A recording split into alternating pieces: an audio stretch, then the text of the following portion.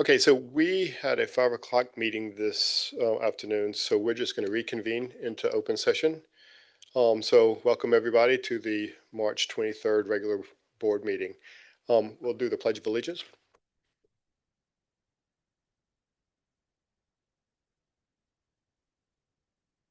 Pledge allegiance to the flag of the United States of America and to the republic for which it stands, one nation, under God, indivisible, with liberty and justice for all.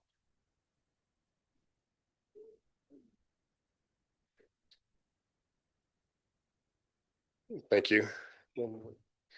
Lynn, will you read the mission statement, please? We educate all students to be college, career, and community ready, inspired to succeed in our diverse world. Thank you.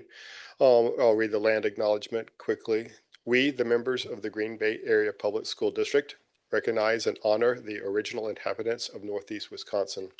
Our district lives, works, and learns upon the ancestral homelands of the Menominee and Ho-Chunk nations and the current homeland of Oneida Nation.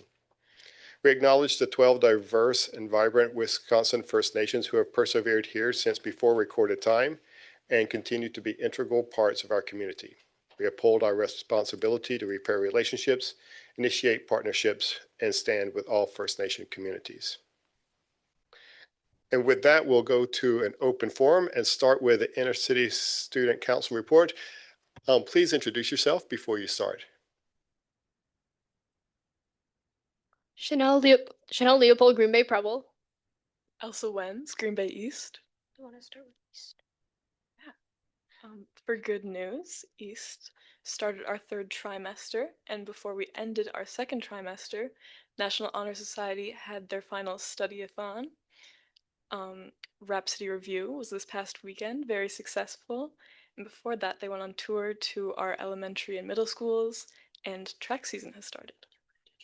And then for JDOL, they had their UWGB field trips, which they will do 3 times this school year to create better ties with UWGB.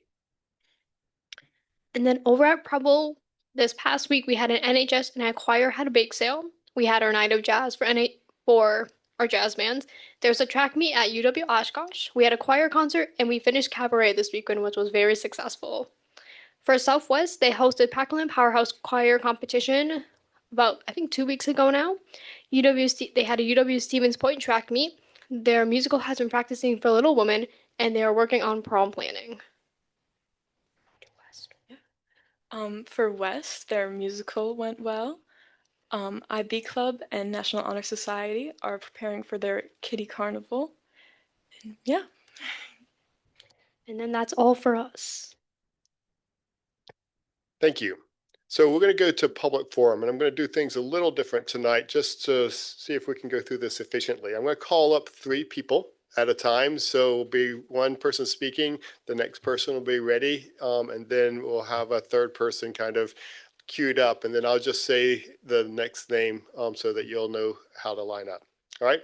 So we'll start with Kelly Strickland, and second we'll have Chris Mariucci, and then third, Sandy Juneau. When you approach the mic, please give us your name and your address, and then you'll have 5 minutes each. So we'll start with Kelly Strickland. Once, twice. Kelly, anyone? All right. So Chris Mariucci, sorry. Sandy Juneau, and then Grisel Peguero Almonte. Okay. Hi there. My name is Chris Mariucci. I'm a resident of Green Bay at 801 South Roosevelt Street on the east side. I'm also the president of the Performing Arts Parents Group at East High School. I'm here today to discuss the cost-cutting options released a number of weeks ago. Excuse me. Mainly the fact that the Fine Arts Institute at East, as well as the feeder programs at Washington and Webster, are on the chopping block. My oldest is a sophomore at East High School, enrolled in the visual arts strand of the Fine Arts Institute. You'll meet her in a little while. My youngest is in 8th grade at Washington Middle School and has been accepted into the theater strand for the 26-27 school year. Truly looks forward to honing her craft at the Institute. They both live and breathe the arts in everything they do. Both my children have been heavily involved in musicals since elementary school at Webster. The idea that the Institute could be cut is devastating. My oldest has gained confidence, both inside the classroom and outside in the real world. She's been building her portfolio and her skills as she works her way through the program. This is a program that works much like a college major program to focus learning for the students involved in the arts. This program gives many extracurricular opportunities, including access to local professionals, experiences with the public, private lessons, and a real path to college. These students must build their portfolio, take specialized classes in their specific strand, and build their skills for their future, all while taking their normal class load. Excuse me. It has been stated that the Institute, as well as other programs, are going through an audit to determine return on investment. I am curious how the board plans to show ROI on a school program such as this. This is focused education. Do you ask for ROI on the math or science departments? How do you show return on investment on self-esteem, confidence, or college acceptance? Is there going to be an ROI study? If there's going to be an ROI study on the Fine Arts Institute, then where is the ROI study on the football program, the baseball, tennis, golf? I was there for the initial discussion of the possibility of closing the Edison Pool and a possible cost-cutting measure until the discussion turned to installing a new gymnasium in the existing space to the cost of over $1 million. Doesn't seem like a budget reduction, even if there was money earmarked from a previous referendum. I fully understand these are difficult decisions and cuts do need to be made. One of my largest concerns is the fact that the arts has been targeted without discussion on many other and money-intensive programs. If there are to be cuts, shouldn't there be a discussion of fair cuts across the board? There was a discussion on implementing a new science program and the costs involved, while we discussed dismantling a program beloved to the students involved. Starting it by alumni donation, community funding, this program has stood the test of time through COVID and given amazing opportunities to over 750 students. East High School's graduation rate in 2025 was just over 84%. The Fine Arts Institute has seen a much higher graduation rate with over 94% graduating the program and 100% graduating high school. Studies have shown that arts education increases grades in both science and math. Nationwide, as of February 2025, Wisconsin ranked 48th in arts funding per capita at a measly 18 cents per. Our neighbor to the west, Minnesota, has that figure at $10.07 per capita. They are the #1 in the nation. Students from multiple schools have expressed interest in the Fine Arts Institute, and it can be seen as a student draw to a public school, something highly needed in this time of private school vouchers, removing students from our public student body. I stand by public school. The money involved in the initial funding for the Institute was an amazing investment in our students' future, as well as in the arts, and we need to be able to see that through. We also need to reach out to our state legislators as well to discuss this public school funding crisis across the state. And I call on everyone else in this room to please do the same. There is a proposed budget surplus of over $2.5 billion with a B. Yet state Senate and Congress cannot agree with the governor on how to give some aid to the public schools and their budget deficits across the state. Green Bay Public Schools have not received a cost of living increase in 17 years. If we had, we would have seen millions more available in revenue this school year alone. The districts have not received the 42% reimbursement to special education funding that was promised in the state budget. To date, it's still set at 35%. This equates to over a $3 million shortfall in this school year's budget. Action is needed to ensure that we fund our public school system. I've written letters to our state representatives from our district, as well as to the Assembly Education Committee, and I have heard back from quite a few of them, especially the Democrats. And I hate to put it that way, but it is the truth. I have a personal email from Ahmad Rivera stating that Green Bay stands together and how he stands with our public school budget. So I encourage everyone in this room to do the same. Write letters, speak with your representatives, and please make sure to get out and vote in local and state elections coming up, both April and November. This is where we truly can make impactful changes in our public school budgets and truly make our voices heard. Pablo Picasso said, "Every child is an artist. The problem is how to remain one once we grow up." Please help us save our Fine Arts Institute. Thank you for your time. Thank you.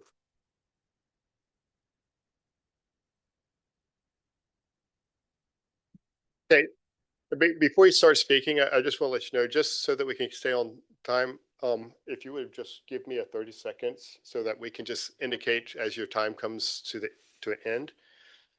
Okay, Sandy Juno, 616 Dauphin Street, Green Bay. First of all, I'd like to thank the board for allowing me the opportunity to speak and share my thoughts.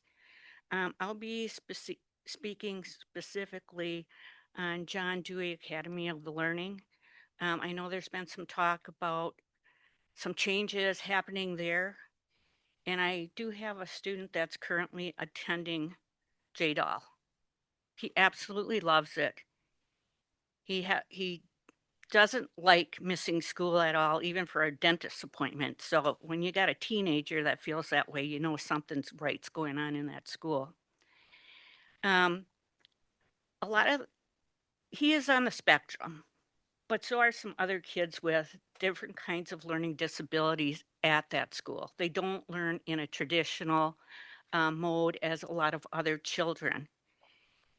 And those that are on the spectrum and those that are economically disadvantaged, having special needs for learning, I mean, that's pretty much approximately 75% of that student population.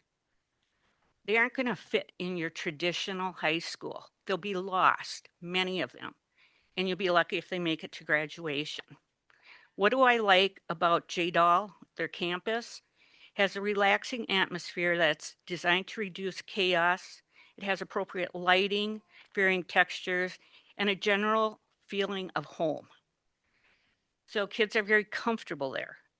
The acoustics there are very good. They reduce noise and sound application that can cause distraction and kids not paying attention. So it's very comfortable.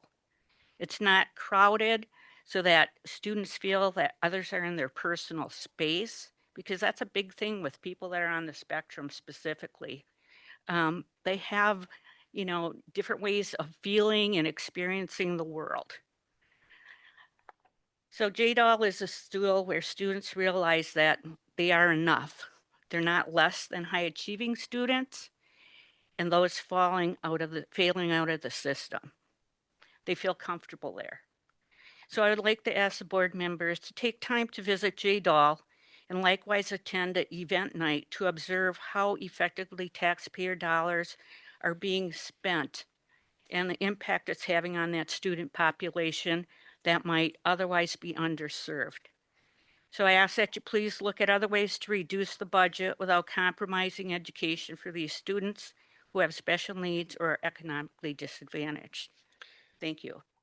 thank you. Before the next person speaks, because this is agended tonight, I do want to clarify that the board is not taking on closing JDAL as a program. The conversation and the budget item would be a consolidation of physical locations. So just as a clarification. Okay, valid. I appreciate it. Okay, so before Marcel starts, Silas Hill, if you could be ready to speak, and then third, Samantha Vandenheuvel. Hello, good evening. My name is Yaina Peguero Almonte. My name is Giselle Peguero Almonte. We're very honored to speak here tonight because it's a unique situation for us, because my sisters and I actually had the privilege of being the first Fine Arts Institute students. With our talents, we were presented at numerous private parties and shared our music, skills, and experience as low-income immigrants to help raise funds for the Institute. Along with other talented students, we became the beginnings of a life-changing program. We are saddened to learn that a program that was so monumental and played such a pivotal role in our lives as young artists and the lives of so many others is being put into question as to whether it deserves to exist. Despite not graduating from the program due to, at the time, personal religious reasons, we were witnesses to the joy, excitement, drive, determination, and discipline the Institute brought to our fellow classmates. Fast forward 10 years, and we are now successful musicians who write their own original music for albums and counting, both in English and in Spanish.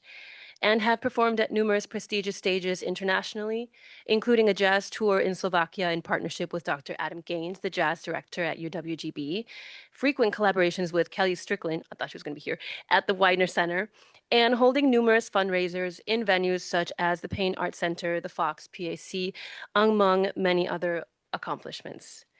This was, in many ways, largely due to the care and dedication and instruction of the teachers at the Green Bay Fine Arts Institute. To take that away from potential future generations of artists would be a critical misstep for the community. What the fine arts needs is better representation, not a complete dismantling of a crucial program for our kids. We stand here in support, and we stand here as proof that the arts saves lives. We hope that we find creative solutions to keep this Fine Arts Institute alive. Thank you.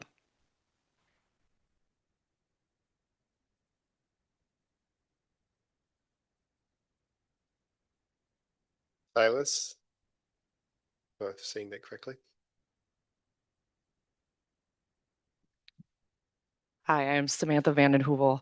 I live at 1490 Hastings Street.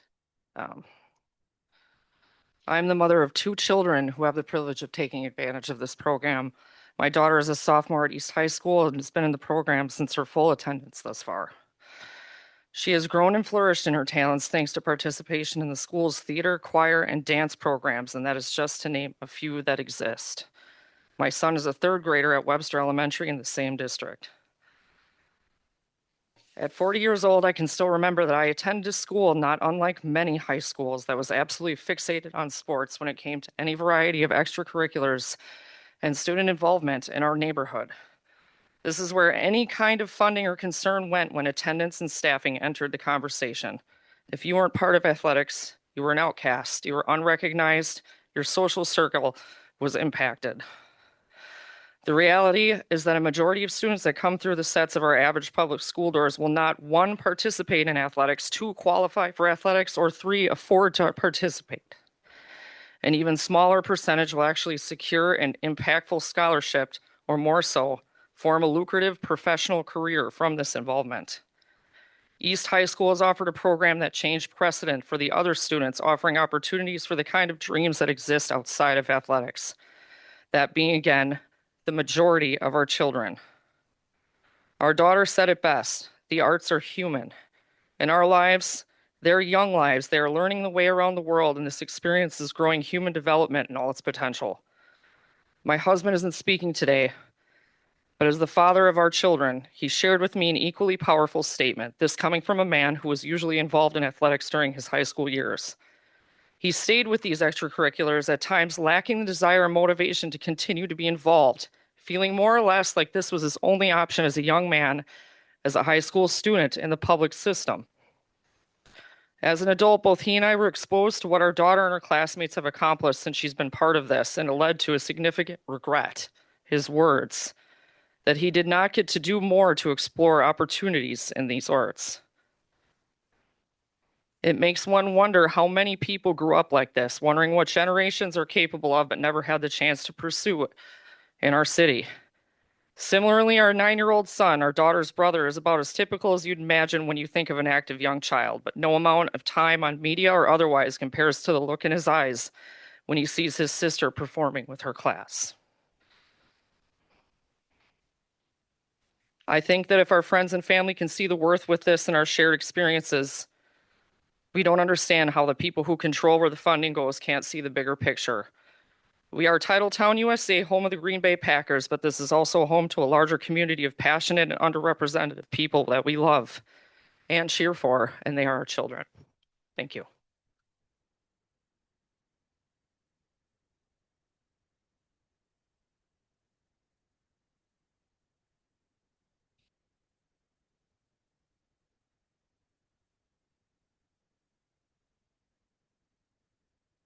Okay, so next, I'll have Jessica Hebert. And then after Jessica, Bill Tubbs, and then Silas Bartel.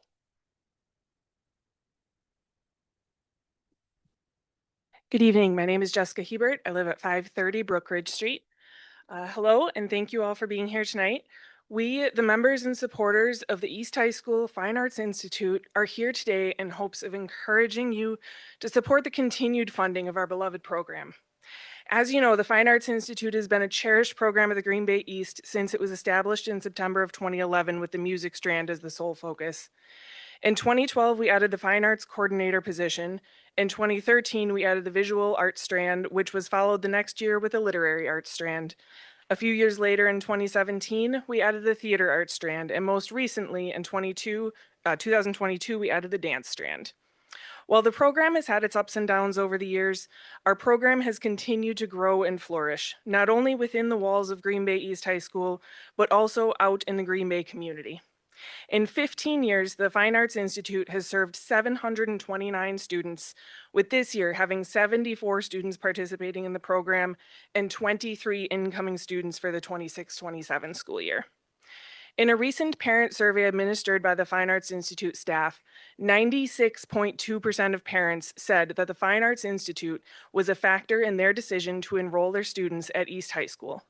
53.8% said that if the Institute did not exist, they would enroll their student in a different district. Just this year, each and every strand within the program has had great success with allowing students to explore their areas at deeper levels by connecting with community members who have experience within their specific fields. The following achievements and opportunities will culminate in our annual Festival of the Arts, which we are excited to be hosting at the Green Bay Botanical Gardens in April. The theater strand has had two amazing experiences this school year. The first was an on-campus presentation by Broadway director Devin Bryan from the Acting Academy in New York City. The second was the eye-opening off-Broadway production of Hamilton, where students were not only able to watch the groundbreaking performance, but also meet backstage with the wonderful cast and crew members that made the show possible. The literary arts strand also made leaps and bounds this year by connecting with two different published authors in the Green Bay community, one of which led a presentation on self-publishing. This set the stage for the other author, Wendy Wimmer, to not only speak on traditional publishing with our students, but also moved towards setting up future ELA class visits to present on every aspect of the writing experience. We're hopeful that this community connection will lead to our students at East High School participating in the Untitled Town events in the future. The music strand provided students with master classes from 12 different master teachers this year. Music students performed at the Christkindl Market on Broadway, and both vocal and instrumental jazz groups were able to attend jazz festivals all over the state. The visual arts strand was able to have two field trips, one to the Hamilton Woodtype Museum and one to the Kohler Art Preserve, while also participating in the UWGB student residency. Finally, our dance strand was able to visit UW-Milwaukee to learn more about the fantastic dance opportunities provided at the university level. While our programs allow for the fine arts students to participate in the exciting educational opportunities, the program also has a broader impact on the school as a whole.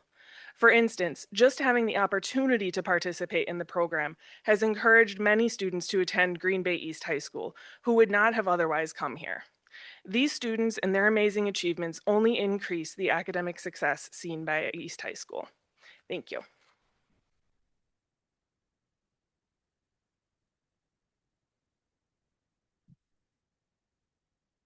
Good evening, board and fellow citizens. My name is William Tubbs. I reside at 2523 Betty Court in Alloway. My oldest is a sophomore in the fine arts. My next kid is looking to be in the fine arts next year when he starts at East. And we'll see what my sixth grader does, but he may very well join that as well. To continue on with what Jessica said, while this is a success in itself, we also pride ourselves in the fact that we are able to provide, with the funding provided to this program, low-income students opportunities to participate in not only the experiences stated previously to the Institute students, but also opportunities to all East High students who benefit from the classes we are able to provide with the funding. For instance, our art department can provide supplies to their art students after their annual budget is depleted. And the funding allows for low-income students to participate in courses that they would otherwise have to pay for out of their own pockets, and likely not be able to afford. While other schools have lab fees for each and every art class, we're able to provide these classes free of charge. In the Institute staff administered survey referenced earlier, half of all the parents stated that they would not be able to enroll their children in the Institute if a tuition, estimated at $500 a year, were required. On that same point, if we were to lose Institute funding, many classes would not be able to be provided for our students, such as fabric and textiles, theater production, intro to acting, all of our dance classes at Washington Middle and East High School, design and mixed media, comparative arts, and Washington Middle School's World Drumming class. Not only are these classes fun and engaging, they also provide students with an insight towards what their futures could hold if they choose to pursue future careers involving the fine arts. This could lead students who previously could not see themselves being able to pursue such futures due to financial disadvantages. From a study done by the National Endowment for the Arts, it was found that, quote, teenagers and young adults of low socioeconomic status who have a history of in-depth arts involvement show better academic outcomes than low socioeconomic status youth who have less arts involvement. They earn better grades and demonstrate higher rates of college enrollment and attainment, end quote. Results have shown this achievement, even at the middle school level at Washington. They have some of the highest marks that they conclude is largely due to the integrated arts approach, as well as with the piano violin program at Webster. Within this fine arts program, we incorporate the arts starting at the elementary level at Webster that integrates the arts in many ways, including their piano and violin lessons for 2nd to 5th graders. This allows students to grow in their passions throughout their education so that by the time they reach East High, they have a firm understanding of the program and all the great opportunities it can provide them. While the data above shows many of the advantages of this program, we would also like to provide you with personal stories from students and parents who have benefited from this program.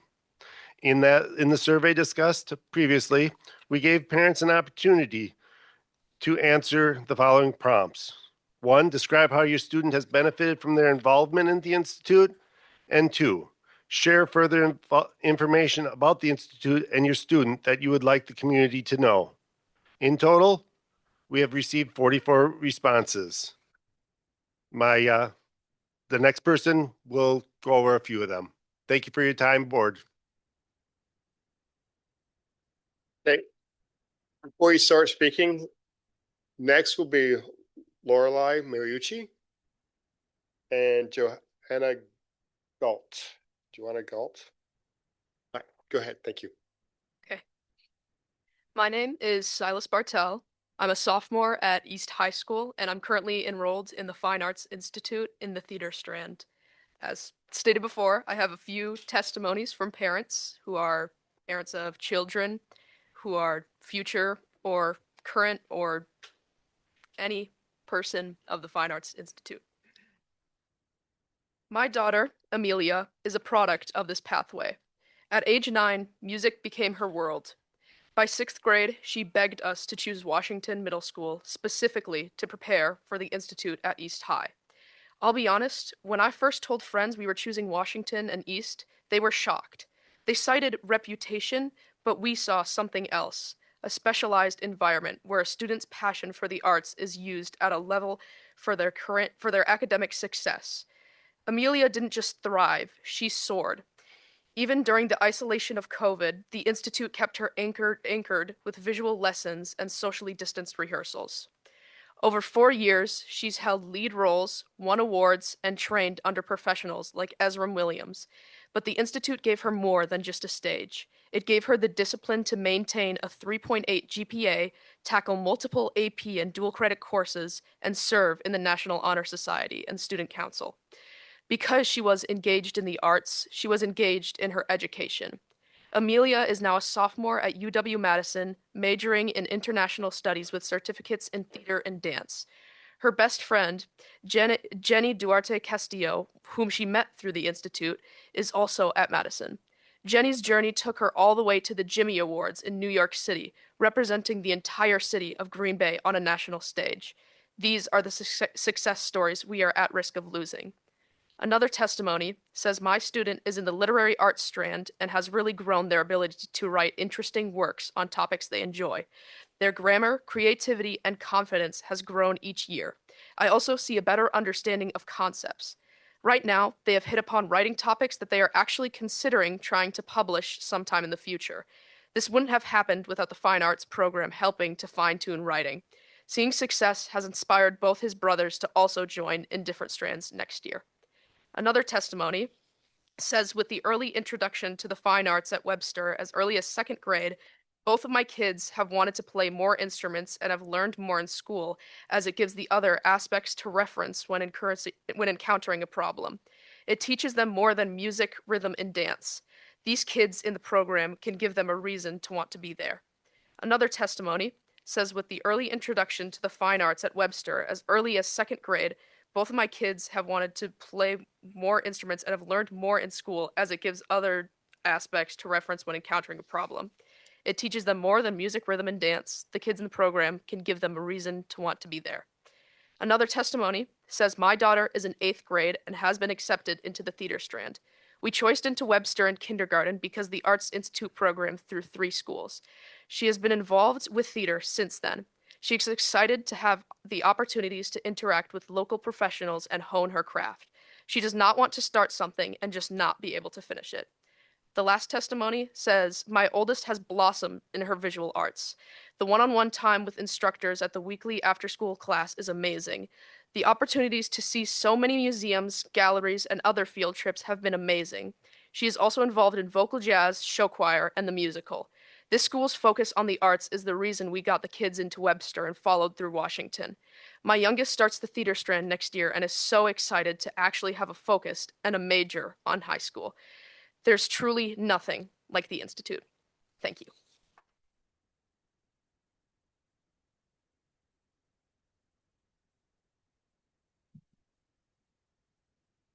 Hello, my name is Lorelai Mariucci. I am Chris Mariucci's daughter. I live at 801 South Roosevelt Street, Green Bay, and I am currently a sophomore at Green Bay East High School attending the Fine Arts program. I am a student that has choiced into Webster Elementary and attended Washington and East, all for their fine arts programs. I will also be continuing to advocate for parents of the Fine Arts Institute reading their testimonies. My first testimony states that graduating from the East Fine Arts Institute opened doors to auditions at the Chicago Unified College auditions. Having this experience on your acting resume shows college programs you are serious about the work. My graduate was accepted to 8 pre-professional acting programs, including nationally arranged conservatory programs. Another states, my daughter was involved in show choir, musical, dance showcase, and played trumpet for all 4 years at East High School. She felt alive in practicing and performing in these areas. She absolutely loved being on stage, dancing, singing, developing her own dances, as well as performing in the marching band.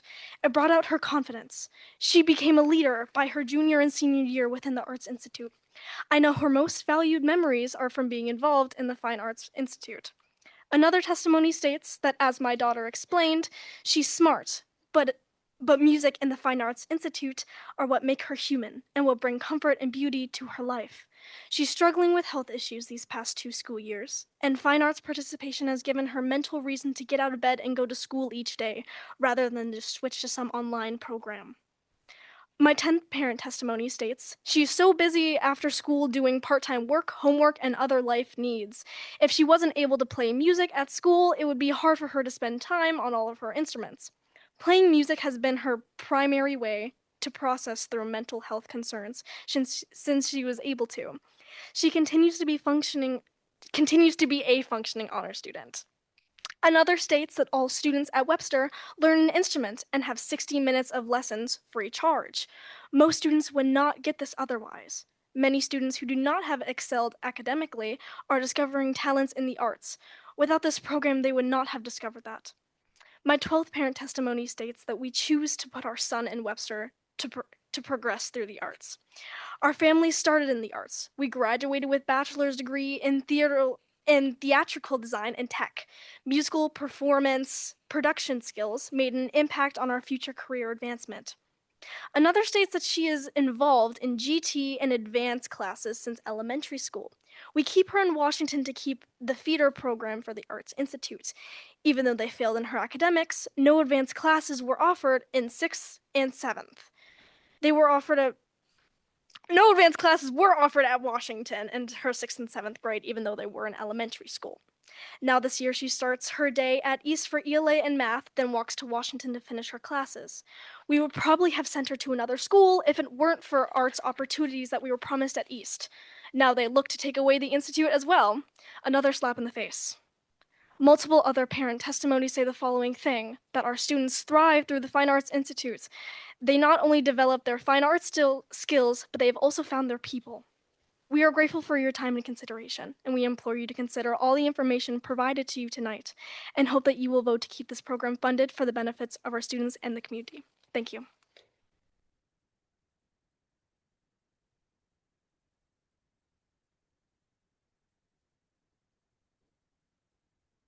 Hi, my name is Johanna and I live at 1426 South Jackson Street in Alloway.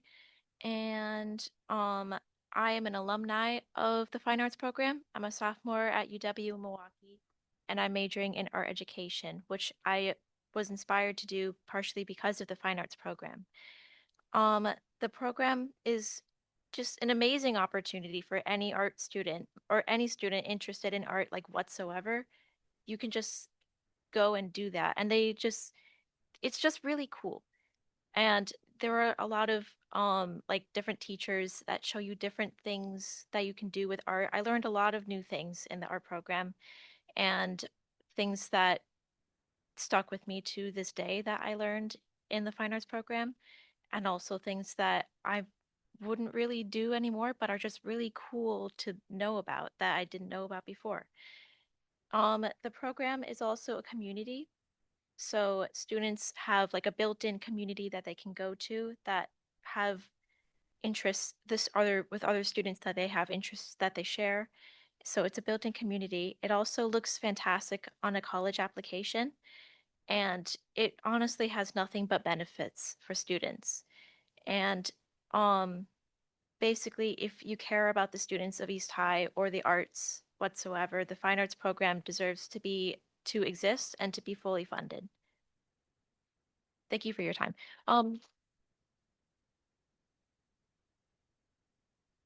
Also, I think I may have signed up to talk twice. So if there's a J Gull in there, that is also me. So disregard that. Thank you. Appreciate it. So before I call the next three people up, if you are a minor, you do not have to give your address when you come up to the mic.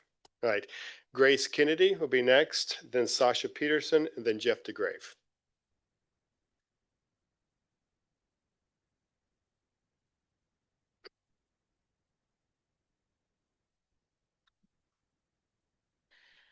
Hello, my name is Grace Kennedy, and I go to Green Bay East High School, where I am currently enrolled in the Fine Arts program. I am here with a short essay on why the fine arts are vital to our schools. Oh, war, power, you blind and blur. The torn heart cries out in pain. But music and singing shall be my refuge, and music and singing shall be my light. Earth Song, Frank Ticelli. Earth Song speaks of someone living in a world torn apart by war and suffering, but who still holds hope because of music, using it as a safe place for them to shelter through the hurt that the world has caused them. This song is a testament to the importance of fine art and how vital it is to have things such as music, theater, literature, dance, and visual art in our world. Because when the world seems dark and bleak, that is when beauty and creativity are needed the most. The fine arts have been a huge part of my life.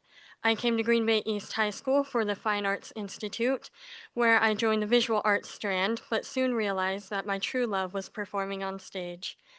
At East, I have been consumed by the arts, whether it's going to vocal jazz rehearsals and then heading to the auditorium for show choir, or attending musical rehearsals that go until 9 o'clock at night and then coming back the next day.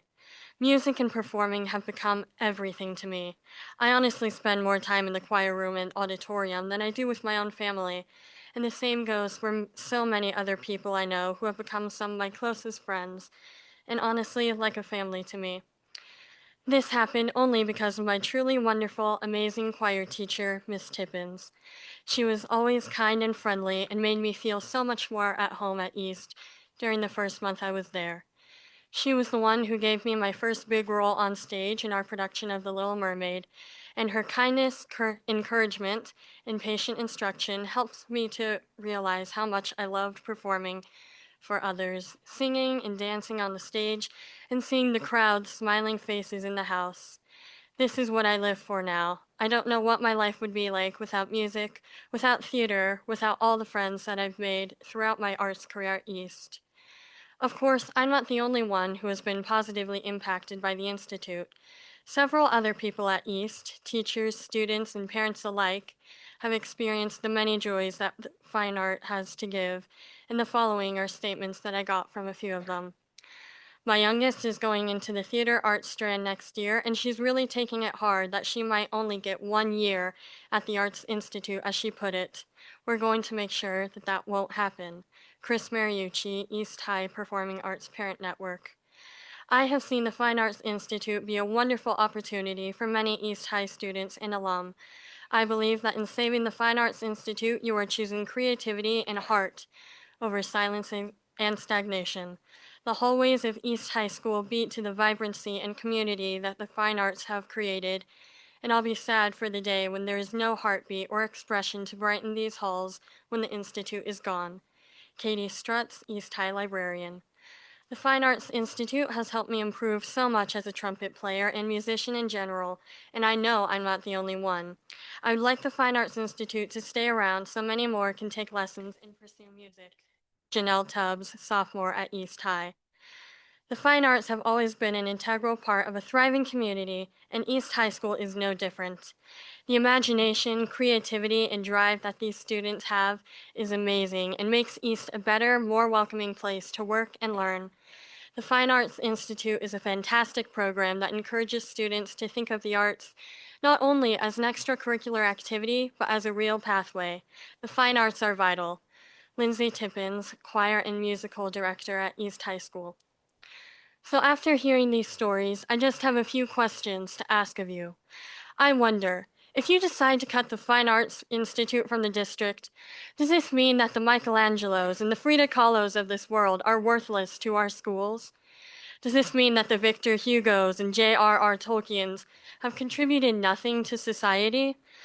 Does this mean that the Ludwig von Beethovens and the Mozarts, the Shakespeares and Anna Pavlovas, all of these wonderful artists and composers and dancers and writers who were told that what they loved was merely a frivolous pursuit worth nothing, but who still managed to be remembered as some of the most influential people of their times and in history? Does this mean that they are now to be considered obsolete? If you decide to get rid of the funding for the Fine Arts Institute at East and the whole pathway from Webster onward, this is what you will be saying to all of those young artists, dancers, singers, and writers. While I do understand that decisions and cuts must be made, I do not understand why the arts must always be considered to go, one of the first things to go. Fine arts are the cornerstone of societies and cultures across the world. So please, tell me this. Why are they always the primary item on the list for cuts such as these? Why must they always be taken away from us when they are so integral to our lives? Please, consider these words before you make your final decision. Consider the consequences of your actions before doing anything. Before you decide whether to cut the Fine Arts Institute from our district, before choosing whether you should steal something that is so precious to so many people away from them just because we need to save money. Humbly, I and so many others beg of you to spare our beloved institute from this fate that would rob us of what makes it unique compared to so many others in this district, state, and country. Thank you.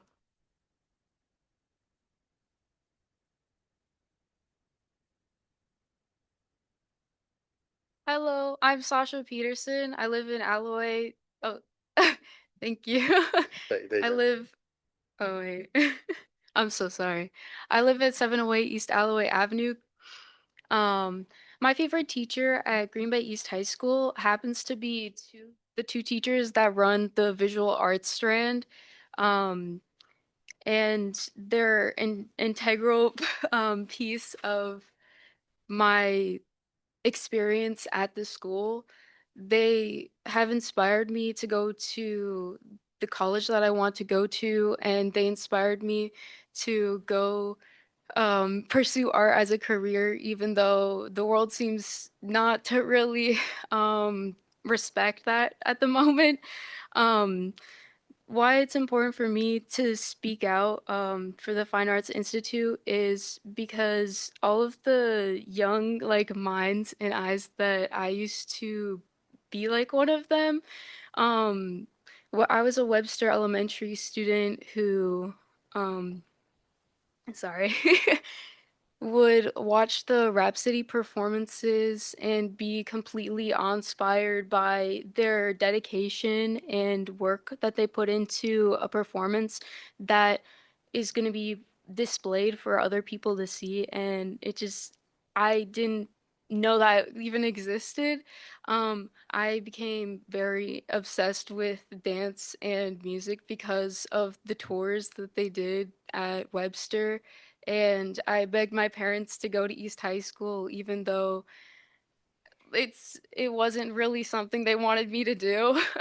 um, the Fine Arts Institute was a big negotiation, I guess, factor of my mom actually accepting me to be able to go to East High School, and my dad also helped me with that. The reason why I'm here is also to speak on my sister's behalf. She is a junior at East High School this year, and next year she will be going to the Fine Arts Institute. And I really want her to be able to succeed in that program, as I have a lot of the memories I have made in school my school pathway have been made through art and through connections that I only could create through a creative outlet such as this program has like offered. I really appreciate you guys letting us speak on this matter. Thank you. Yeah, before you start, after Jeff, we have Charlie Bronner and then Angela Ayala. Okay, Jeff. Good evening. I'm Jeff DeGrave, 1055 South Northview Road, Green Bay, Wisconsin. First, I'd like to reflect on we lost a great member of our Green Bay schools, Jacqueline Fisher. She passed away. She had been 40 years as a night maintenance manager, and she was incredible. She was a person that truly cared not only about the staff, but the students. And just wanted to say her name. Bunch of eloquent speakers here. That's incredible. You can see the program is working just by the way they talk. Their program costs money. I am against cutting any of our stuff. I've been advocating for this for 6 months, that all students need to be treated fair. All students. My son, he comes home sad, angry, frustrated, disappointed on a nightly basis. The other night, he came home saddened because he found out that his esports room is going to be transformed into an art room. This is a room where they go, they spend it with their friends. It's used by many clubs. They want to take away that. There's no cost benefit to doing this, none, except for the cost, what it would cost to change all the wiring, that room into the structure. We do this all the time. There has to be floor planning, that we're looking ahead and saying we're not changing rooms every year at Preble High School. It's crazy. When I went to school there was 2,600 kids. When they were shorter room, which was the school is about a third of the size, they brought in 6 portable reload rooms. Where we went, we were blown in with snow. We were hotter than blazes in summer. We had no heat in winter, but we made it work. So why do we want to take something away from these kids that doesn't cost us anything to have? These programs get no support financially, but we want to take that room away from them to spend more money on remodeling it. It's disappointing to me that we are up here talking about saving money and fundings when we have to provide not internet for our students for their esports, but we have to provide it for a multi-million-dollar company so they can have free internet to do construction work on our sites. That's crazy in my books. The other thing is the stickers, the flags, the windows. X number of dollars was just spent at Preble to put a sticker on the stairway. That's money not well spent. A sticker does not change what these kids go through, what they can learn by supporting their programs, and not a sticker on a window or a stairwell or anything for that matter. Those don't change the education. There's no educational benefit to it. Also, my son feels just like these people who he's been advocating to keep the programs and maybe spend a little money on the programs that they have to make them better. As it does for all these, it builds community, it builds friendship. Esports, other activities, they're growing so fast, but yet we're always unwilling to cut football, baseball, soccer. If you're a golf team, you have 6 players on the team. How many children are in fine arts? Esports is the second fastest growing thing in the nation. It's time that we start to treat all kids equal. And if that means cutting some of the sports, it's time to do that.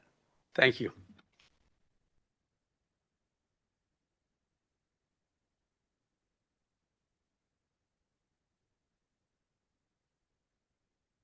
Think I was next. Yes. Well, I'm way louder. Hi, my name's Charlie Bronner, 316 Little Road, Alloway, Wisconsin. I'm a parent at Green Bay East High School. Both of my daughters have been involved in the performing arts at East, and my youngest, Lucy, has been accepted into the dance strand of the Fine Arts Institute for next year. I've also served on the East High Performing Arts Parents Board for the past 4 years. In 2023, an external analysis of the school district was conducted by Burns Van Fleet Educational Consulting. On page 27 of the results published in August of 2023, line 1 of their recommendations under instruction was, quote, strengthen the arts pathway by putting more emphasis at Webster and East and make Washington truly an arts magnet. Did we listen to that recommendation? 2.5 years later, we're in this room because the district has hired outside consultants to conduct an ROI study or program review of the Fine Arts Institute. If they once again recommend strengthening the arts pathway, will we listen? I understand the district is facing serious financial pressure and that difficult decisions lie ahead. I'm here to ask for transparency and clarity because we can't participate in this process in good faith if we don't know what's being measured or what success looks like. My first request is simple. Please document in writing and in public the specific metrics being used in the ROI study for the Fine Arts Institute. What outcomes are you measuring? How are you defining cost?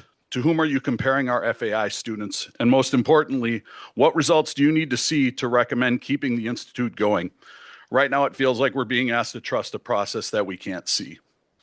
And that brings me to my concern. Our current FAI coordinator is retiring at the end of this school year, and we found out at a board meeting earlier this month that her role is not being filled. This morning, a representative of the district was describing extra costs involved with the Fine Arts Institute on WBAY, and they were referred to as, quote, disproportionately more expensive than other school programming, unquote. When decisions and statements like this are made publicly before the district has presented the metrics, the methodology, or the findings to the board and the community, it sends a message, intended or not, that the conclusion may already be decided. If this is truly an evidence-based review, then the evidence and the expectations need to be public before conclusions are broadcast to the community. The Fine Arts Institute The Fine Arts Institute is not an elective schedule. It's a pathway and a commitment that brings students to East, keeps them connected to school, and creates opportunities that most families cannot replace privately. For many students, it's the reason that they show up, a place where they belong and a place where they grow. Tonight, I'm asking you to do 2 things. First, require the district to publish the ROI framework and success criteria for the Fine Arts Institute clearly and publicly. Second, ensure that any decisions about the future of the Institute are made only after that information is presented, reviewed, and discussed transparently with the community. Thank you for your service and thank you for your time.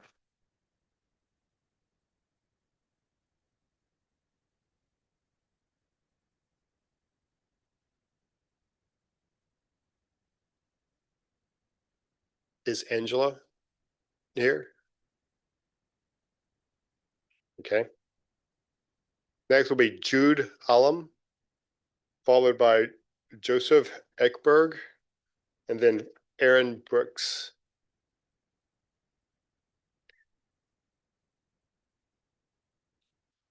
Hi, my name is Jude Allen. I am a freshman at East High School, and I am a part of the Fine Arts program.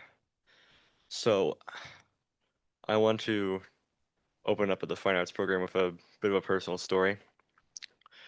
Earlier this year, when doing the musical, I was backstage. It was one of the most best experiences I've had in my life. Just, I felt like I found the thing I wanted to do for my life because I was kind of just not sure before. I didn't know what I wanted to do. But more importantly, one of those shows we did was for many elementary and middle schoolers that were coming up behind us. And afterwards, we got to like say hi to all of them. It was a very exciting experience for a lot of them because they got to see our really, really awesome show. And I heard many of them say something around, I want to do that. They, in that moment, like I had when watching other people perform, said, I want to do that. And that's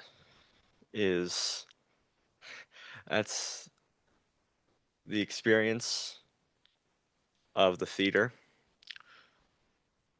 And what would be, I'd say, a tragedy is if they come up, they say, I want to do that. They work towards that until they get to be freshmen and they're told, sorry, that doesn't exist anymore.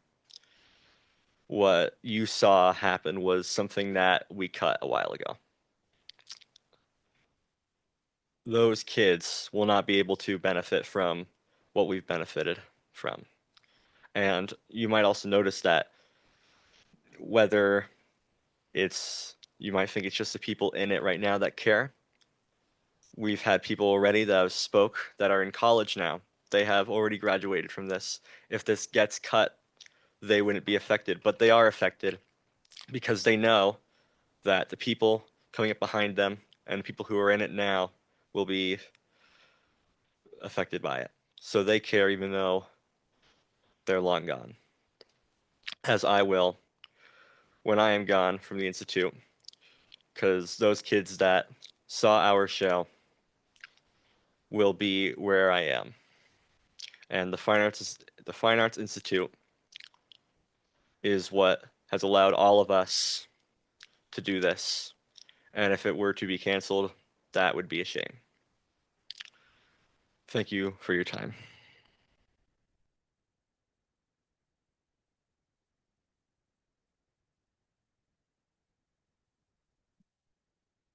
Hello, my name is Joseph Ekberg, 716 South Roosevelt Street in Green Bay.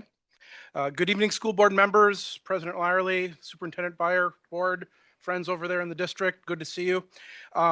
Thank you for allowing public comments on this evening's meeting, as we are grateful for the opportunity to take 5 minutes and stand in support of district programs supporting the performing arts, and with specific support for the Fine Arts Institute at East High. Before you stands a stagehand and a parent of East High student. For over 20 years, and I have been a member of the International Alliance of Theatrical Stage Employees, Motion Picture Technicians, and Allied Crafts, Local 470, representing Northeastern Wisconsin. We are the union behind entertainment. We are the team of professionals that live in the city near you that you visit to see entertainment, and we build those shows. Around here, that might be the Meyer Theater, the Widener Center. Kinsey, how about the Nutcracker, right? Or maybe the Rush Center, or the Fox Cities Performing Arts Center. Maybe you like to visit the Leach Amphitheater in Oshkosh, or the Door Community Auditorium in Fish Creek. Or maybe you saw Into the Woods at Webster, or The Play That Goes Wrong at East High.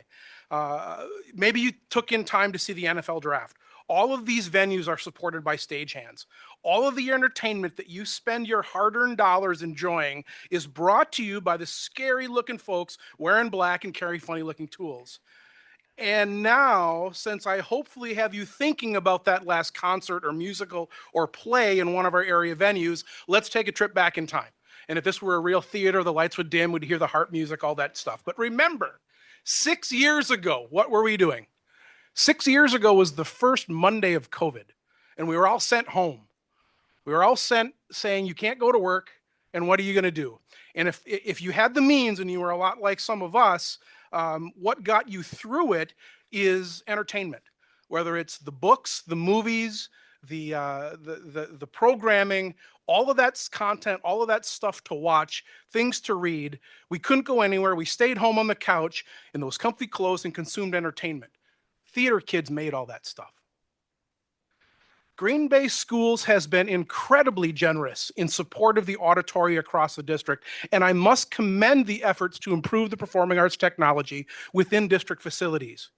We hear horror stories of crumbling infrastructure and unsafe conditions, and as a parent of students in the district, current and past, and as a taxpayer, special thanks go to the Director of Technology's talented team to make the best and most prudent use of resources provided by you, the board, Kale, others that make it all happen. And a shout out to Nick and Zach and the others for doing the work. Full disclosure, my employer stands with the district as a proud partner in carrying out the district's mission. My 6th grade teachers allowed a talent show on the stage at what is now your Da Vinci School a long, long time ago. I figured out how to make the lights change from red to blue and back again quickly. The custodian thought I was nuts. That young stagehand now runs a division which generates $35 million in revenue, employs 65 people representing a family of over 200, and supports this very organization in this very room.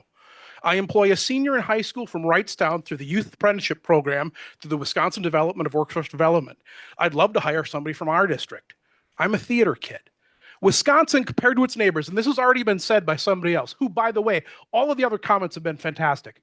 But somebody else said, our neighbors to the west, Minnesota spends a whole bunch of money on the arts.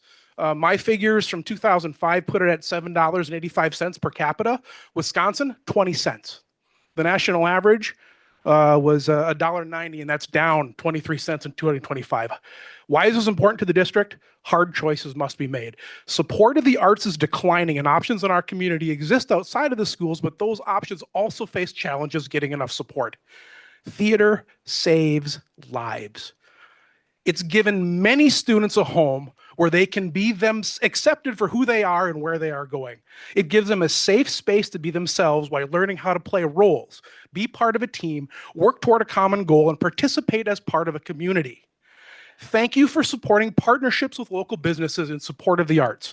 Camera Corner, my employer, is proud to support Green Bay East Performance Technology Club. In addition to learning skills to support productions and operation of district spaces, the club is open to any high school age student in the district. Recently, the group had the opportunity, we talked about it a few minutes ago, to visit with the cast of the crew of Hamilton when they were visiting the Fox Cities PAC. The husband and wife team of Kelly and Jason Desjardins, fellow Astor Park neighbors and members of local IA 470, are crew swing and audio head tech, respectively. Also theater kids. Fine arts. Support the farts, as the kids say. Matters. These theater kids of today become the entertainment technology professionals, stage actors, scriptwriters, scenic painters, digital animators, sound designers, actors, directors, set dressers, camera operators, and voice talent that we come to rely on tomorrow when our work is done for the day and we look forward to enjoying entertainment. When faced with the return on investment conversation, please consider the extent of the return down the road with the investment of today, and please consider the benefits of arts education and support the fine arts programs in place. Thank you for allowing public comments on the work you are asked to do on behalf of our children.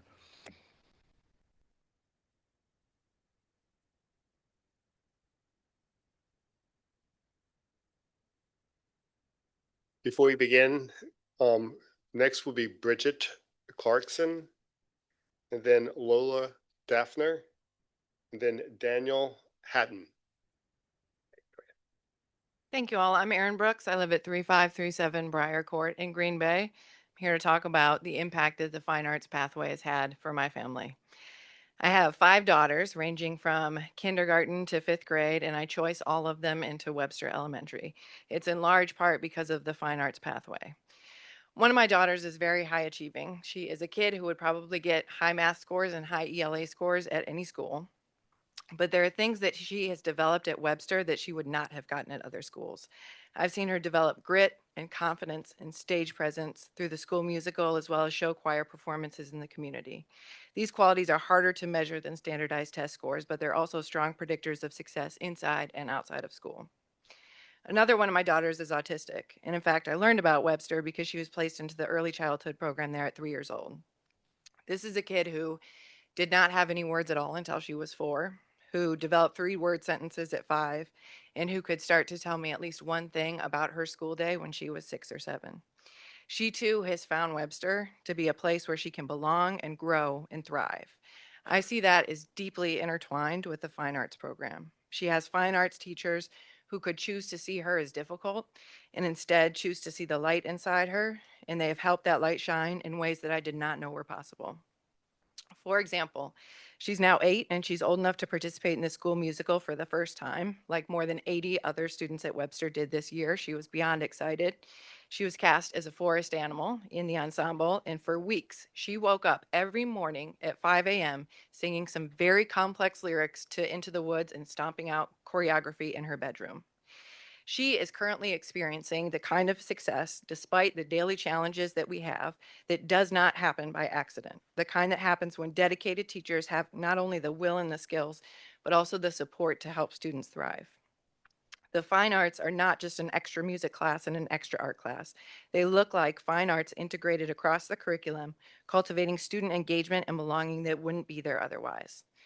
In addition to being a mom, I'm also an educational research scientist. I've worked in schools and studied schools for all of my adult life.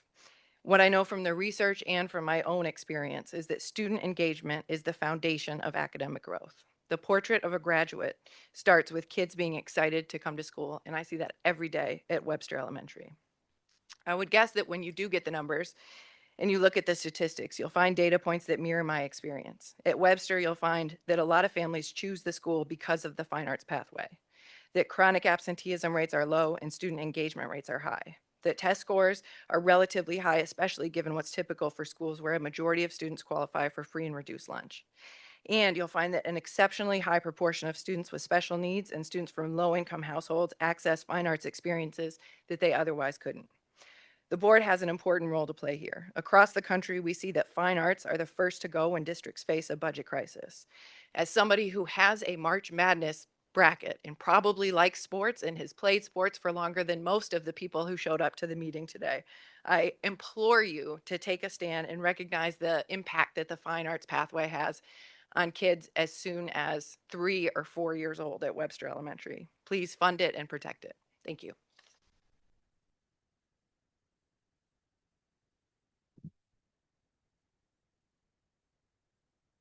Hello, I'm Bridget Clarkson. I'm a junior at Green Bay East High School, and I've been enrolled in the fine arts all 3 years.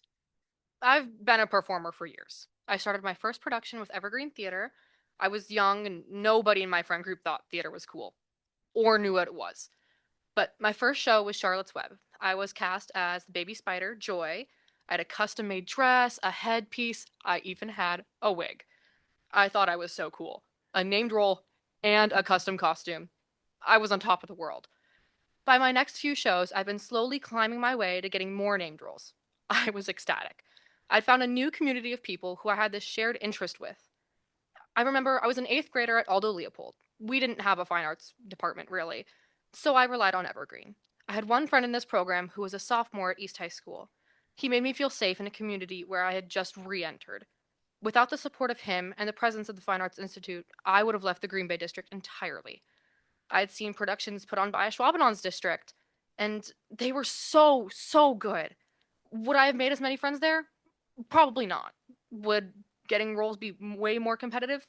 1,000%, yeah. But I felt safe in choosing East because of the Fine Arts Institute. Teachers made me feel supported and heard. I didn't feel like I was risking friendships auditioning for the same roles as my best friends. I became a leader in musicals my sophomore year, and one teacher in particular helped guide me in finding my new passion. Mr. Ezra Williams Jr. was our choreographer for my freshman and sophomore musicals. Did he scare me at first? Yeah. Like insane. He was confident and strong-willed in his opinions, just like we all should be. I didn't realize until the end of my sophomore year that it was entirely tough love. He wanted all of us to come together, put on this amazing show, At this time, I was also enrolled in the intro dance course at East. I didn't really know anything because dance has never been my thing, unless you count my kindergarten ballet and tap classes at the YMCA. But Mr. E created a caring, safe environment. He wanted all of us to truly be ourselves. Over the course of my sophomore year, he encouraged me to join the next dance class up. My third trimester, I was in the Performance Dance 2 class. I was surrounded by these gorgeous dancers. To be honest, I didn't feel like I was good enough to be there. Eurydice did ballet at a studio. Phoebe was a gymnast. Beatrice and Sophie took dance classes back home in Italy. They were utterly gorgeous, all of them. But I didn't feel like I deserved to be in the same class as them. Mr. E encouraged me to work on my self-esteem and built me up with every single rehearsal we had. I'd earned an opening solo in our jazz piece, and I had earned a spot in a college-level dance piece choreographed by Mr. E's colleague and career professional Mia Redding. I was in this piece with 2 students from Italy, and I really felt like I belonged, finally. I had a newfound community where I felt genuinely valued and like people wanted me to be there. Mr. E encouraged me to sign up as a teacher's assistant this year for one of his dance classes. I worked alongside students with all different levels of dance experience. Just today, Mr. E asked me to enroll in an independent study so that I can continue my dance studies. This is because he believes in me and my abilities. Mr. E has continuously been one of my biggest supporters, and without the help of him and the entire fine arts department, I don't think I would have been nearly as successful in my academics or my confidence. The fine arts funds an immense amount of materials for classes. The majority of art class materials are funded by the Institute when their budget runs out. We have classes that are tailored to students focusing in the fine arts, classes you cannot get anywhere else in the district. Yes, other schools have dance-focused extracurriculars or theater opportunities, but only East and Washington have an expansive dance program and theater or acting classes. With the removal of the Fine Arts Institute, we run the risk of losing these blossoming young artists. The fine arts faculty don't just teach me how to dance or act or be an artist. They taught me how to show up and how to maturely take critiques, as well as how to believe in my own work. My success in the academic classes is a direct result of the discipline I learned in the studio. We have something at Easton, Washington that no other school in the district offers. Why would we trade our students' unique opportunities for a standardized experience?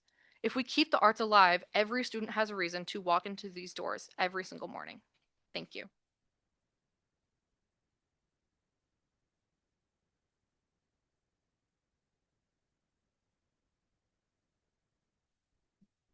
Good evening. I'm Lola Daphner, and this is Michaela Powers.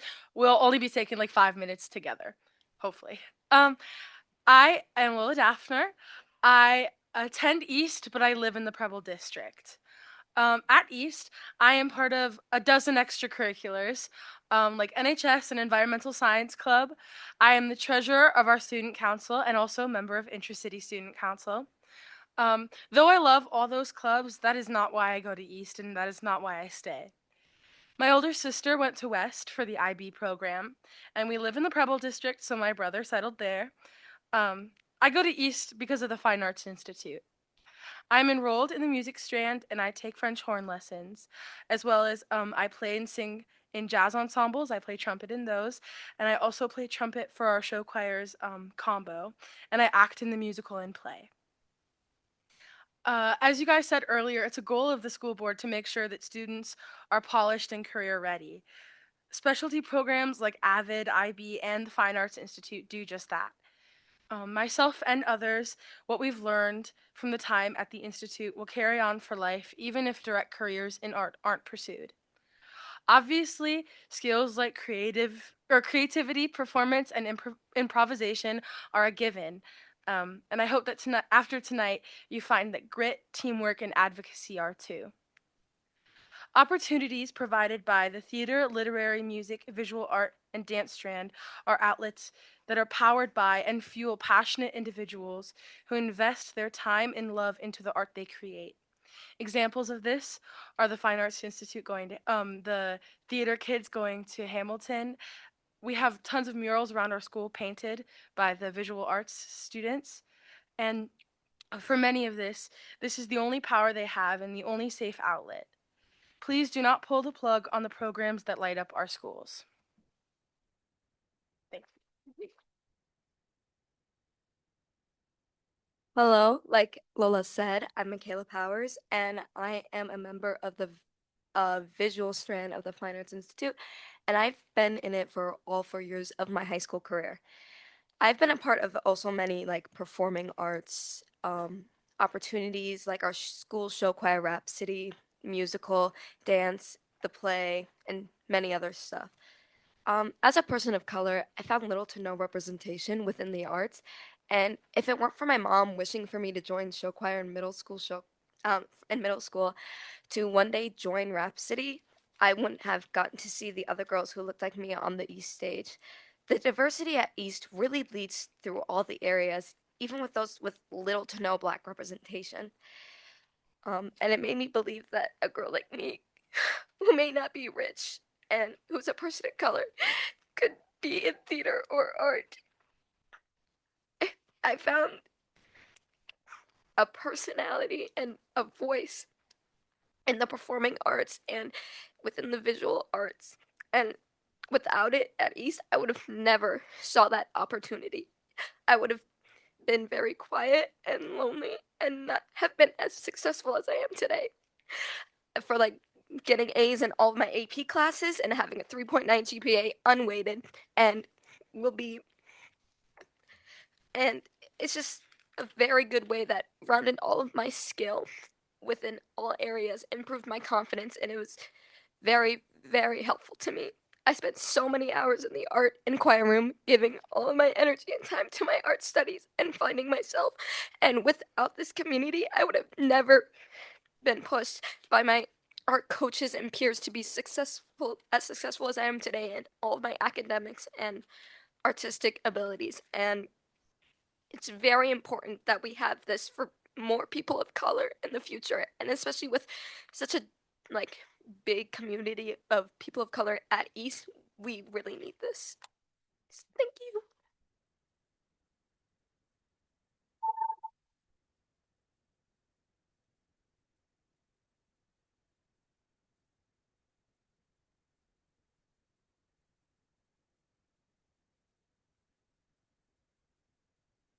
So Daniel Hatton, yeah, you're next. Before you start, after Daniel, Judith Dukert, and then Mark Seidel.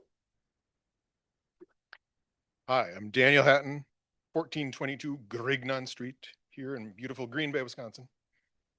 So, short and sweet. I am part of a family with 2 children at East that are in the Arts Institute. My son got accepted for next year. My daughter's been in it since she's been there. We, as a family, my wife and I, were very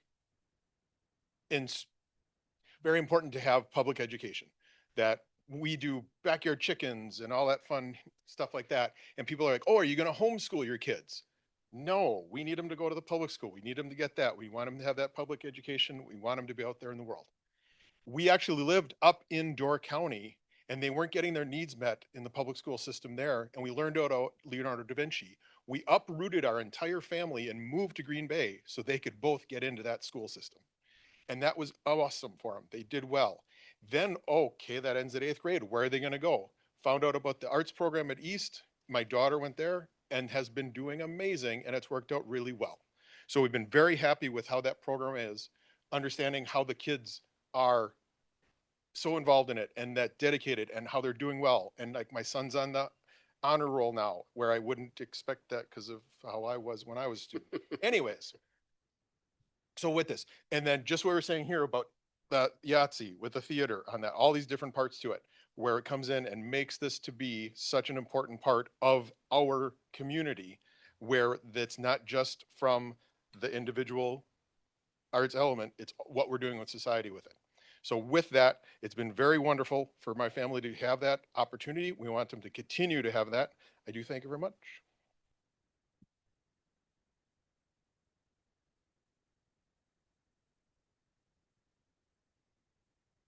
Is Judith here? Okay, Mark.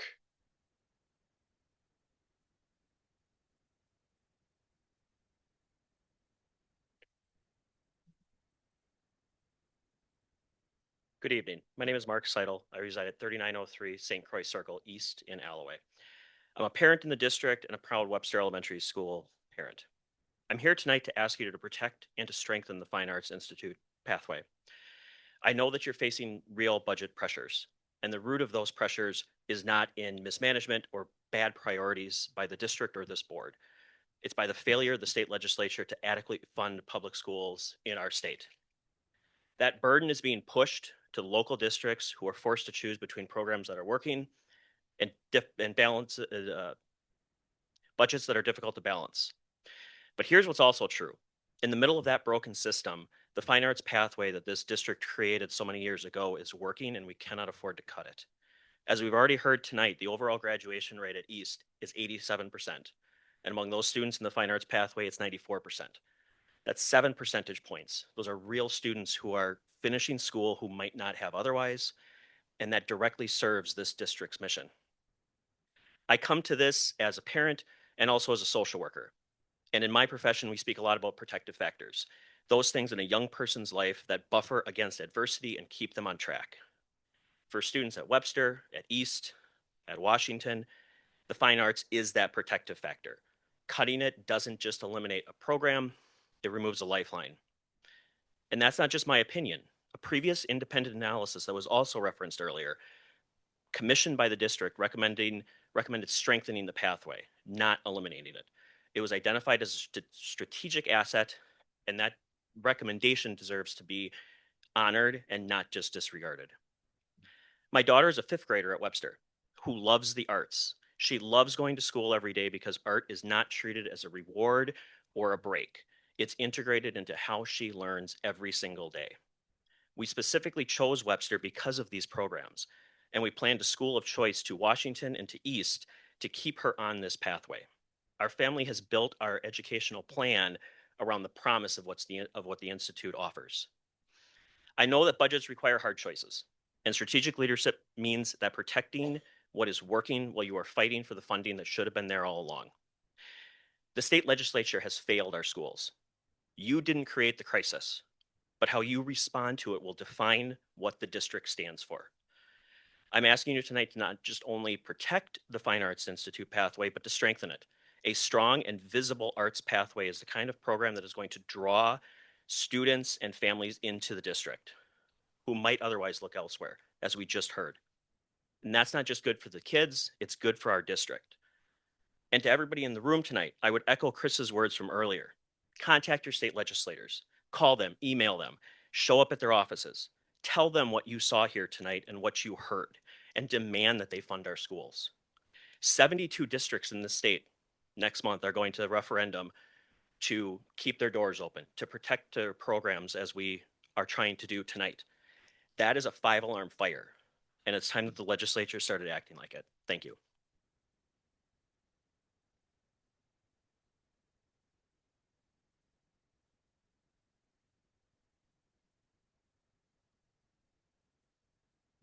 So next, Tina Wilk-Eaton, and then following Tina, Lori Cathy, and then Brent Bergstrom. Good evening. My name is Tina Wilk-Eaton, and I have been a teacher for 29 years and in Green Bay for 19 years. I am here tonight not just as a teacher, but as someone who is living through exactly why the income protection plan matters. Nearly a year ago, I was diagnosed with stage 2 breast cancer, and in a moment, everything changed. Your focus shifts from lesson plans and students to treatment, getting hair back again, and survival, and also getting through every day.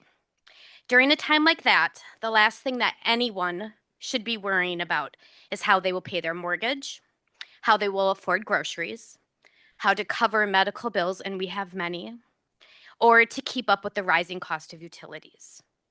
But without the income protection plan, that becomes a real fear. Teachers give our hearts to this career. And in kindergarten, which is my very, very happy place, I help shape the very beginning of a child's love of school, their confidence, and a sense of belonging. And I show up for them every day. I'm asking you tonight to show up for us. IPP is not just a benefit. It is a security, it is a dignity, and is the difference between stability and a crisis during the hardest moments of a person's life. Thank you.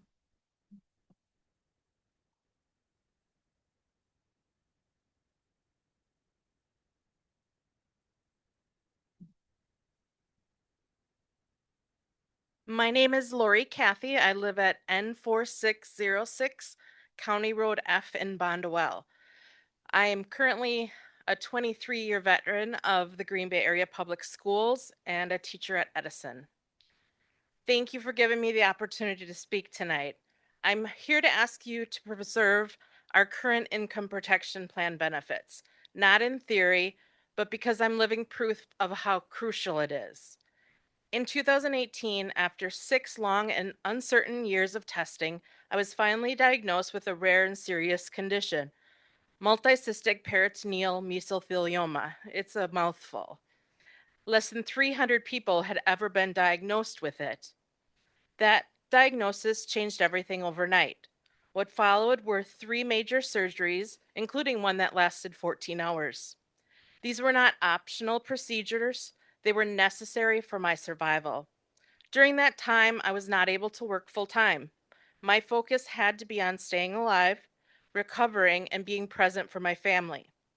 Without IPP, the financial consequences would have been devastating. Medical decisions are hard enough without the added burden of wondering how you will pay your bills or support your family. In my case, I even had to travel to Washington, D.C. to receive specialized surgical care. That meant additional expenses, travel, lodging, and weeks away from home. The IPP gave my family stability in the middle of chaos. It allowed us to focus on what mattered most, my health and my recovery. I understand that programs like this come with real costs, and I respect the responsibility you carry in managing budgets and making difficult decisions. But I ask you to consider what this benefit truly represents. For people like me, it's not just a line item, it's a lifeline. At some point, any one of us could face a serious illness or unexpected hardship. The income protection plan ensures that when that moment comes, we are not forced to choose between our health and our financial security. Please keep this program in place. It makes a profound difference, and in some cases, it makes all the difference. Thank you.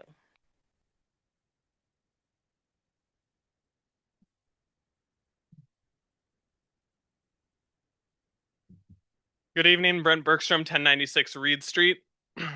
As I said, my name is Brent Bergstrom. My pronouns are he, him, and I am a proud educator in and product of the Green Bay Area Public Schools. I'm also a first-generation college graduate with a master's degree in curriculum and instruction. I'm fortunate and honored to serve over 1,300 members of our staff as the Green Bay Education Association president. I've had the misfortune of watching the state legislature chip away at public school funding through my entire journey in the public education system. Private schools can exist, but they should not be funded by the 85% of American families who are served by public schools. I understand the root cause of our budget deficit and our legislature's failure in funding our future while siphoning money to grow and expand the private and voucher school machine. But I am here to urge you to stand your ground and keep the income protection plan at the already decreased last year 70% coverage. You and I both have heard the stories. You've heard them in your emails. You've heard them from people tonight. We have countless staff members who have benefited from this plan. I've heard stories of members being able to feed their families, keep their homes, and recover from life-threatening illnesses. Because of IPP, they have been able to navigate their way through some of the most challenging times that some of us can only imagine. They made it through, and they are back serving our students. There's a reason our retention rate is the highest in the state. There is a reason. Saving our staff's benefits and taking care of our own is how we make it through these financially challenging times and come out the other side stronger than ever, and we're going to. Please keep the income protection plan and send the message to our staff that we're here to support them. Thank you.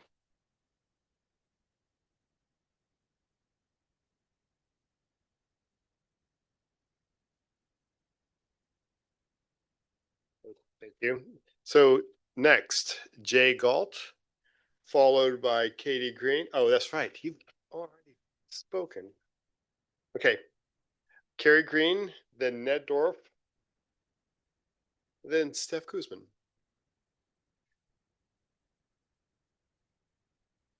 Is Katie here?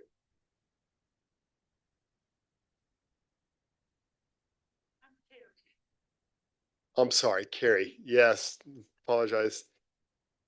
It's a Carrie. Carrie Green.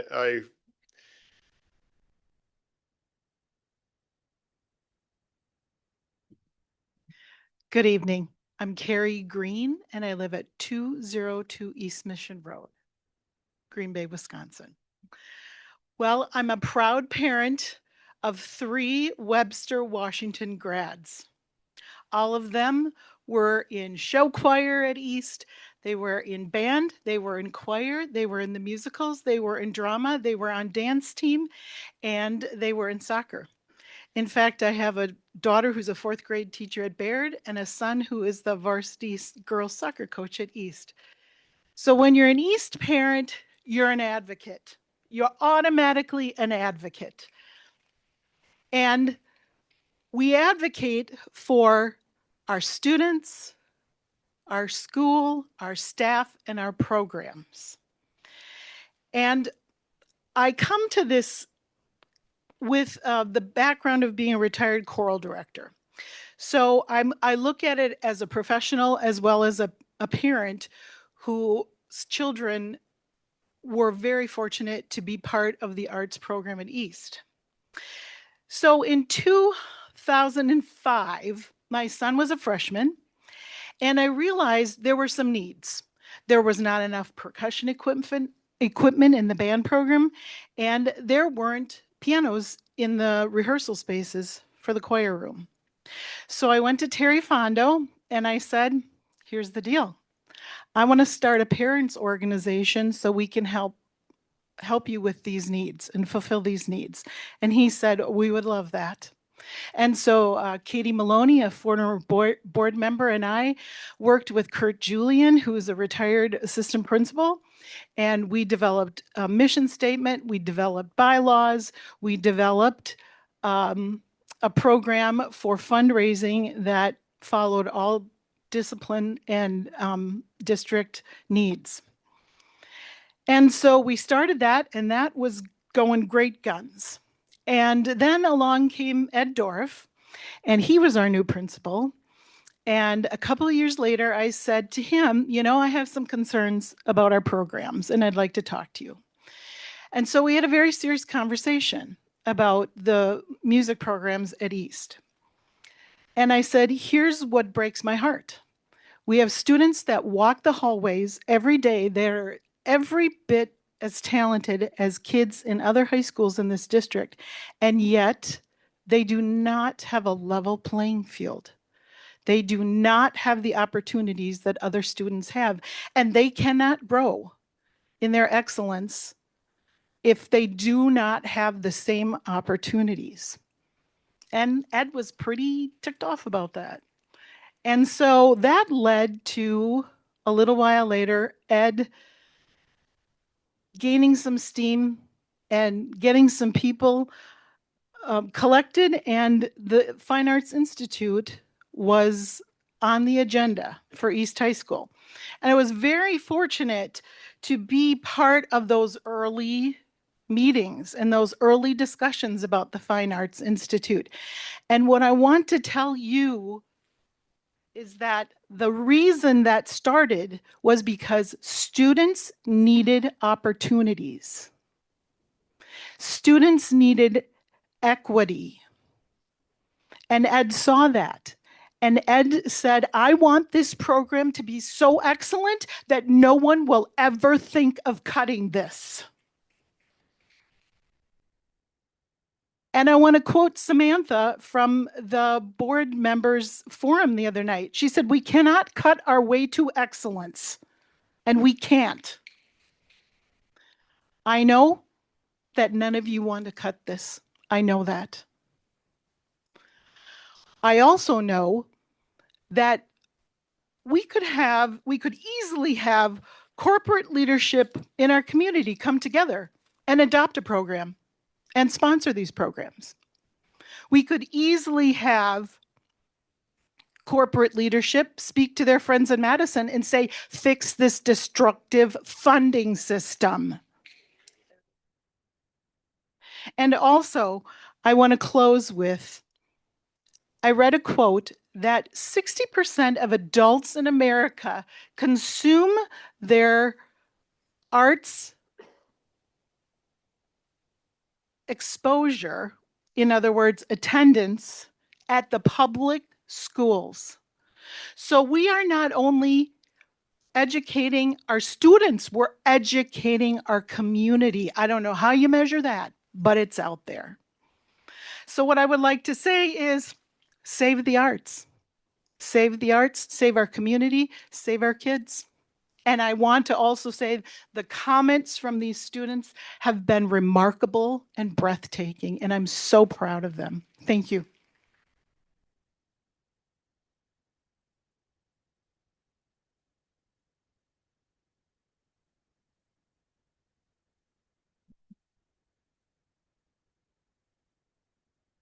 Hi, excuse me. Hi, I'm Ned Dorf, 1321 Emily Street.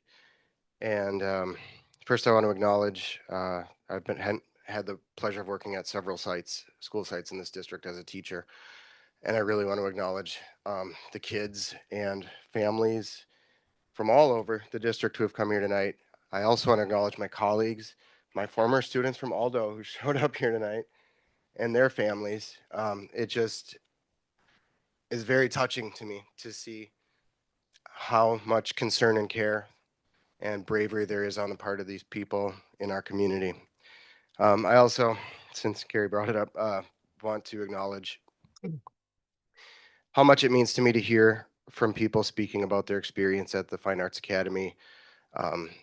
It touches me deeply seeing, as my father was principal presiding over the process of that getting started, and to see his legacy carry on like this is very meaningful. And I'll make sure that he watches the full YouTube video of this meeting so he can, maybe I can watch him cry.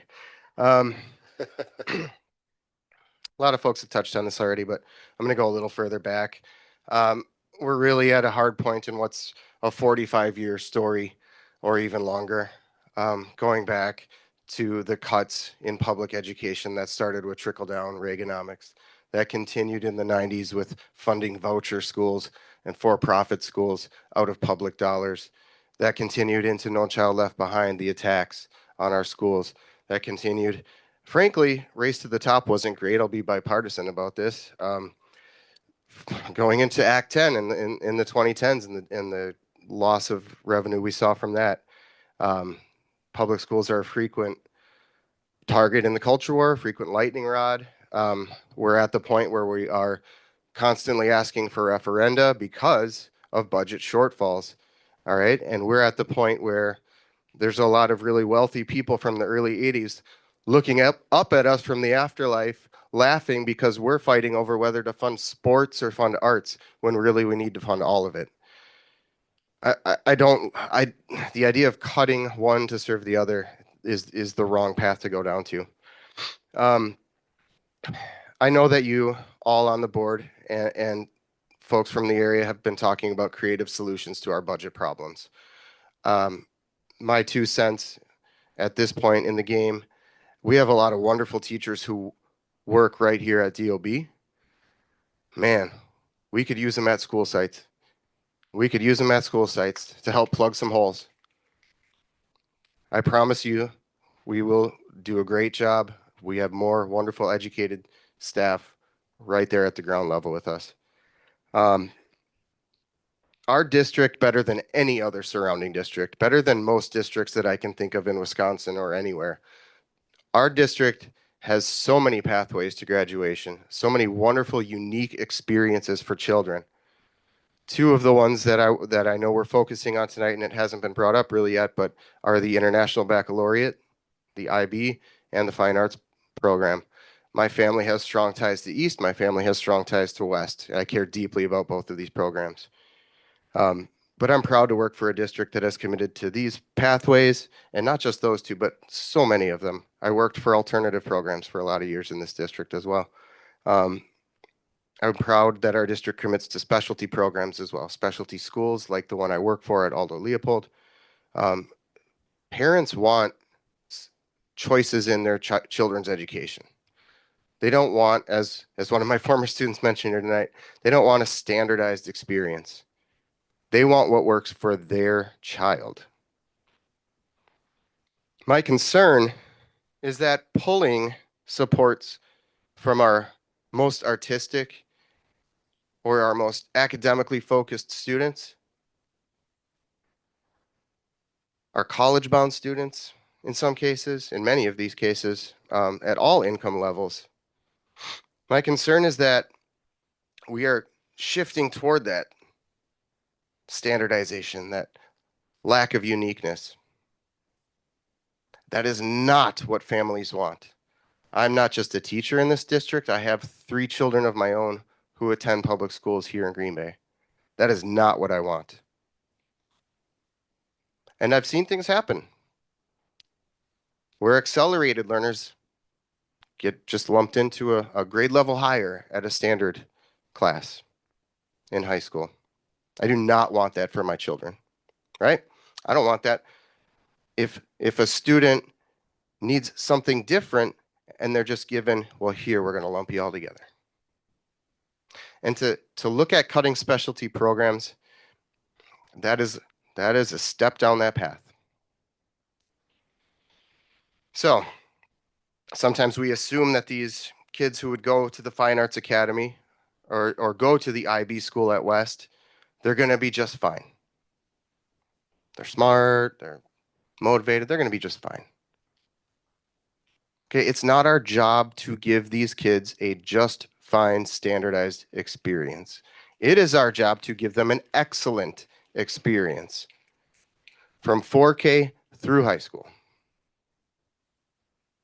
I love this district. Most of you know me personally. You know that I'm Green Bay through and through. You know that I live here, I work here, I raise my family here, I volunteer here, I volunteer on a board here, I volunteer on a board in the city of Green Bay. I am committed to this city. I never want to leave this city. I never want to pull my family out of this city.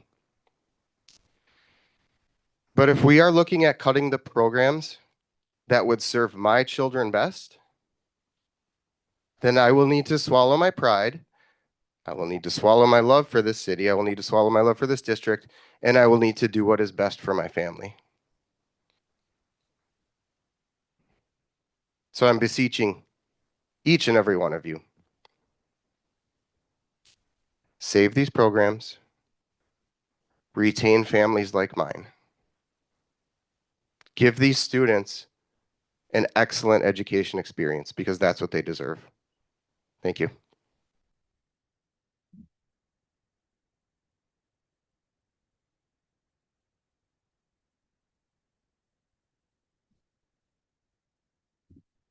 All right.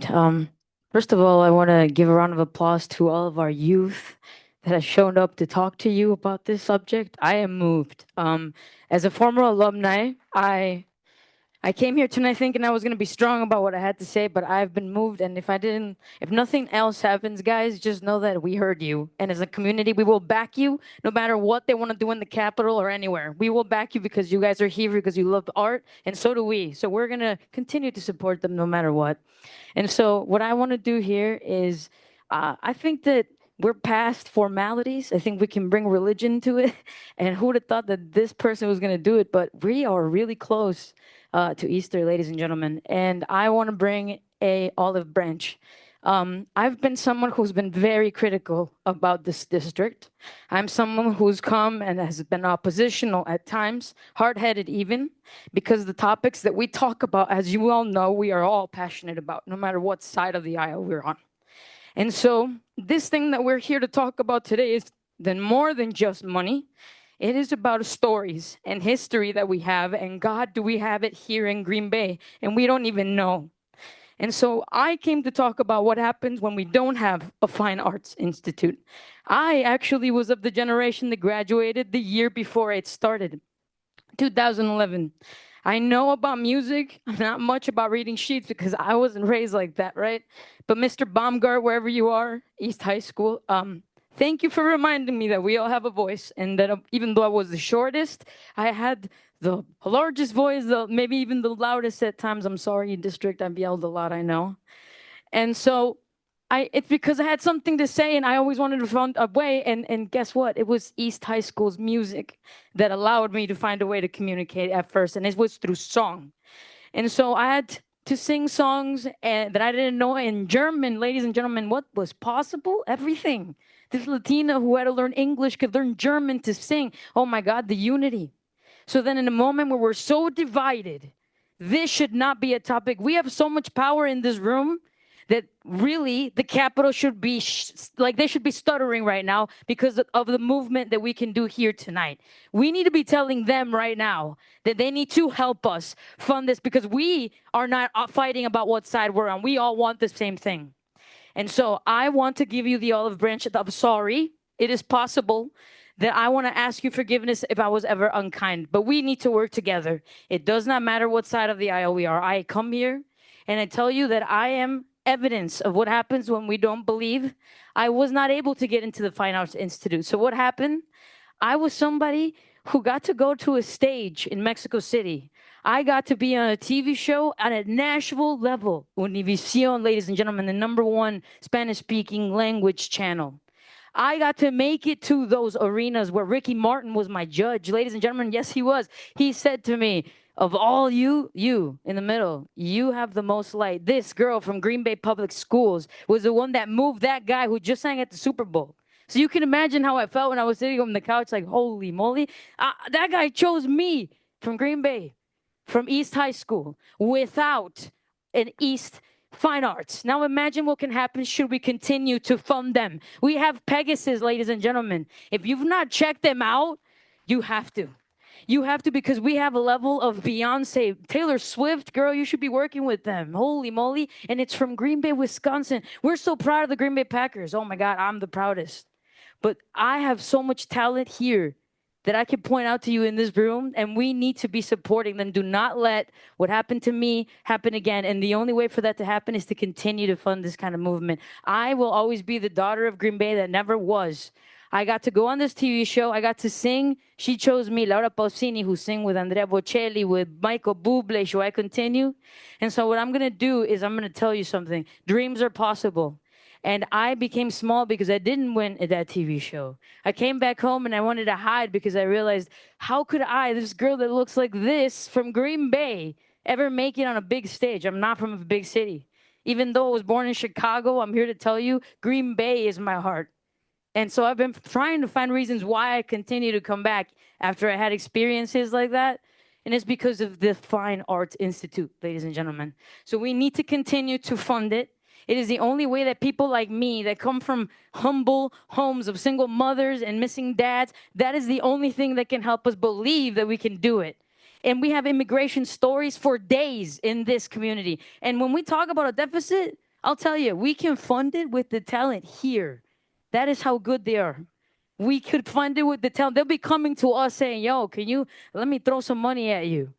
And so I truly believe that we need to continue to fund it, and we need to work together. So I come with an olive branch in Easter. We are about to make it. Let's work together, and let's work together and send a message to our state. You guys can do something like this if you wanted to. Let's fund it, and let's talk about politics later. It is important that we save this, because if we don't, we are erasing history. So what I want to do is do a shout out real quick before I go to Mr. Bodwin at Preble High School, 9th grade. I am always going to remember when you said that the real changes happen in a small scale. And so right now things are happening fast at the large scale. But we can make a change here tonight. And so I remember your class, and I'm here putting my little grain of sand. And I'm saying that even though we're small, we're mighty. And some of us have done amazing, beautiful things, and we have talent right here for days that we need to support, and the ones that you guys haven't seen. So please, I come here as someone that did not make it, and that it took me forever to be able to say that. I put my ego down and I say it. Let's make sure that the next one makes it, because we got one. I know Door County's got somebody in American Idol. You know, hey, good luck, guys. Like, you got this. I might have needed that, but we got it here in Green Bay, Wisconsin, ladies and gentlemen, and I think we can do it. And so I'm gonna end with this. Yesterday I went to Brilliant. I was sitting until like 9 p.m. at a jazz concert. What would me be doing, right, at a jazz concert so late at night in Brilliant? Well, I went to see my nephew play jazz. As a Latina, you know, I like reggaeton. We like the Spanish music. He played jazz, and as he played jazz, he was going like this. And I realized in a world that's so divided right now, we can use music to be able to show a message that we can be united. And so let's use this and all the voices that came out here, and let's make sure that they know down there that we're united. They're not going to separate us. Fund it. You can do it tonight, and we can do this together. Elections are coming up. Let's make sure we vote for those that are going to help us and will not take away these kind of programs, because if they do, they erase our history, our opportunity. Let's fight this, ladies and gentlemen. Thank you.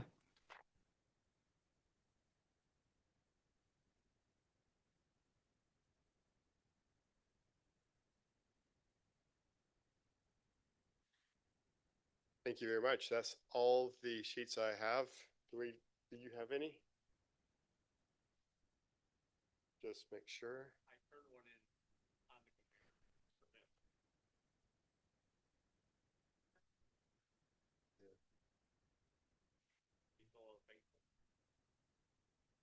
Yeah, fill out real quick and then, yeah, so Jackson, come on up.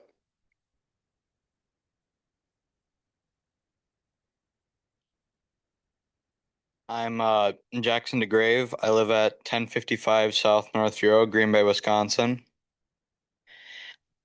I'm a member of the esports program and trap team at Preble High School. There are many people here tonight talking about possibly losing something they all deeply care about. And right now, it's a very realistic possibility I lose something that I care about. I'd like to take a moment to talk about a space in Preble High School called Room 153A and a proposal to repurpose it into an art classroom. Room 153A is located within the tech ed area and is currently being used every day by students. It's not an empty or unused space. It's an activity hub for multiple programs.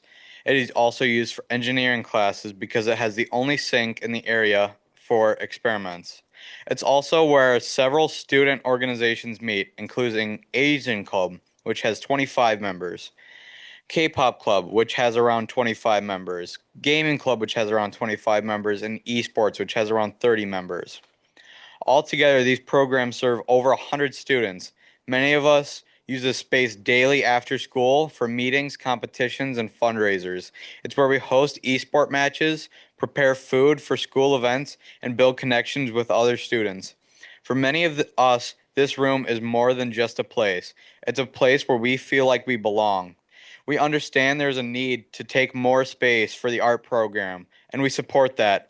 But removing room 153A would take a space that is already heavily used and important to a large group of people away from us. Our school has made strong investments in many programs, especially in athletics. We are simply asking that student activities like esports and clubs are given the same level of consideration when decisions like this are made. This room helps me get through my day because I'm excited to see my friends in a more comforting room than every other boring classroom, because the setting and the people make me feel at home. This is the group of people and friends and the room. They are the reason I still have not transferred school districts. If you're looking for rooms, why not the Hive or the small gym or other unused rooms that aren't these costly one-year bandages, putting art rooms in places like this? I mean, how much will it cost to rewire everything, reroute internet, take down everything in the classroom? In times of budget deficits, this is money that we truly need to spend. I want a Lamborghini as my first car, but my budget says I can't. I can get a 2000 Chevy Cavalier. Simple math taught me that. All of these big sports have facilities where they are meant to go. But if you get rid of 153A, we have nowhere to go.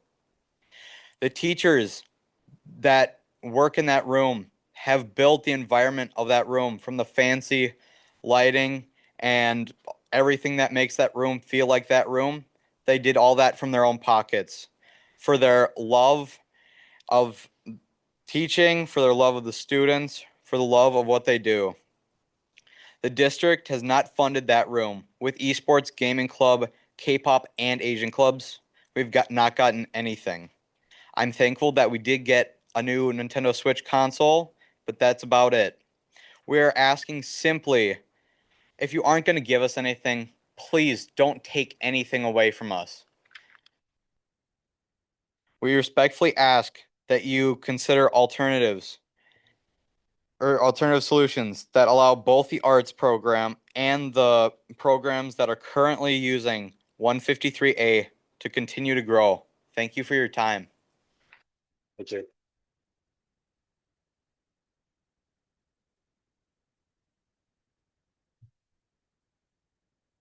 I appreciate all the speakers this evening. It was a long couple of hours, actually, but yeah, it was a meaningful couple of hours as well. I appreciate everyone's comment. At this point, I just want to check in with the board. Everyone okay? Continue with the agenda, or do you need 5 minutes? We're good? Okay.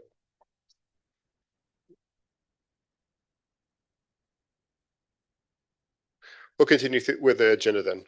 We'll move to the consent agenda. Lynn, will you please read the motion for the consent agenda?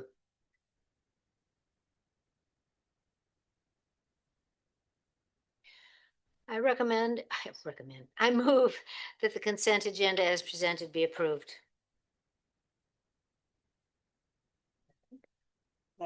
Second. Any discussion? Kinsey? Online voting is now open.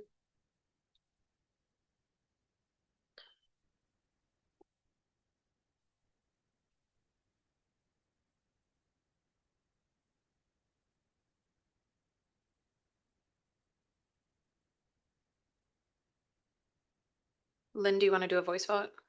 Yeah, I will vote aye. I'm logging in right now. Andrew, do you want to do a voice vote? I'll vote aye. All votes have been entered and the motion is carried with all board members voting in favor. Thank you. We'll move to 6A, new superintendent contract. It's on the agenda. I move that we table the superintendent contract until we can establish a special meeting. It's still in negotiation. Second. Any discussion? Kinsey? Can we just? Okay. All in favor? Aye. Aye. Right. Thank you. Okay, 6B, land exchange agreement between Village Bellevue and Green Bay. I move that the proposed land exchange agreement with the Village of Bellevue as presented be approved. Second. Any discussion? Kinsey? Online voting is now open.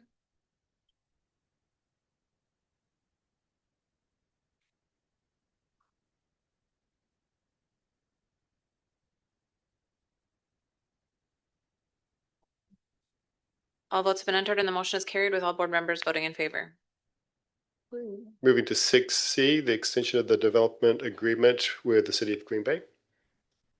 I move that the agreement with the City of Green Bay for the planning option for Tank Elementary School property and Elmore Elementary School property be extended as presented be approved. Second. Any discussion? Kinsey? Online voting is now open.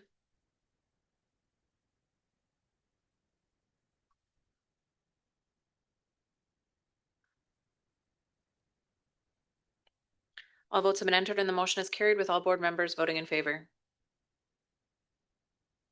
Moving to 6D, the recommendation to convert the Edison Middle School pool to an auxiliary gym. I move that the Edison Middle School pool be converted to an auxiliary gymnasium as presented be approved. Second. Any discussion? Kinsey? Online voting is now open.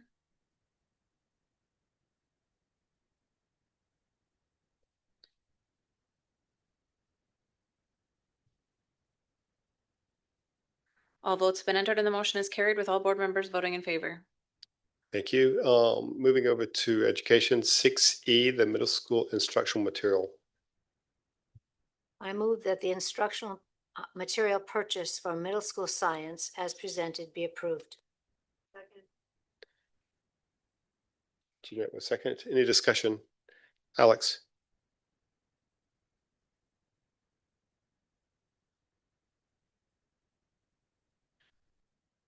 So I just wanted to follow up with some of the things that I spoke about last time, 2 weeks ago at our meeting. In addition to follow up from one of our staff members who had contacted us and initially provided information on this curriculum and also provided some additional information. And I just wanted to start by reiterating a couple things that she said. And, I'll start by just kind of reading a couple portions of what she said, because I don't think I can say it better than what she can. And I'll try to be quick about it. First of all, that she wanted to take a moment to clarify and reiterate some of her concerns regarding the allocation of only 15 textbooks per classroom. She said in an effort to better understand recommended implementation practices, she searched for guidance on SEPUP, indicating that 15 books per class is the preferred model. However, she was not able to find any such recommendation. And this is my words here. Perhaps most importantly is what she states next, which is, I also reached out to colleagues at West Superior Middle School who currently use SEPUP to learn about their approach. And they shared that each teacher is provided with a full classroom set of textbooks along with additional copies for support staff, approximately 40 per classroom, in addition to the access to the online portal of student Chromebooks. This clearly suggests that a higher ratio of materials is considered more effective for supporting student learning. In practice, the text is used daily in the science classroom. It includes essential lab instructions, readings, reflection questions that students must engage with regularly. Given this, I respectfully encourage board members to review the actual physical textbook closely prior to voting. Spend time reading it, share the book with a neighbor, and reflect on your level of comfort. Consider whether sharing a single textbook between students on a daily basis truly supports meaningful engagement and collaboration. Remember that the 4-2-1 model also has a 1 in it. It may also be helpful to reflect on whether similar sharing models are used in other content areas. So I think that's important information to consider. I don't know how I can vote any differently and not take all of these things into account with the way I plan to vote. Why do I know that we should have a full set? Some of the same reasons I said before, in addition to some of these reasons that were reiterated to us. I spent most of my entire teaching career with middle schoolers, which is what this curriculum is for.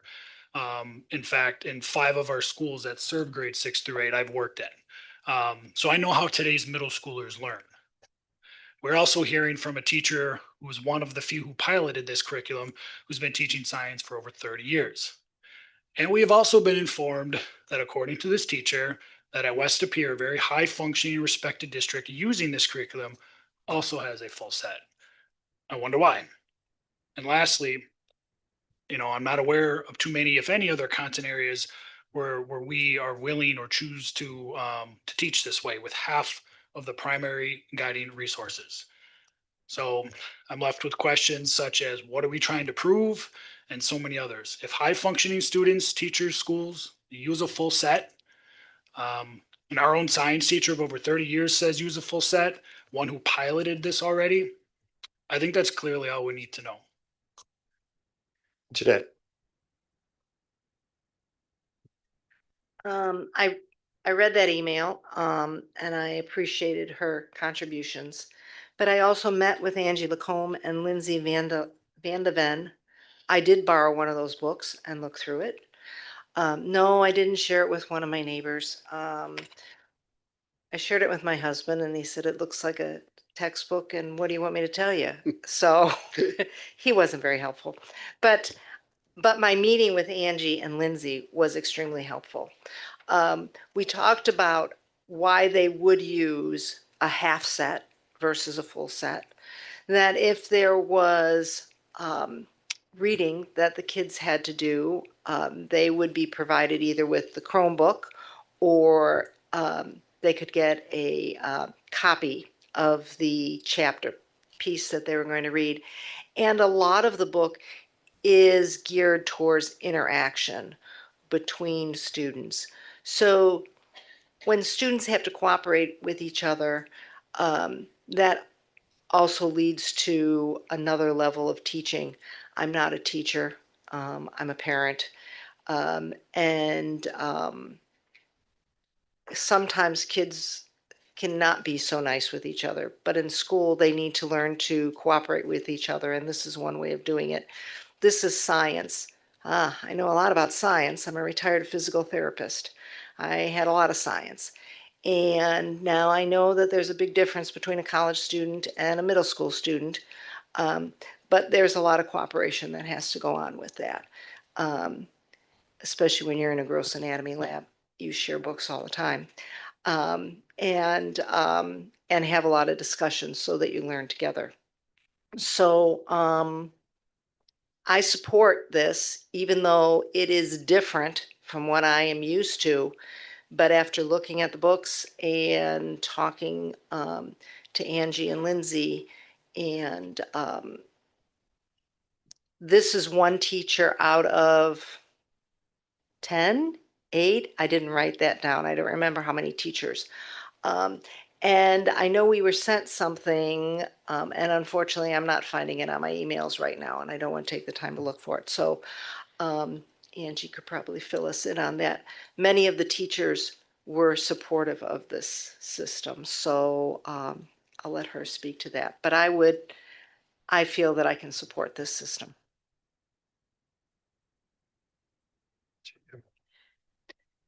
Yeah, on that note, there were 8 teachers in the trial, and as I shared with you, there was hesitation because of what you spoke to. It's different than how we've traditionally set up a science classroom, and so there was some hesitation and maybe some desire to have professional learning opportunities around what strategies would we use to facilitate that collaboration. But there was only one teacher who was concerned to the point that we're discussing here tonight. Lynn. Well, responding to what Jeanette said, I don't know much about science, but I was a teacher. And of course, as an English teacher, I would be appalled to think that my students didn't all have a copy of the book.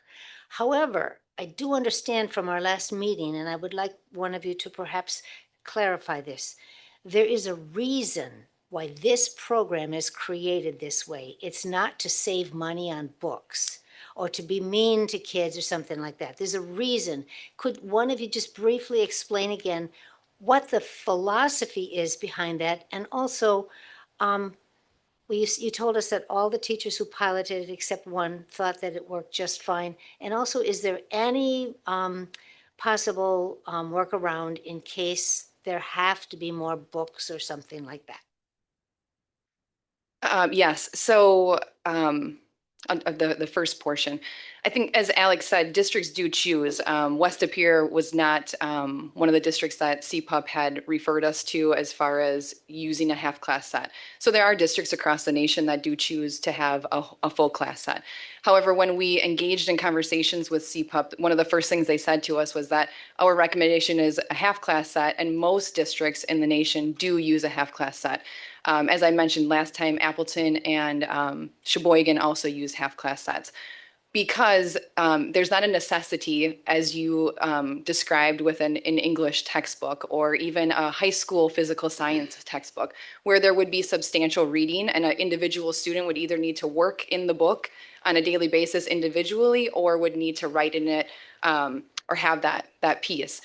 This is set up so that students are working in the science. So daily they might be in the book having it off to the side, or maybe they have their computer up and they're doing a lab. And so they're doing the science. And I might be the reader for the day who's going to say, okay, step one is for us to do this. And then my group is going to gather those things and do the steps. So it's more of a lab manual versus a textbook when you think of physical science.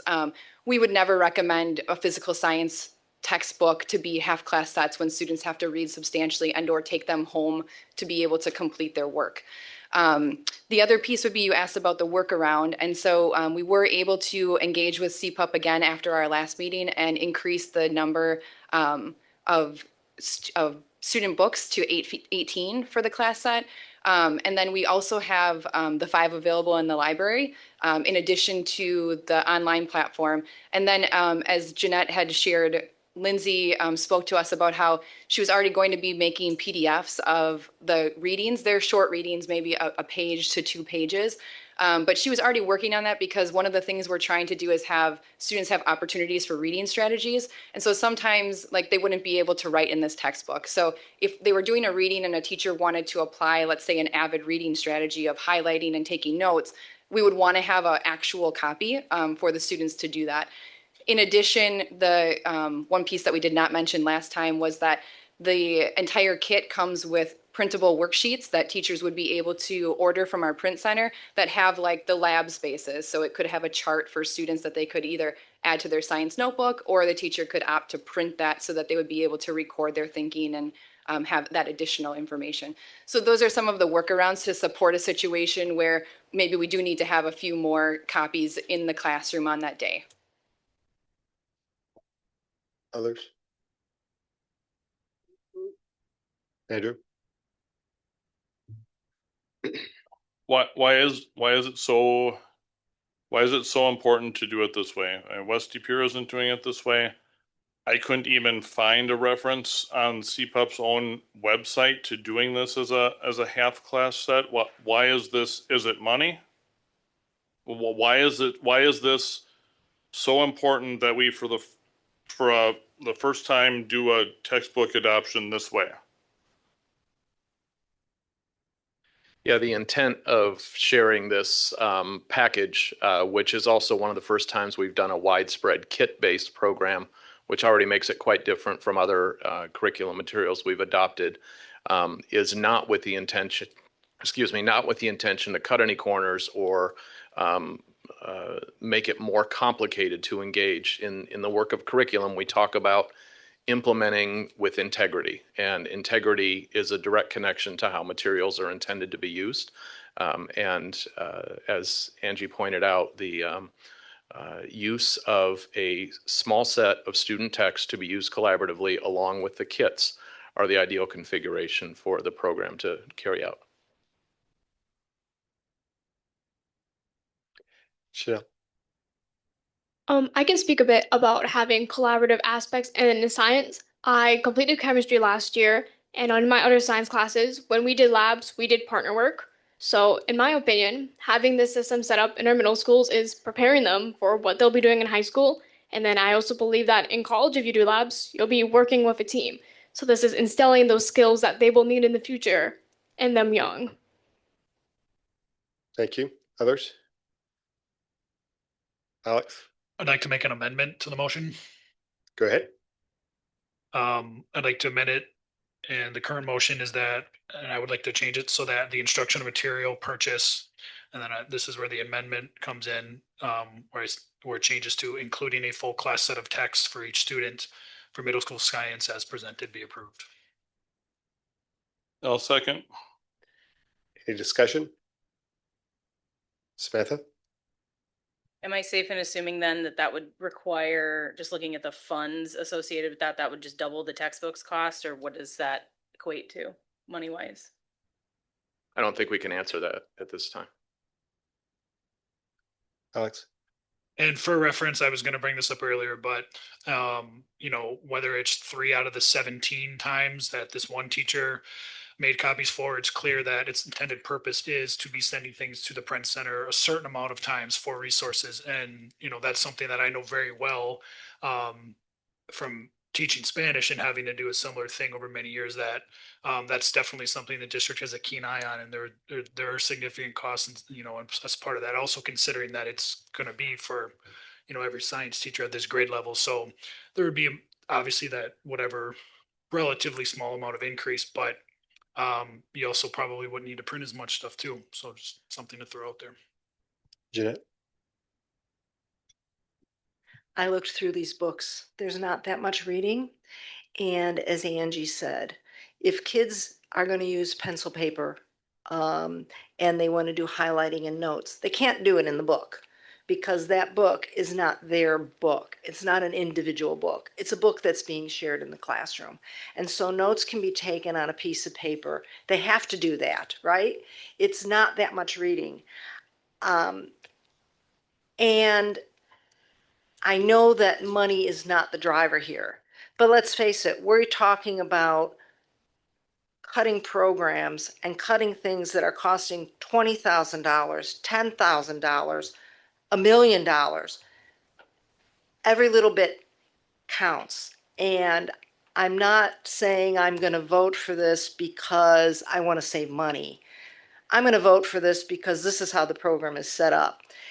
And it's set up in a way that we're not used to. This isn't Spanish. This isn't English language learning. This is science.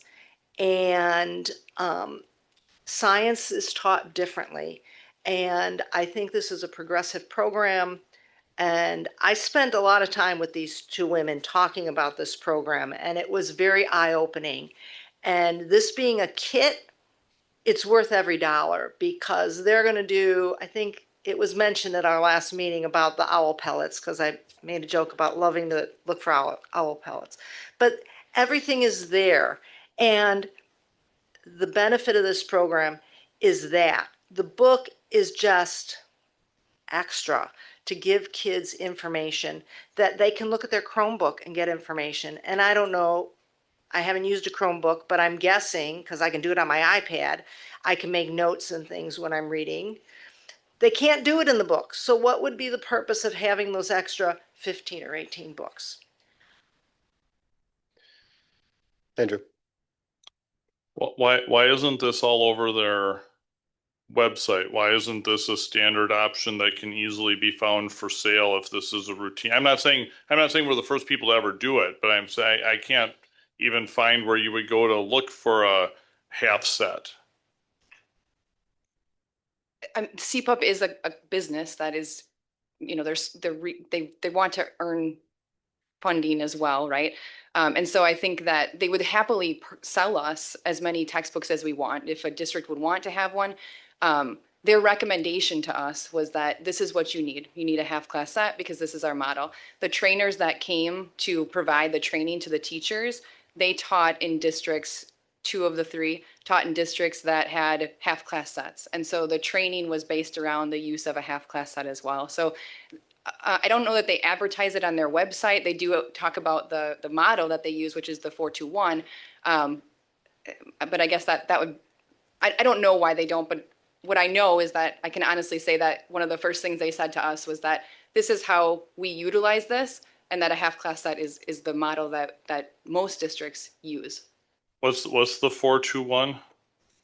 That was the model that we had talked about last time, where there's 4 students in a group sometimes, and so they might be doing the hands-on science around a group of 4. Sometimes there might be 2 students where if there's a reading, then they're doing a shared reading, or sometimes there is the 1, which is what the teacher was referring to in that 421 model, where sometimes you have some independent things, like during the lab, you're independently needing to record some things.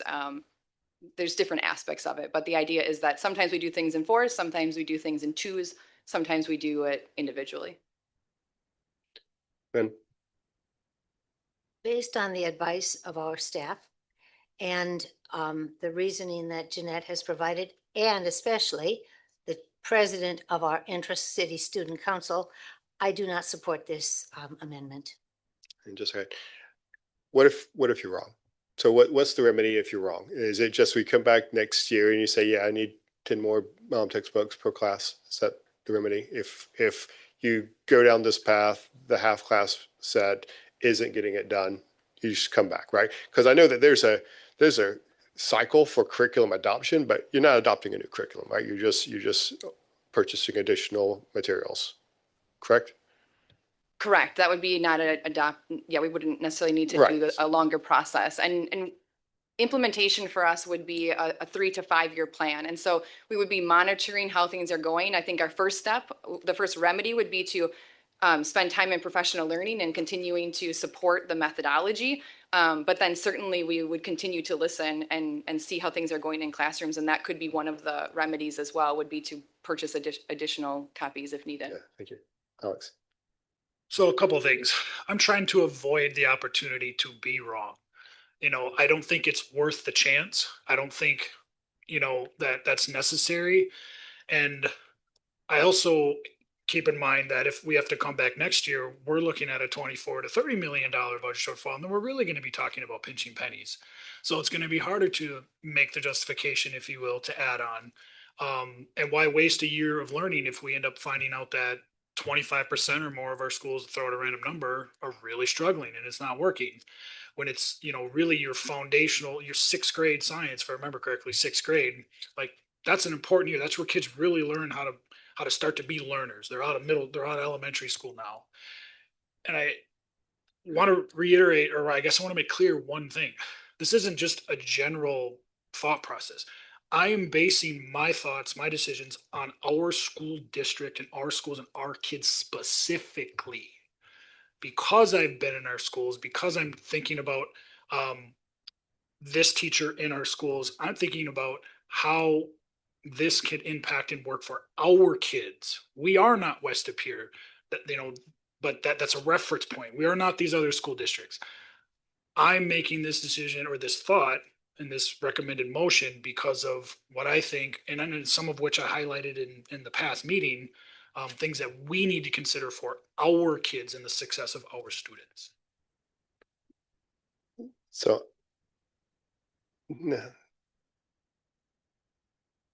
This will be the last time around, and we'll call Okay, it. so I just want to be clear here. The reps showed us the program, and what they presented to us as their recommendation was these kits, but with a half set, which they don't have on their website. And that's fine. I mean, the website isn't necessarily the be all and end all, but that's what they came to us with. Correct.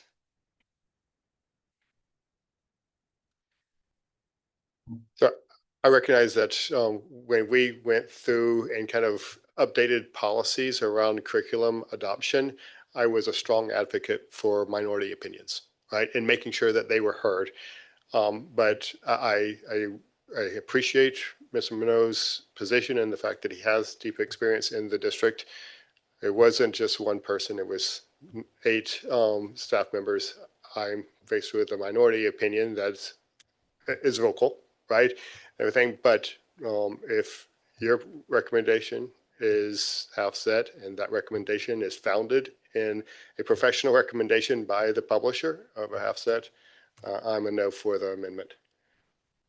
All right, anyone else? So we're voting on the amendment to change the motion. Kinsey? Minnow, Aye. Cannell, No. Meister, No. Gerlach, No. Lyerly, No. Becker, Aye. McCoy. No. Okay, we have a standing motion that we need to vote on. Any other discussion on that? Kinsey?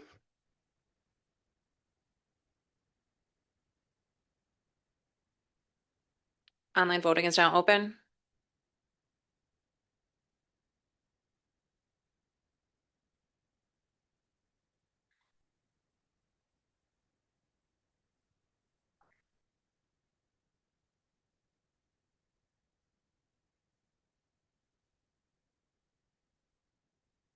All votes have been entered and the motion is carried. The results of the individual board member votes are as follows. Becker, yes. McCoy, yes. Lyerly, yes. Gerlach, yes. Minnow, no. Cannell, yes. Meister, yes. Thank you, everybody. Let's move to 6F, health insurance plan modifications. Want me to read it? I move that the recommended plan design change to the medical plan as presented be approved. When you do it, just make sure that you, Second. that way people listening in can hear you. Okay, discussion? Andrew? Yes, can you please tell me what the average out-of-pocket difference will be for the average single and the average family plan? So, I sent you some screenshots. The only thing I take it issue with is the definition of average. There were scenario tests, right? So, there's utilization at different levels. And I kind of sent you a couple of things, and M3 provided some scenarios that they ran through the thing. So I just don't think you're going to get an average. You're going to get scenarios. But you can get an average because we know what percentage of people have this, what percentage of people have that. I don't know how common or uncommon the scenarios. I'll listen first.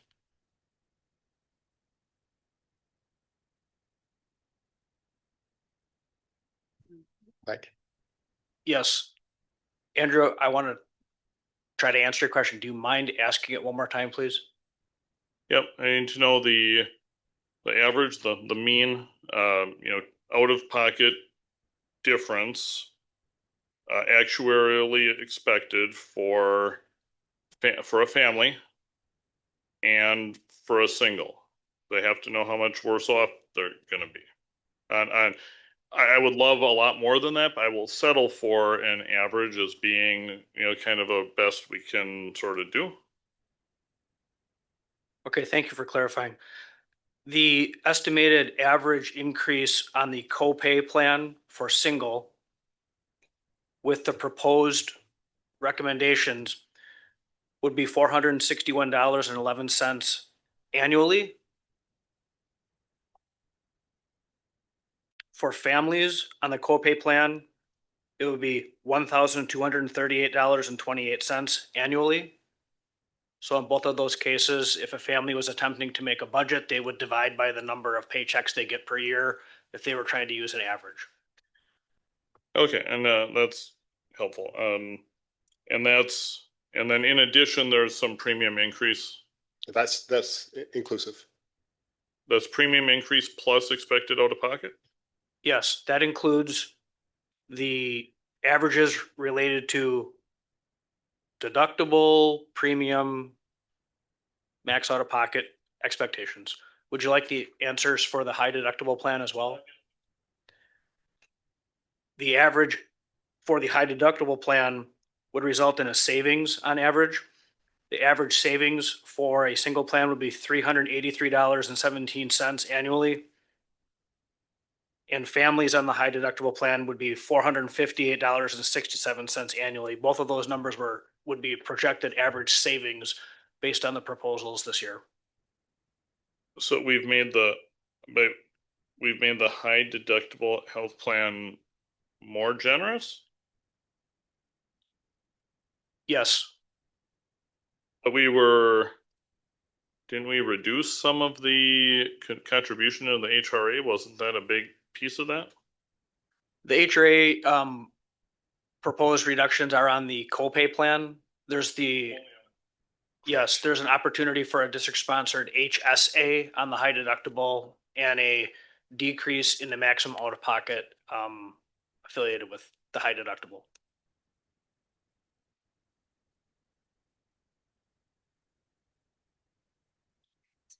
Oh, sorry, Jeanette. Thank you. So could you just give me an idea of what the percentage increase is on that copay plan? If you can do it quick, if you've got if it's, what is you said it was like 400 and something per year increase. So what's the percentage increase for a family for that plan? Is it an 11% increase? Is it a 5% increase? Like what were they paying last year? I hesitate to try to do that math in real time in front of you. We know that the premium increase is a 2.23% recommendation for the premium side of things. So I know, well, myself, my premium rate went up 11%. It's not a lot because I get Medicare and Medicare isn't a big number. So 11% of $160 a month isn't a lot. But this sure doesn't sound like this insurance plan is a huge increase. I know the deductibles, the high deductible, that's a big increase, but not for the actual out of pocket. It's an increase in what they could potentially pay. I get that as being an increase.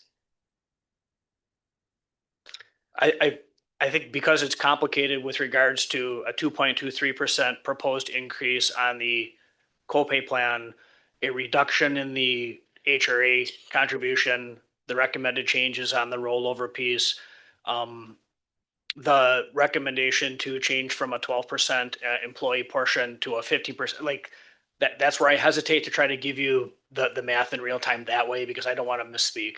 I know last at the work session, since speaking of misspeaking, I believe you asked me a question about the cost for specialty clinic visits. I said $40. That was incorrect. That was for that $40 is for the general visits. The specialty is a $60. That's not a change. That's just a more accurate statement. I apologize for that error to everyone. So. Samantha. Just to be clear, this particular portion of it is just talking about the plan changes, correct? All of the other items are separate out. Correct. Okay. If in that case, then this is, can you provide just some clarification then on the additional spousal surcharge? I know there was a lot of discussion about the timing of that implementation and making sure that it aligns better with private sector open enrollment periods. Yes, thank you for asking that question. We did receive input from a variety of members. I know this is an area of concern, and we absolutely reflected on what that would mean for families who are trying to make a decision around this. And we did not list a specific implementation date around that charge in the memo. But to clarify for the public and for the board, we would allow up till January 1st of 2027 to try to allow for any of those cycle changes with a spousal plan sign-up period that could be changed. We confirmed that our understanding of some employers may not consider your spouse's enrollment as a qualifying event, so we wanted to make sure we allowed as much flexibility as possible for families in that circumstance. Andrew. I have a couple things, and then I might have an amendment. This is maybe a bit more philosophical because the dollars are not very high, but the going up to 15%, that's pretty close to the last thing left from before Act 10. All the work rules gone. All the costs up. There's just something that doesn't sit right with me about, even though the money isn't severe. It's the 12% is maybe the last symbol left of a profession that spent generations negotiating better benefits in exchange for less pay than their corporate world counterparts were getting. And it's really difficult to see that go away, because now there's nothing left. I don't think it's a horrible call that's going to break people's banks. I'm much more worried about what the spousal is going to do to some families than the 3%. But it's concerning to me that I also think the 5% wellness exam penalty is pretty stiff too. But I don't know. I I don't know if I can support something that takes away the last thing that was left. It's philosophical, but that's kind of where I'm at. Others? Okay, then if there's no one else, I move to make an amendment, which is to reduce the $400 per month spousal surcharge to, as listed, to 200.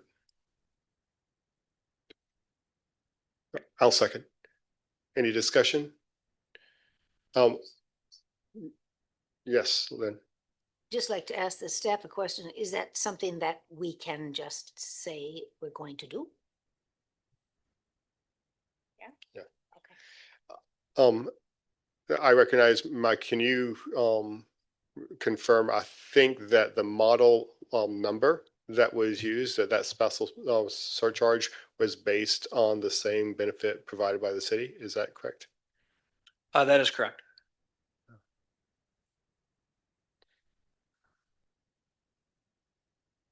Laura? How can we vote on this without knowing what this is going to cost, like in total? Fair point. And we can't table these discussions or decisions because we have to start the configuration for enrollment, immediately to get ready for open enrollment. Yeah, Andrew. So how do we know how much we're saving on the $400 per month? We don't exactly know that either. Yeah, you're correct. I think we have some numbers as far as the number of individuals who have spouses on the plan. So I don't think it's hard math. Let's go to Jeanette and then we'll come back to Laura. I'm just wondering what the reasoning was to go with $400. Was it just simply because that's what the city does? Or did you do some hard math in comparing how much it's going to cost? That was accepted as the recommended. That's when you impose this is a dollar amount that is used. It's been used in our community. The City of Green Bay's plan is our understanding. And so that was what was looked at. And then in the modeling, it was estimated about the number of families that would make a decision around that, and then how that would impact the number of claims if people chose to come off the plan that way.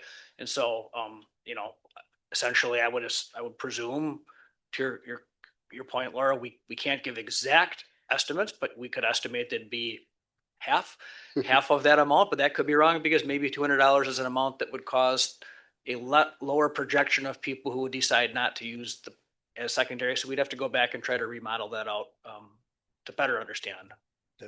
Laura. So I'm going to put Angie on the spot here.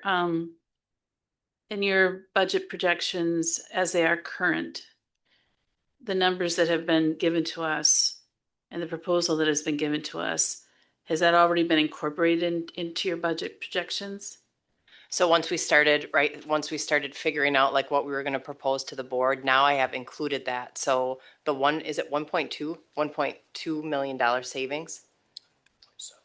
Because of with the IDP. So 1.7 million is what I have now projected in the budget towards that $8 million deficit. So that has reduced that. So anything that we change or increase, right, that is just going to, with the assumption of a full 2.63% and then the steps. I know these decisions are hard, but everybody's insurance is going up right now throughout our whole community. And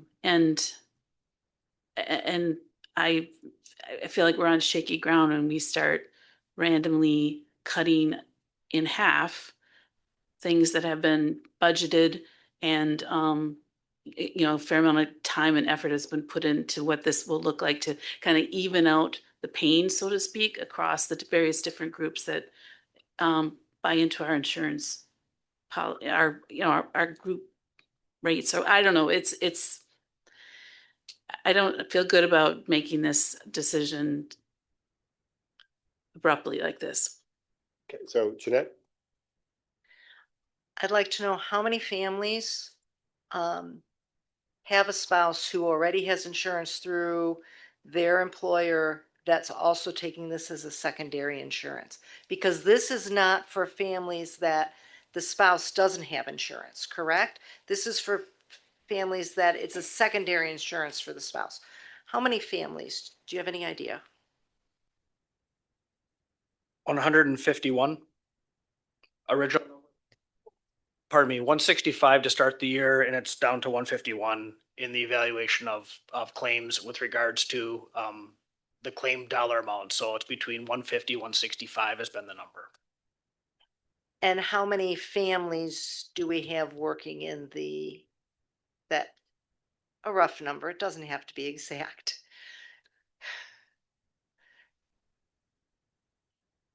Families working or families on the, We have the numbers of how many families we have on family level insurance, right?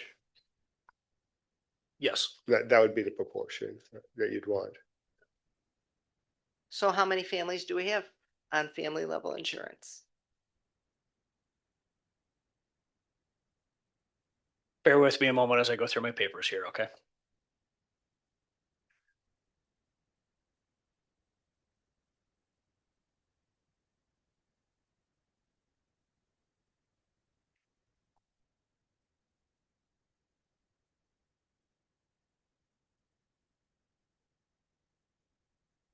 I apologize. I don't want to make you wait too long here, so. It's not that important. My point is, I don't think, and I don't want to belittle the people that this is going to affect, but I don't think it's going to be a big portion of the people that work for us, for the teachers and the other employees that are benefiting from this.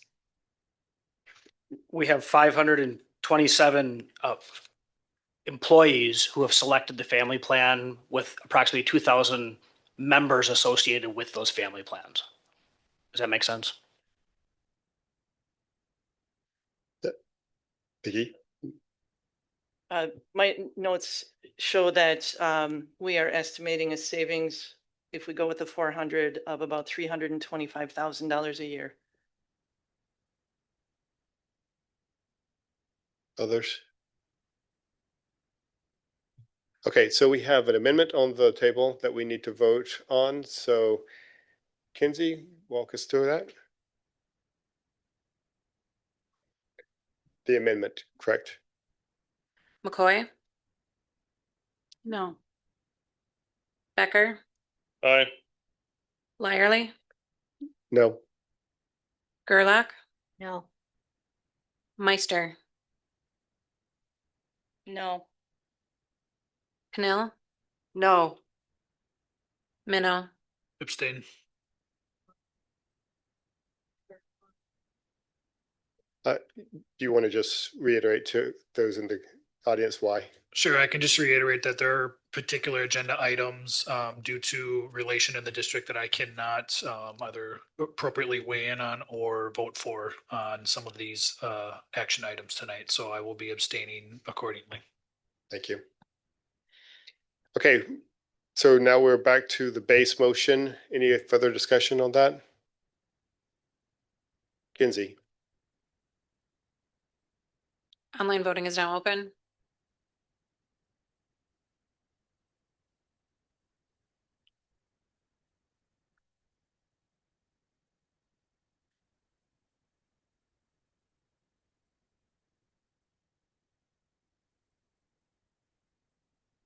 All votes been entered and the motion is carried. The results of the individual board member votes are as follows. Meister, yes. Cannell, yes. Minnow abstained. Gerlach, yes. Lyerly, yes. McCoy, yes. Becker, no. Okay, going on to 6G, health insurance plan rates for active employees.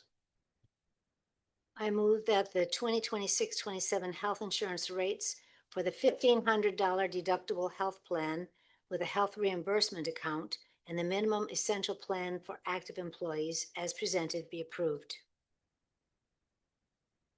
Can you get a second? Second. All right. Say it on the mic. Second. Thank you. All right. Discussion? All right. Kinsey? Online voting is now open.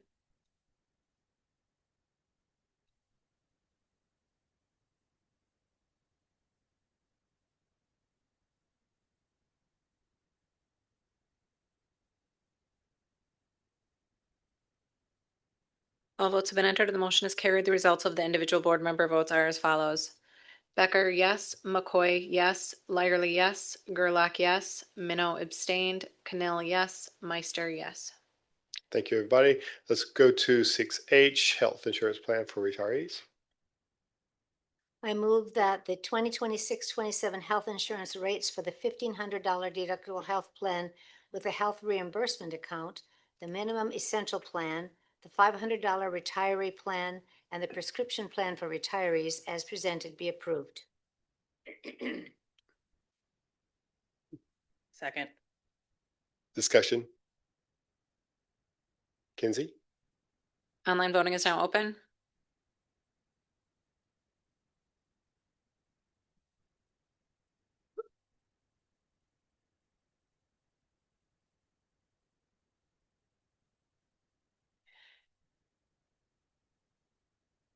All votes have been entered and the motion is carried. The results of the individual board member votes are as follows. Becker, yes. McCoy, yes. Lyerly, yes. Gerlach, yes. Minnow abstained. Cannell, yes. Meister, yes. Thank you. 6I, dental insurance rates for active employees. I move that the 2026-27 dental insurance rates for active employees as presented be approved. Second. Discussion. Very good. Kinsey? Online voting is now open.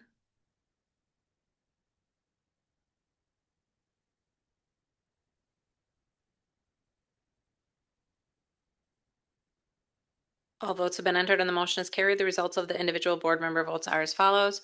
Meister, yes. Cannell, yes. Minnow abstained. Gerlach, yes. Lyerly, yes. McCoy, yes. Becker, yes. Thank you. 6J, Oh, sorry. Hold on one second. I just, want us to vote again? no.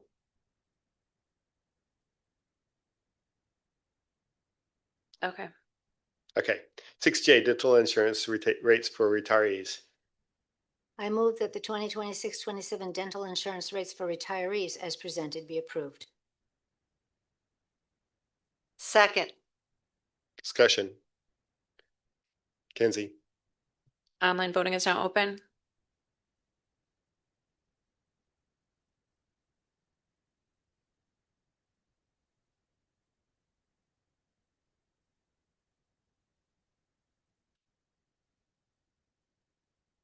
All votes have been entered and the motion is carried. The results of the individual board member votes are as follows. Becker, yes. McCoy, yes. Lyerly, yes. Gerlach, yes. Minnow abstained. Cannell, yes. Meister, yes. Thank you. 6K, voluntary vision insurance for active employees. I move that the 2026-27 vision insurance rates for active employees as presented be approved. Second. Discussion. Kinsey? Online voting is now open.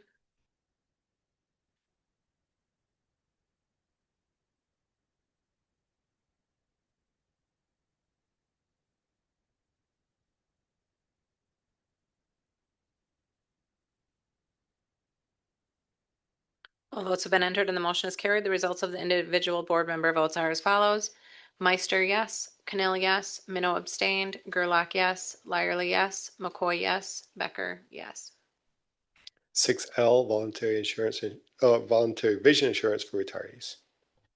I move that the 2026-27 vision insurance rates for retirees as presented be approved. Second.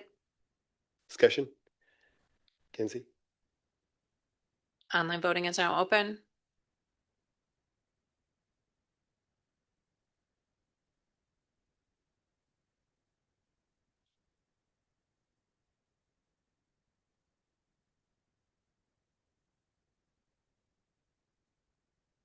All votes have been entered and the motion is carried. The results of the individual board member votes are as follows.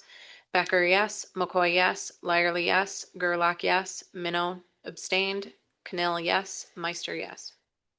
Okay, 6M, the potential transition from the district's IPP program to a voluntary short-term disability.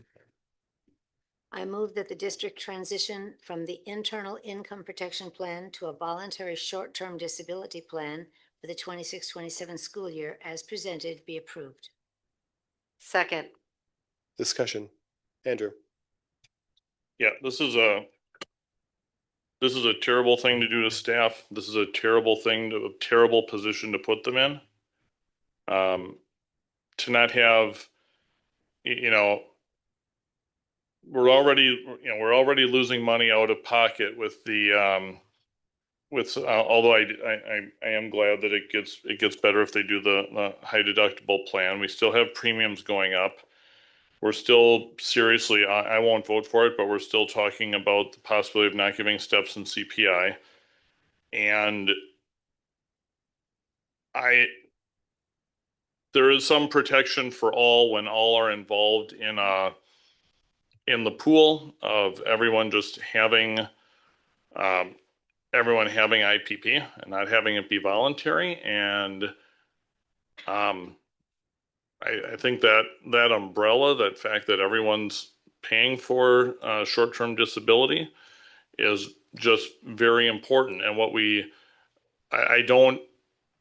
the gains that we get by taking this away are going to be really, really awful situations. There are going to be people who, there's going to be people who will lose their home because they made the mistake of not getting this protection, and then they have an illness, or even this what covers leave on pregnancy too? Okay, so yeah, so that's I mean, if it was only, that alone is enough for me to say, forget it, to make your pregnancy leave something that you have to buy. So that's, you know what, I'll just stop there, because if you vote to transition this, you are voting to make pregnancy leave something that you have to buy in advance. So there we go. Let's do it. Jeanette. I don't like that this would be taken away. I agree with Andrew, very important. But I also know that we're having to make some really tough decisions. And I've said it a lot of times, and a couple people tonight said it, it's not our fault. We're not being funded properly. I don't like having to take this away. Yet I do know that in the world outside of the Green Bay school districts, I believe, and Mike, you can correct me if I'm wrong, there's only one other district that offers it, and it's not even as robust as ours. And if you're out there in the regular world, I never had short-term disability at any of my workplaces in all the years I've worked, that I didn't have to pay for. It was always out of my pocket. And that isn't why I'm going to support I'm going to vote for this. I'm going to vote for this because we need to cut somewhere. And I really don't like that, but we have to make some hard decisions here. And I would have liked to have kept it at 85% or whatever it was last year. But we need to make some hard choices. And this is a really hard choice. But I think it needs to be done. Samantha?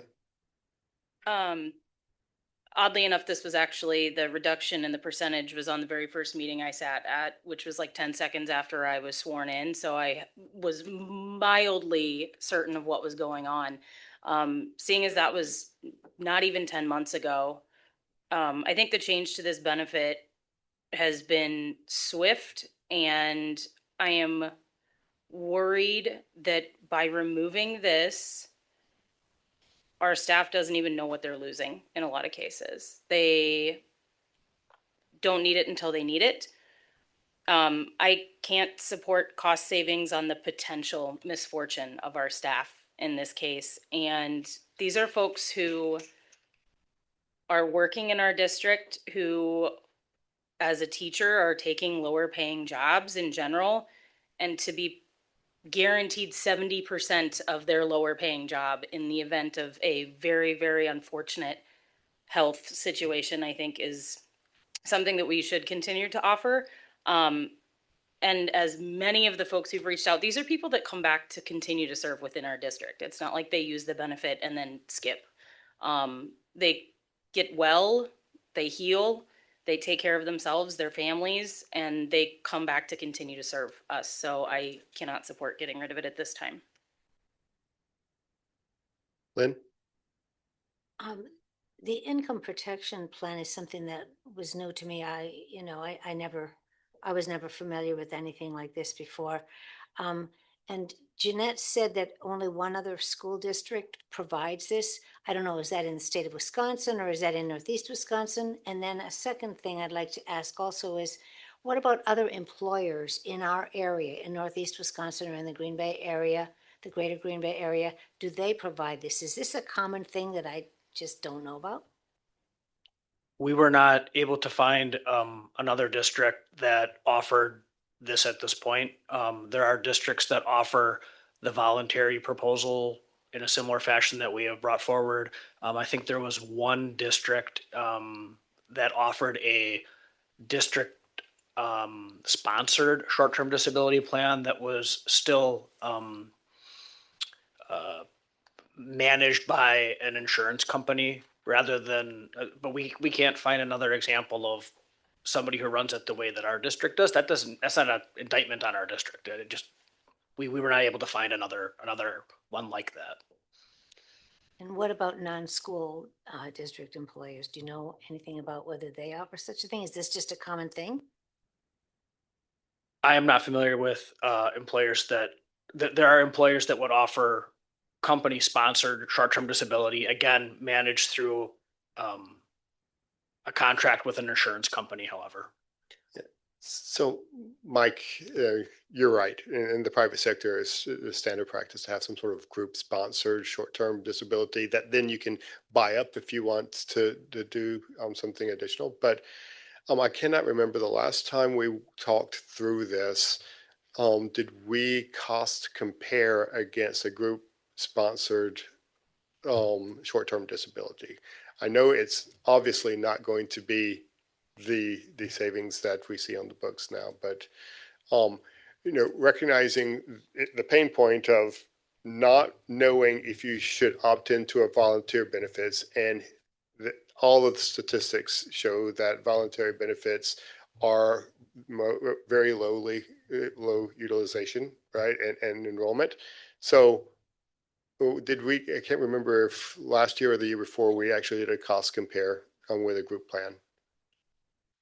I would have to check the details to refresh my memory exactly. My working memory of it, which I'll need to vet, is that the board decided not to go that route because the savings between the current IPP and what would be garnered by implementing such a thing was not deemed significant enough to make the change at that time. Okay. I'll double check that though. I don't know that we have time to double check it if we need to take action on it this evening. I don't know if you should, do you have something to contribute that would not be in conflict? Okay. So this is in reference just to our entire budget situation as a whole. When it comes to some of these, reduction measures, like we talked about last meeting, I would just add that there are timelines when it comes to potential funding knowledge that I think we need to take into account. And those two things would be, one, a potential change in finding out special education funding from the state in, I believe it's June, then obviously the referendum. So I'll just leave it at that. Yeah, thank you. Andrew. Yeah, I think, we could, if the sky falls next year, we could do this. We changed it 1 year ago, and I don't think we need to be pulling the rug out from people here. And there will be catastrophic stories over this that we'll be listening to instead of potential catastrophic stories. Someone's going to lose their house over this. Okay. Others? Okay, Kinsey? Online voting is now open.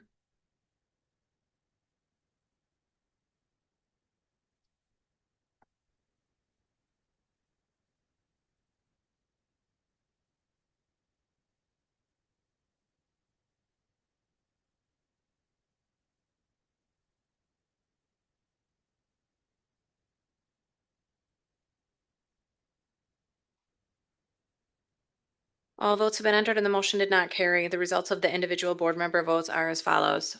Becker, no. McCoy, no. Lyerly, no. Gerlach, no. Minnow abstained. Cannell, no. Meister, no. All right.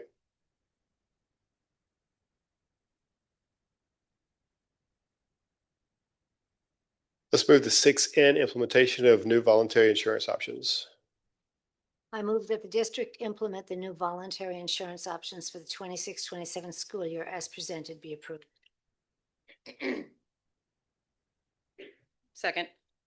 Discussion? Kinsey? Online voting is now open.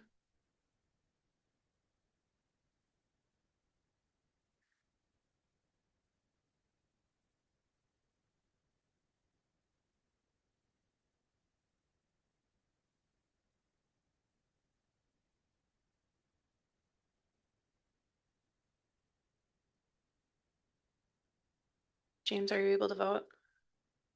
If you'd send it to me. I think I did. Do you want to voice vote? Yes, when I. All votes have been entered and the motion is carried. The results of the individual board member votes are as follows. Meister, yes. Cannell, yes. Minnow abstained. Gerlach, yes. Lyerly, yes. McCoy, yes. Becker, yes.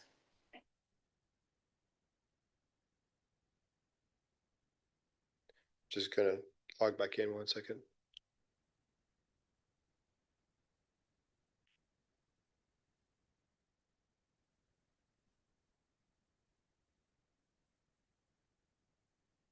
Okay, let's go to 6O, the E-rate edge switching recommendation. I move that the purchase of E-rate edge switching as presented be approved. Discussion? Kinsey? Online voting is now open.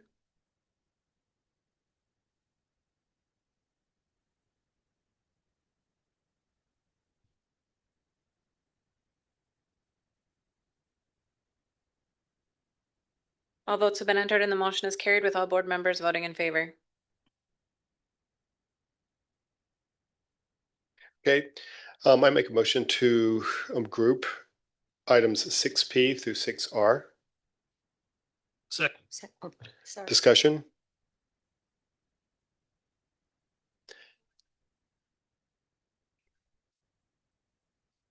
Okay. Kinsey? Oh, sorry.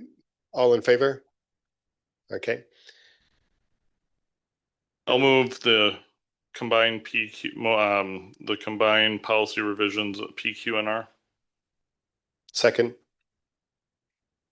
Discussion? Kinsey? McCoy, Aye. Becker, Aye. Lyerly, Aye. Gerlach, Aye. Mike, Aye. Cannell, Aye. Minnow. Aye. Motion carries. Okay, so at this point, before we get into the discussion portion, let's take a 5-minute recess and bathroom break. Mike, do you have numbers just based on the changes that we voted on for the changes to major medical premiums minus the IPP? Yeah, thank you. I think a student could go home. You can, yeah.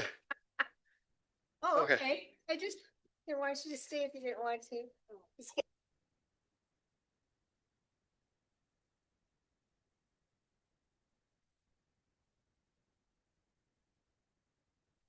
Good.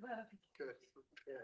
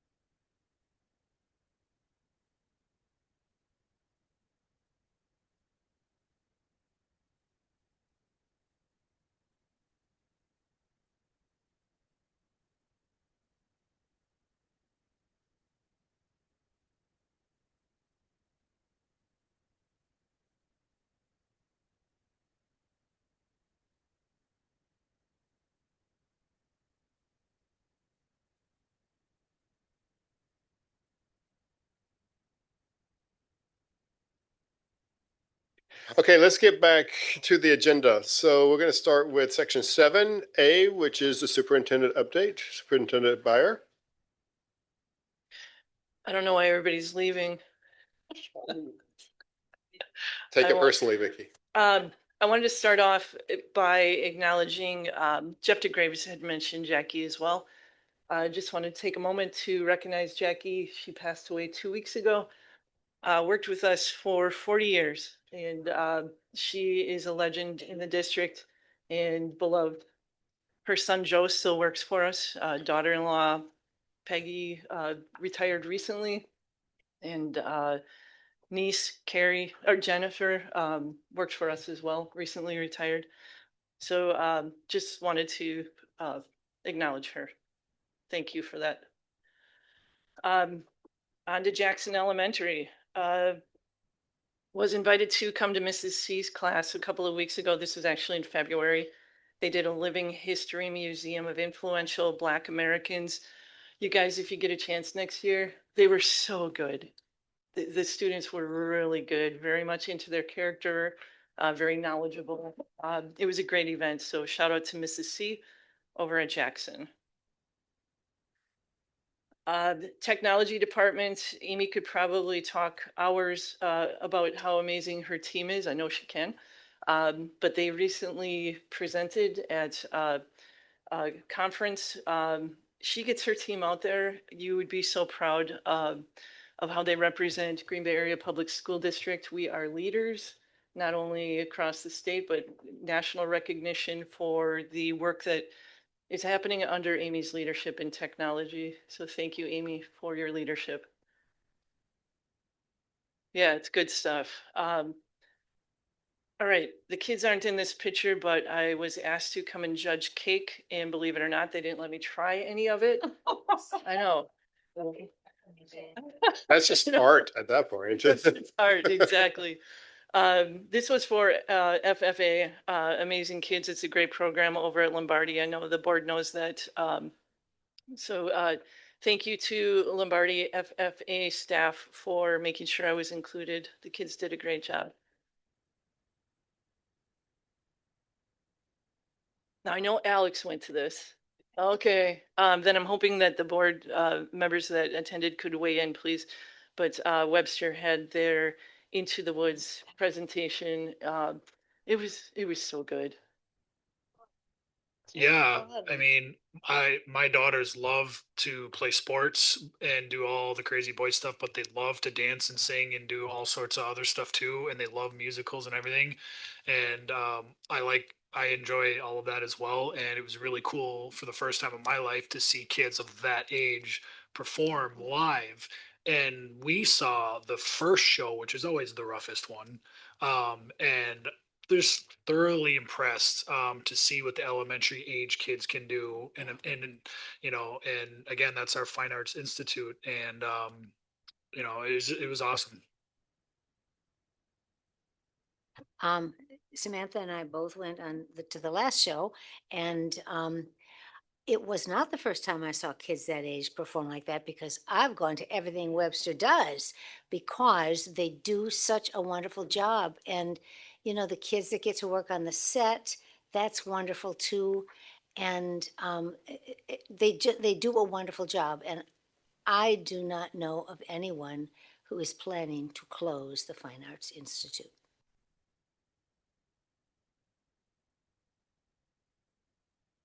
That was my second show of the day. I had attended the wonderfully rescheduled because of impending Snowmageddon West High performance of Mean Girls at 9 a.m. that morning, and then went straight to the Webster show at 2. So very happy that those were the last two experiences before being trapped in the house for like 3 days. It was incredible. The kids, it was fantastic. They did a fantastic job. Thank you. Okay, trip over to Doty Elementary last week, and I just want to point out that the 5-year-olds made fun of me nonstop for not being able to figure out their word games. I am not as smart as 5-year-olds. Great time over at Doty. You are? No, fair. Yeah. spent some time in the library in the kindergarten classroom, and it's just such a wonderful environment. And they're progressing nicely with the addition, and they're very excited about soon welcoming the Langley students. Red Smith, I went to Dan's Elementary just for a pop-in visit, and Red Smith Band and Show Choir were there to perform. And we heard a little bit tonight about students being exposed to the fine arts at the elementary level and getting excited about the opportunities at middle and high school. This I saw firsthand, and again, the students were absolutely amazing. We're going to skip this one for now, please. And I'll conclude with a shout out to our amazing facilities and operations team who spent a heck of a lot of time over the last weekend making sure that it would be safe for our students to return to school on Wednesday. They worked very hard, put in a lot of time, and their commitment to this district was really evident.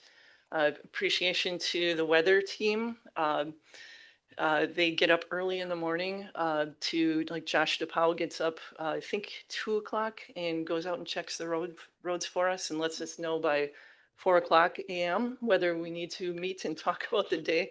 That team does a fantastic job. So thank you to that crew, and a reminder to the public that next week is spring break, so students will not be in session. And that's it. That was a record-breaking snow, wasn't it? For Green Bay. Second largest. Yeah. Second best. But it's like, okay. Biggest in like 133 years or something like that. Okay.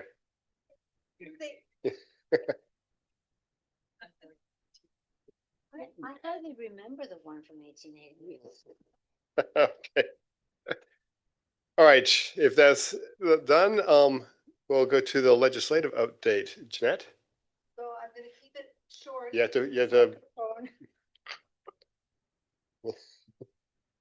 Okay, I'm going to keep it short because of time. You can all read it. But I do want to, just so that it's on the record, and for those who may still be listening, on Tuesday, March 17th, the Senate held their final days in chamber. That means that the Senate won't be working for the rest of the year, and the Assembly isn't working since last month. And that doesn't solve our problems with the budget. And I know it seems fruitless to continue for me to ask you to contact your Assembly rep or your state senator, as two of our speakers this evening also brought up. But many of them are up for election in November, and the pressure that is given to them may cause them to come back into session to decide for funding for the public schools. The Democratic Assembly members have made a proposal on March 17th to increase general school aid by $445.9 million and raise the special education reimbursement to 60%. The total cost of this bill is estimated to be $1.3 billion. That's only half of what's there for the surplus, so there would be plenty for the tax relief that the Republican leaders continue to say that they need. So nothing. I looked at WASB just right before this meeting. There is no legislative update, and NPR had no update on it either. So as of today, there's no movement. Continue to reach out, call, email, stop them in the grocery store if you see them there, whatever. But tell them they need to go back to work and do their job and fund the schools. Thank you. Thank you, Jeanette. We'll move down to the referendum poll results. You're going to take that? We have a guest tonight joining us virtually, Peter Leatherman, who helped us with the poll results. The board might recall Peter presented to us last time we came to referendum. Hi, Peter. Good evening. Everybody hear me okay? We can, yes. Thank you. Excellent. I'm going to share my screen with the PowerPoint.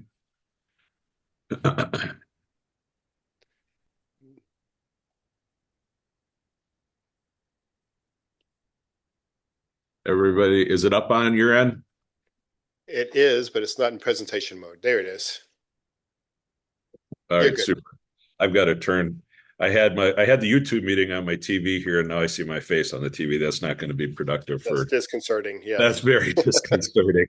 Well, it's a pleasure to be with here or be virtually with you tonight. And I think after hearing the last hour and a half, I work with school districts all over the country. You're not in a unique position, sadly, but I do have some good news from you for the public support of the Green Bay Area Public Schools. Just to review with you what we did, we spoke with 400 randomly selected residents across the school district. 400 samples projectable to plus or minus 5% in 95 out of 100 cases. The margin of error is determined by the size of the sample, not the percent of the population. So a 400 sample in Green Bay area schools, a 400 sample in Brown County, or a 400 sample across the state of Wisconsin is always going to be plus or minus 5%. Average interview time was 10 minutes. The non-response rate was 6%. And how we're moving right now with public opinion, the time frame matters a lot. This was done between February 5th and 18th. So this survey was completed before the Iraq conflict, before gas prices, stock market, everything. So surveys are a snapshot in time. So there's probably some changes, and I'll point out one of the changes that we'll probably be seeing in polls coming out of the field in the coming weeks. Putting up some demographics. Demographics are done for two reasons. We want to validate the sample against updated census information, make sure it's representative. But then also we can look at differences between groups. How do parents feel? How do homeowners versus renters feel? So the first set of bars asks the residents, how long have they lived in the school district? 30% have been in the district for 10 years or less. Well, 25% have been in the district for over 30 years. Typical residents been in the district for about 15 years. You have 11% of households that have a preschooler or an infant in them. 26% have a child attending the Green Bay area public schools, and then 71% are empty nesters. An empty nester does not imply an age. It's just lack of presence of a child. So if there's a 27-year-old in the sample without a child, they're classified in the demographics as an empty nester. Renters, just short of 40% of residents. 35% indicated that they owned a home valued under $300,000. 24% said they owned a home valued over $300,000. 41% are college graduates. That includes postgrads. 29% are high school graduates or less, and 30% have some college experience. The first thing that I think for the snapshot in time back in February will potentially change is the financial situation of the household. This question does not ask about what their income is. It asks them to think about their income and their expenses, and how is that matching up? What we've been seeing in the first quarter of 2026 is across the upper Midwest, this has been dropping. We're down to about 35%.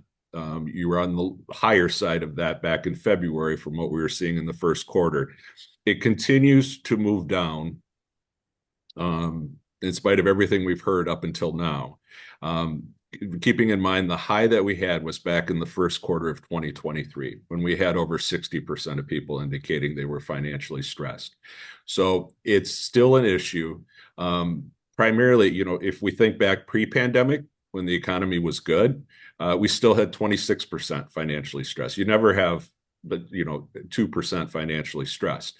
The key on this question and how it impacts funding request is the higher that number is, it creates more people that would support something they can't afford to. It's not a no, I'm against what the district's doing. It's I simply cannot afford what the district's asking for. And it has impacted referendum all across the upper Midwest in 23, 24, and 25. The geographic location, 69% lived in the city of Green Bay, 14% in Bellevue, 12% Alloway, and 5% in the rest of the district. 18 to 34-year-olds were 25%. Over 65-year-olds, we're 23%. Typical resident comes in at about 47 years old. Women outnumbered men by 4% in the sample.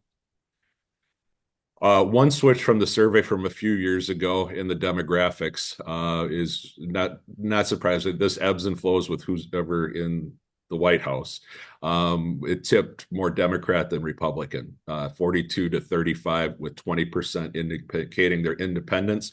And then the ethnicity, 2/3 indicated they were white, 14% Hispanic Latino, 9% African American, 4% Asian Pacific Islander, and 3% each Native American and multiracial. Any questions on demographics or methodology before we get into the survey? We're good. Thank you. You're good? All right. We have, I do not put comparisons into presentations unless they're post 2020. It's not fair to compare to where a district was in 2019. That's an apples to oranges comparison.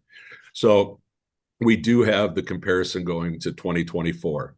And there's a lot of stability. And actually, it's a bit surprising considering you've had a funding request. Typically, districts burn political capital when they go through a funding request, and we see drops on some of these atmospherics.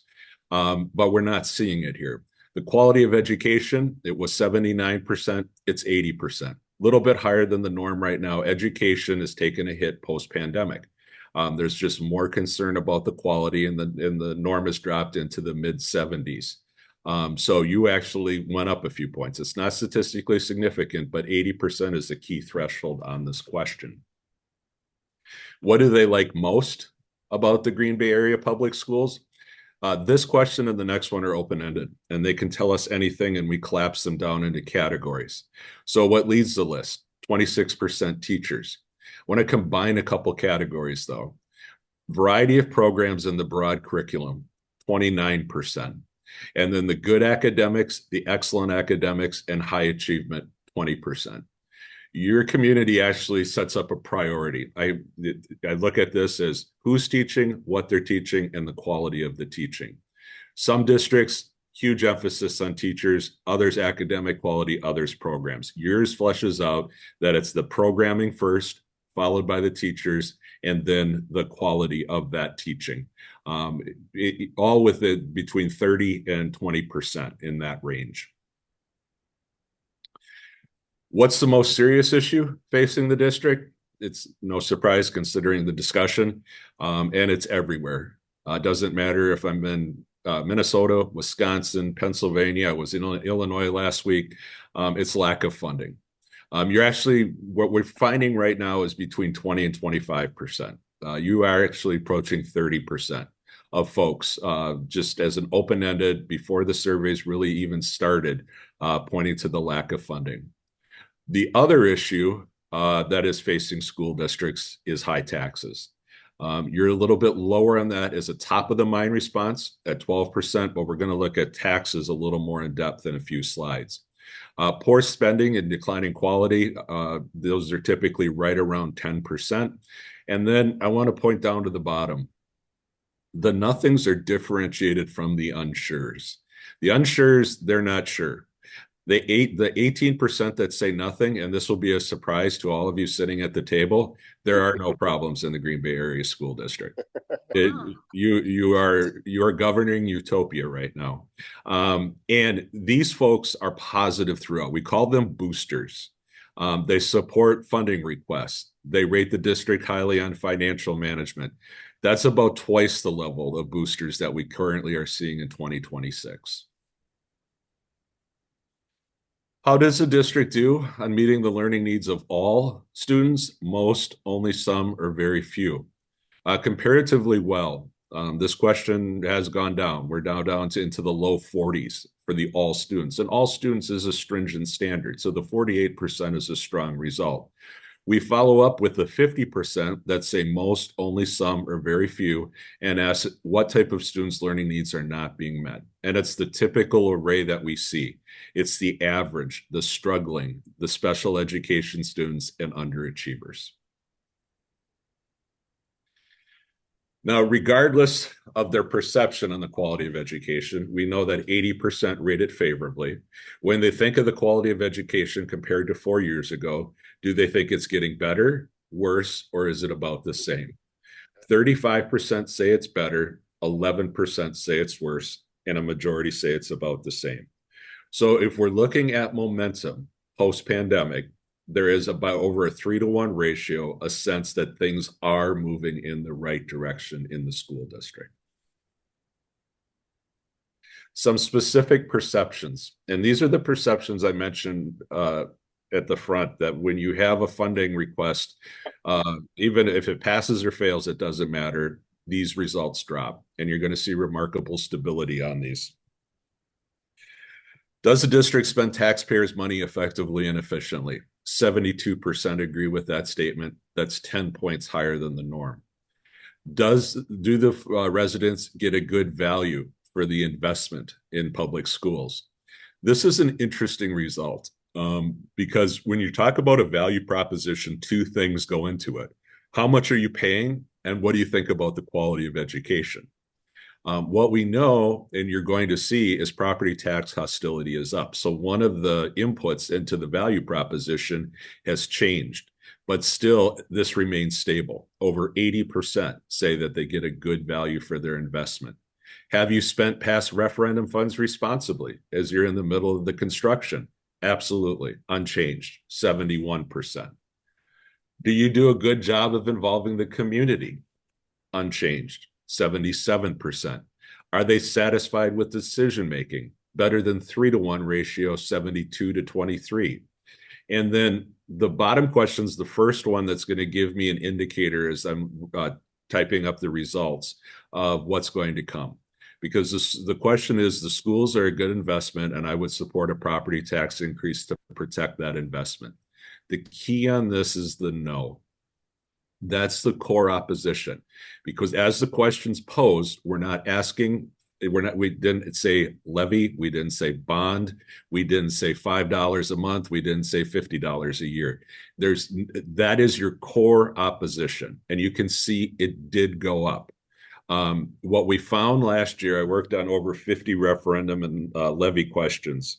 The core opposition last year was 31%. It is a manageable number. Over 85% of those clients pass their funding request. It's manageable. It's when that gets into the high 30s that you have the automatic no, that it becomes difficult to have a conversation about potential funding.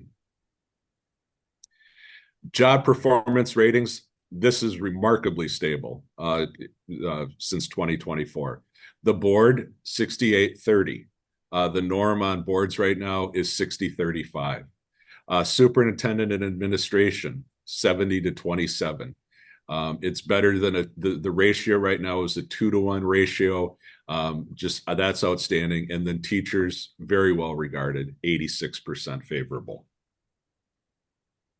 Overall assessment then of financial management, it was 60%. It's now 59%. The norm right now in 2026 is 52% favorable. And it's a very tight range on that norm. So the district has financial credibility in the eyes of the public. This is the issue. You're not a property tax hostile district because you do not go above 50% in the high category for the total. You're at 49%. But you can see, I put it in the upper right side, it actually increased 14% since 2024. The perception of school taxes, that's at 47%. That's a 9% increase. What we're seeing right now in 2026, the norm is 60% high. The highest I have is a client over here that is at 77% high. Those are very difficult environments because any funding proposal is met with, no, I'm not even going to consider it. My taxes are already too high. So combine that with the 30% that we saw, the core no, it's telling me that there's a willingness to have a discussion. It's not going to be a reflexive no. The public's willing to listen. It also tells me that if they're mad about taxes because their perception of school taxes as being high is lower than their perception of total taxes, that if they're mad about property taxes, it's not focused at the school district.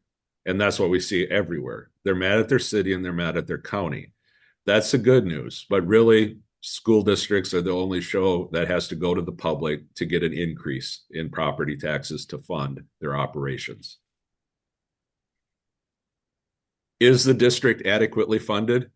What we find now is general confusion. 45% say yes, 45% say no, and 10% say I have no idea.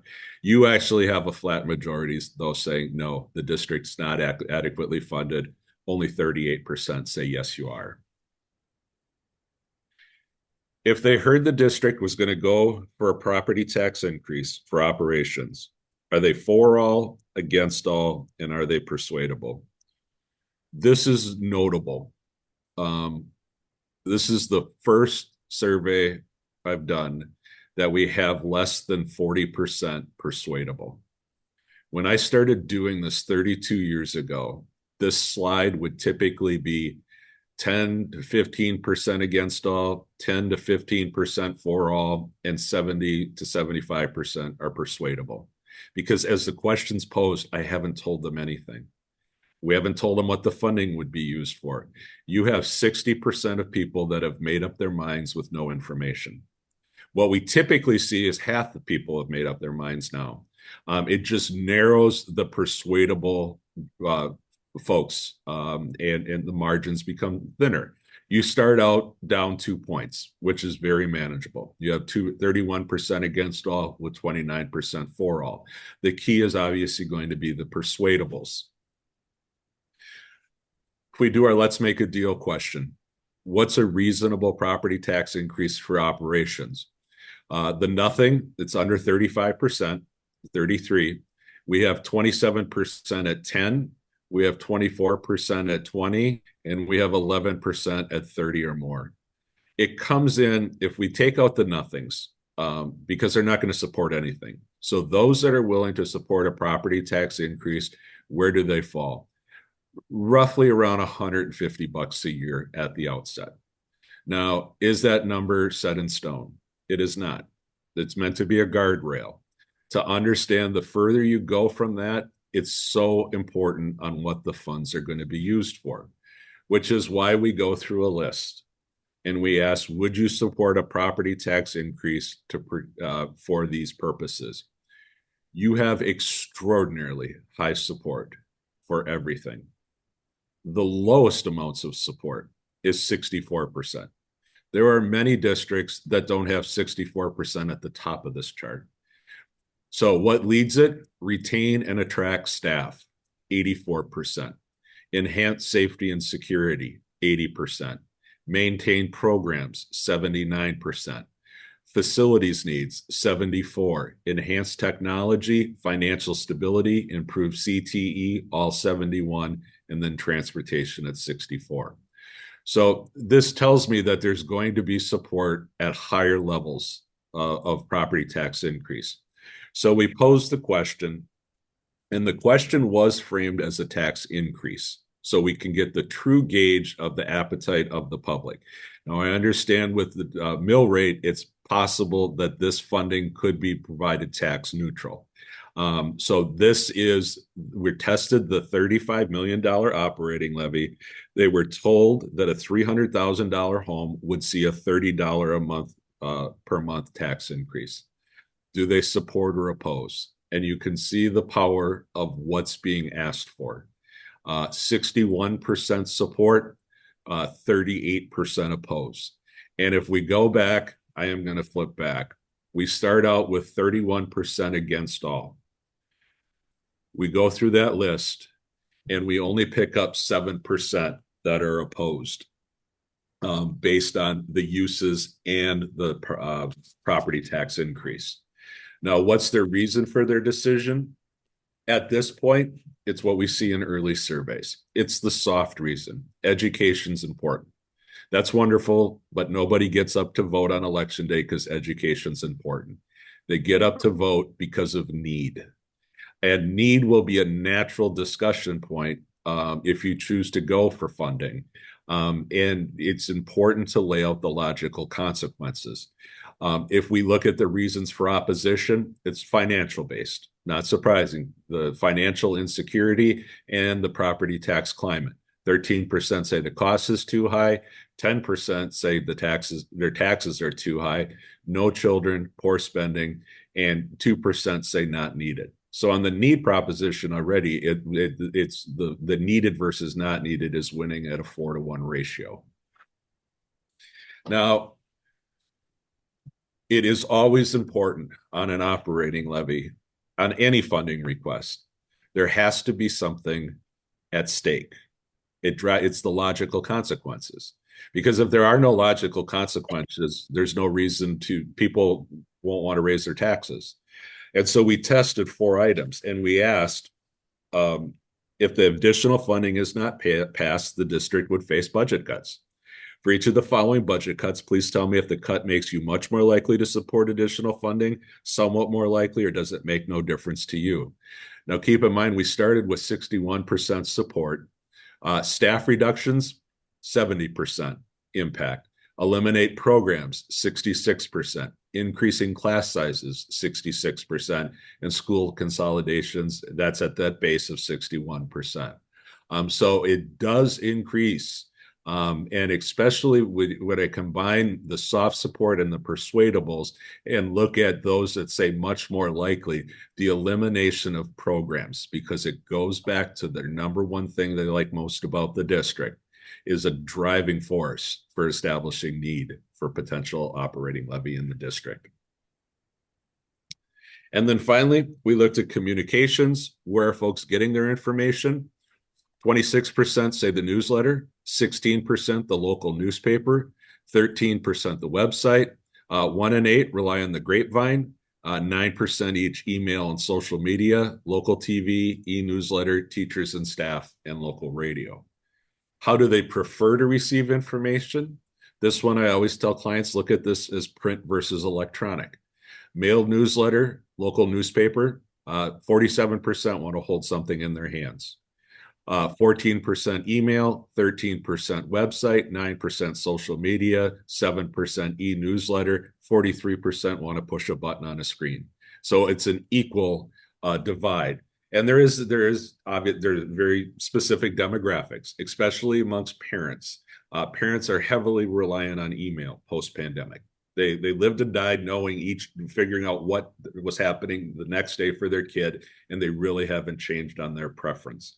But you still do have a lot of younger folks without kids that actually, if you're going to engage with them, print is the most effective.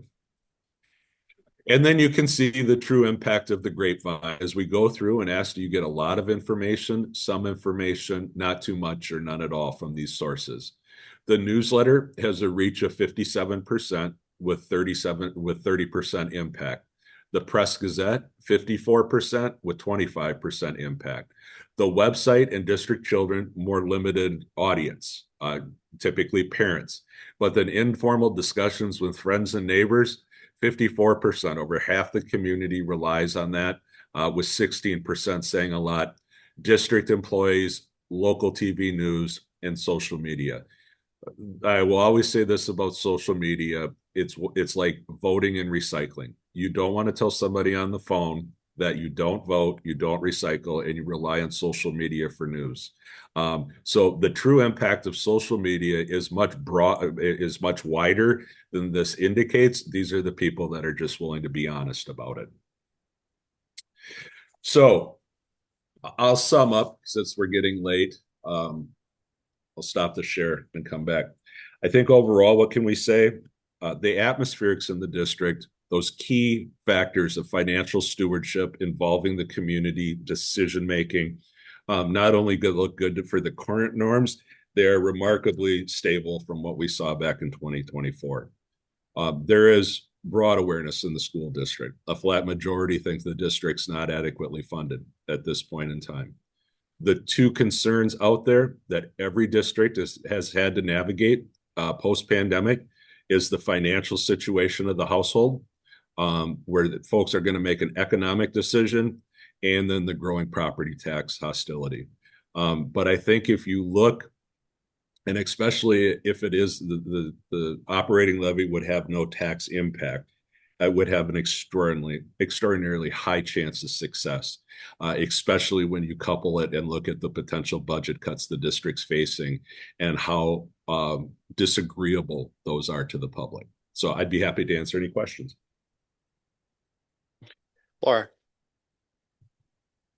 Mr. Leatherman, is there anything in this survey that would give any indication of the impact of having a referendum in the November election where we're expecting kind of nationwide to have a huge turnout?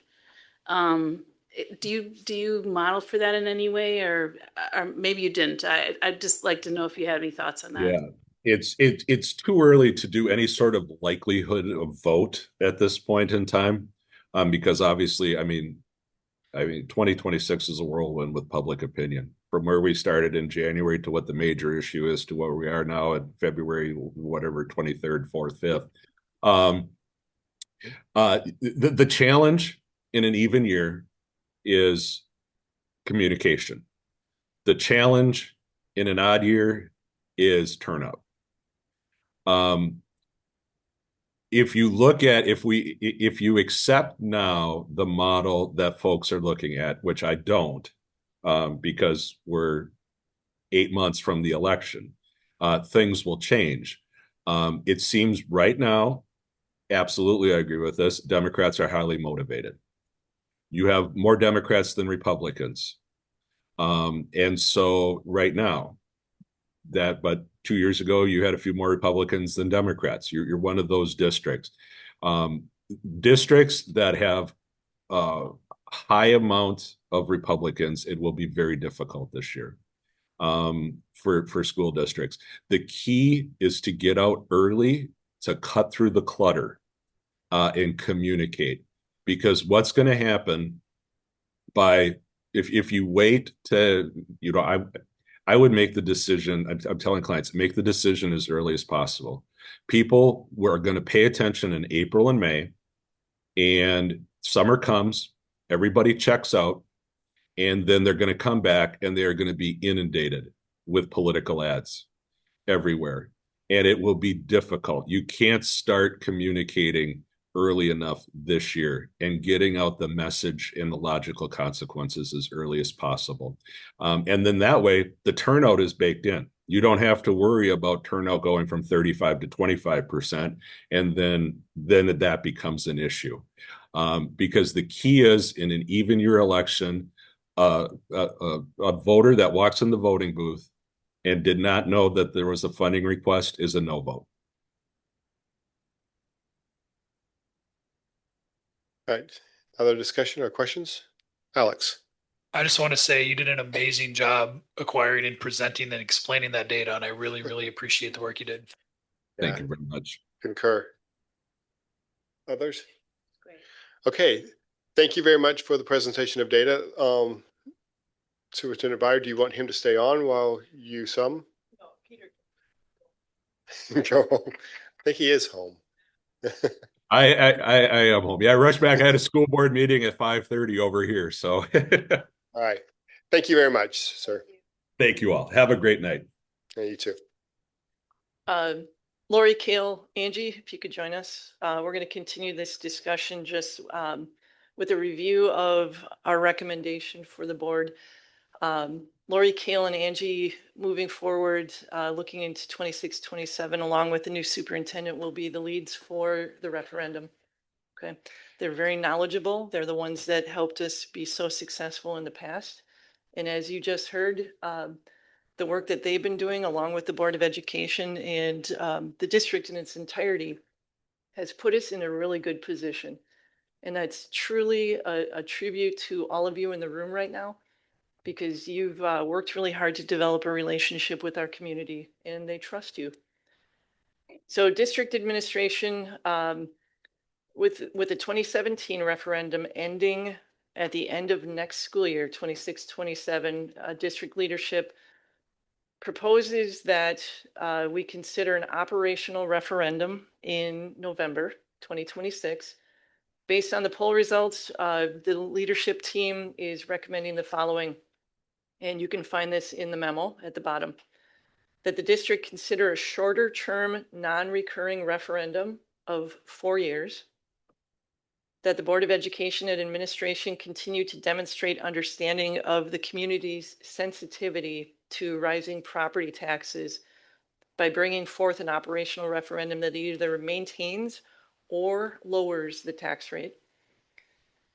And third, that the Board of Education and Administration continue to make cuts in order to reduce the overall referendum ask. At the bottom of the memo, we provide a recommended draft timeline. So we did the initial poll in February. You just received the results. In late May, early June, we recommend a second poll. And then July, having the board vote on referendum questions or question. Then we would hit the community with presentations and explanation of what our ask is going to be. If we follow the same model in the past that Lori helped us create, it would be all of us participating in those presentations, as many as we can, July through October, and then the election in November. Angie, Kale, Lori, would you add anything?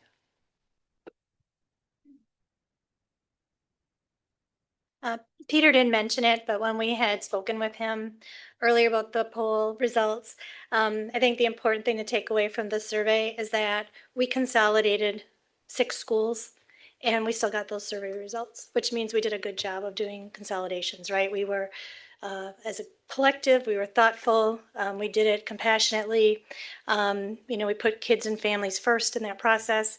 And I think that really is shows through that survey results. So I just wanted to mention that because that had been part of our conversation in addition to, right, the losing political capital when you have a referendum, but didn't get mentioned tonight. So I just wanted to make sure we hit upon that. Two, in the past, we've asked you to, while the vote on the referendum isn't required until August, we've asked you to, in the past, considered voting on it in July. We'd ask you to do that again. That allows us the month of August to really get all of our materials finalized and make sure that we are hitting families with that information early.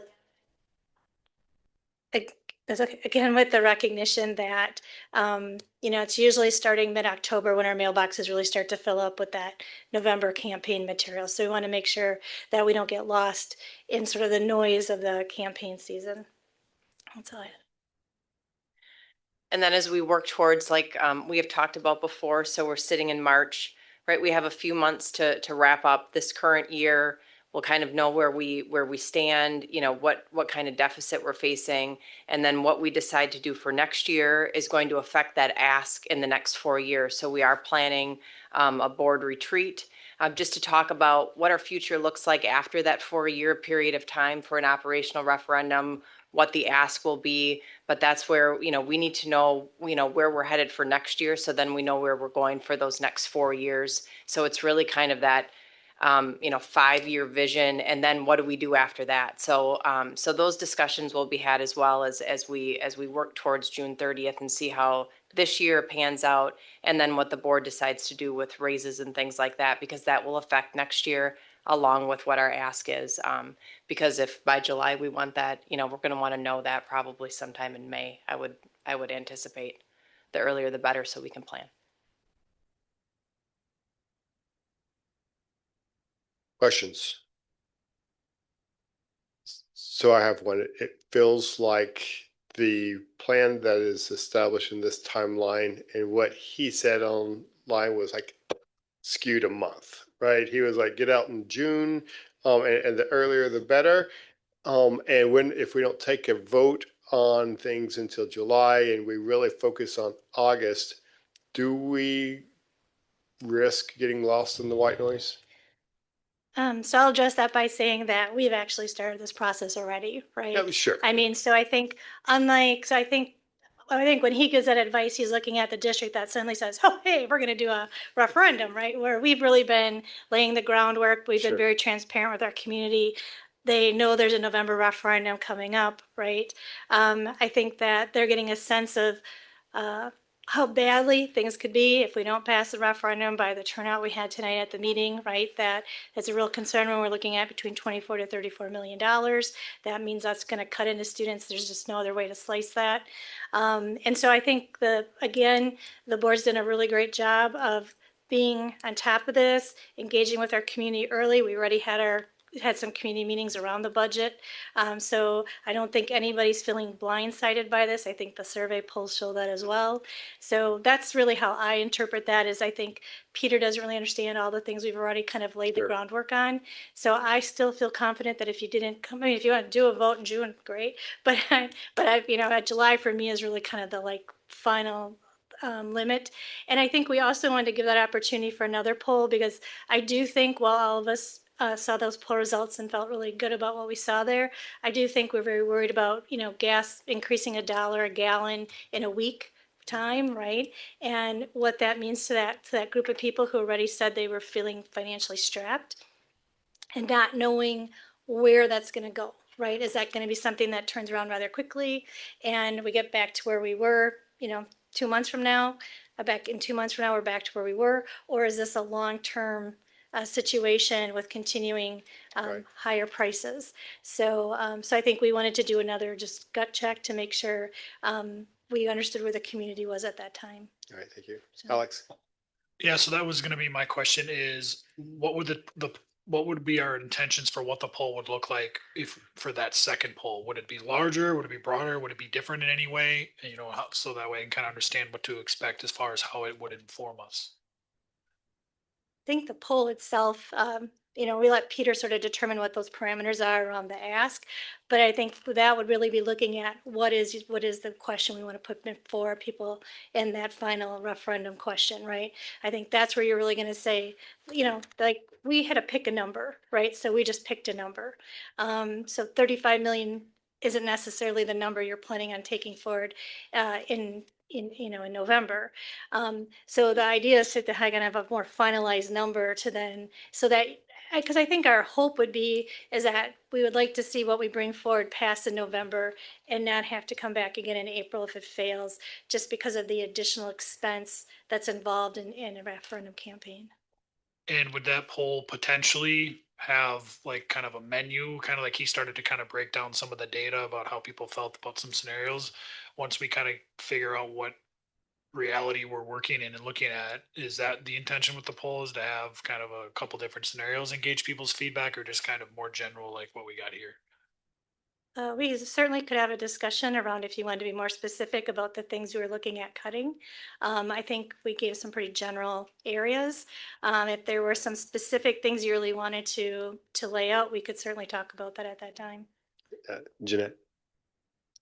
So you had mentioned that the poll shows that people were okay with the school consolidation, but actually those schools haven't closed yet. They close this year.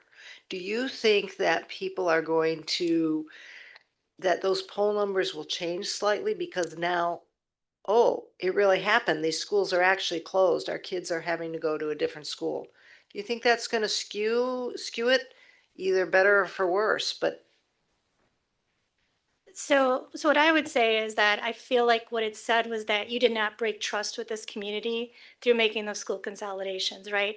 I think first you had the poll from the 2024 referendum, which told you 72% of the community supported you in making those school consolidations because they recognize the declining enrollment. We had schools for a long time that were sitting at low enrollment numbers, right? So what I feel like is what they are saying in this poll is that that the process you took to close those schools is one in which you have not broken trust through that process, right? So they don't feel like you said one thing and did another. And I feel like as we continue to have different opportunities to engage with parents who are in that current process, I'm seeing people who truly are excited about what the future looks like. And so again, I feel like that was very thoughtful and compassionate leadership around how we were going to close schools, and that we made sure that families, when we took away their homeschool, we were trying to put them in a better their child in a better situation, right? And I think that as we continue to communicate about how the referendum projects are going, as we've seen some fabulous leadership by our principals and doing reach out to the school stools, which are going to be inviting in and really trying to make those connections. I think all of those things just continue to put us in a position where I'm hoping people, well, again, we'll have our farewell tours in May, right, to say goodbye to our schools a little bit earlier than we typically would, just because of our tight construction timeframe. But I do think that, I think we always have to leave room for some grieving of the things we lose, but I think there's also some excitement about what's to come. Yeah. Andrew? I think there's a good chance that we'll be able to have, a referendum that might be able to cover most of this looming crisis, even if the state does nothing, and the state will probably not politically be able to do nothing for years and years and years yet with this kind of surplus that they're sitting on. I'm optimistic that we'll be able to do a referendum that will not have to hurt class sizes, will not have to hurt programs, and will not have to have our staff's financial quality of life regress. And so this all is very optimistic to me. I look forward to seeing where those numbers would lie for what is likely to not be able to have a no tax increase referendum. And there should be a lot of room for that with what's dropping off. I think as far as cuts just to make a point, I don't support those. I think there's some reasonable room to look at maybe some positions we don't need, or some of the certainly very painless things that are on the next discussion item. But we're in a different position if referendum fails, but I really think that this will, the sky will not have to fall here. So. Other questions? Okay, I thought Elsa had a question. I'm watching the time and I'm. Oh, sure, okay. Okay. Thank you very much. I think we're done. Thanks, you guys. Yeah, she's gonna go home and play. All right, so this is the last discussion item on this evening, and it's listed and agendaed as a discussion, and it is basically a conversation about where the board landed from a consensus building perspective on some of the recommended cuts. Now, I want to create a preamble for this conversation that, remember that these recommendations did not originate just from the administration team. It was through several budget retreats and also through community engagement. So it's kind of across the board, and it is potentially not comprehensive of all of the different things that are out there, but it was through a data gathering process that this list came to be. So unlike the items that we actually took votes on, this will be a continuing conversation through the next month or so, where we want to enter into the May timeframe with a good understanding of how we're going to address whatever the remaining deficit is. So our actions tonight through taking the votes on the benefits program is about a $1 million change in the deficit position. Now, I think if that's off of $8 million, right? If I remember correctly, Angie, you came and kind of said, we found about $3 million. That's what we're looking at. Is that a correct statement, or go ahead? It wasn't finding, it was actually through cuts. Sorry. Okay. That inappropriate language, yeah.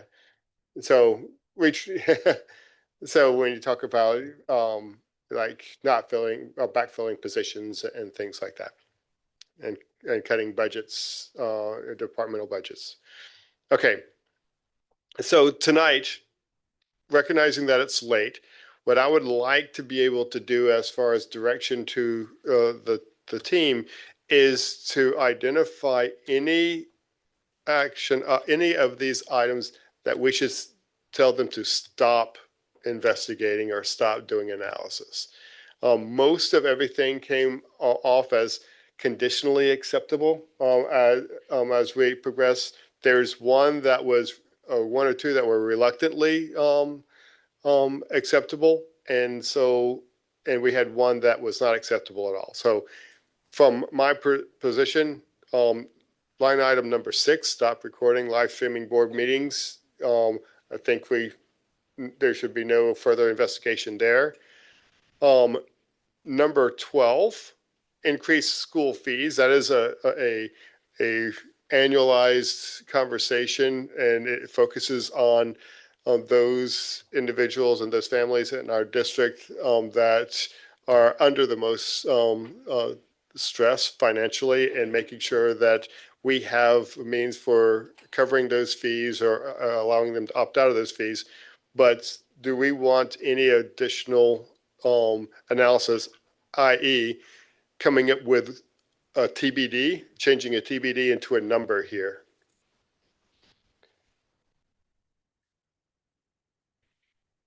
Any position from anybody on the board that we should tell them don't spend any time here? I mean, it's always discussed annually. Correct. And when is that discussion actually going to be? We do it in May. Next month? Okay, then we can leave that on and just handle that then. It all depends on how much, and is it still waivable, how much of it is waivable Correct. for free and reduced makes all the difference. Sure. If it's $10 and we haven't done it in years, and it's, waivable, then good, except it's not significant money, but yeah. Okay, then let me just go back to the top and just run the list down, and people tell me if we need to take it different approach. Freezing steps, there's acceptable, reluctant, one not acceptable. In my mind, this is something that last year we kind of changed the window and just decided not to commit to steps in the May, June timeframe, and we did it later in the fall. Hearing what we heard tonight, I would have the district look at what it looks like to postpone steps into the fall, potentially even after a referendum date, so that we would be very well informed on whether that.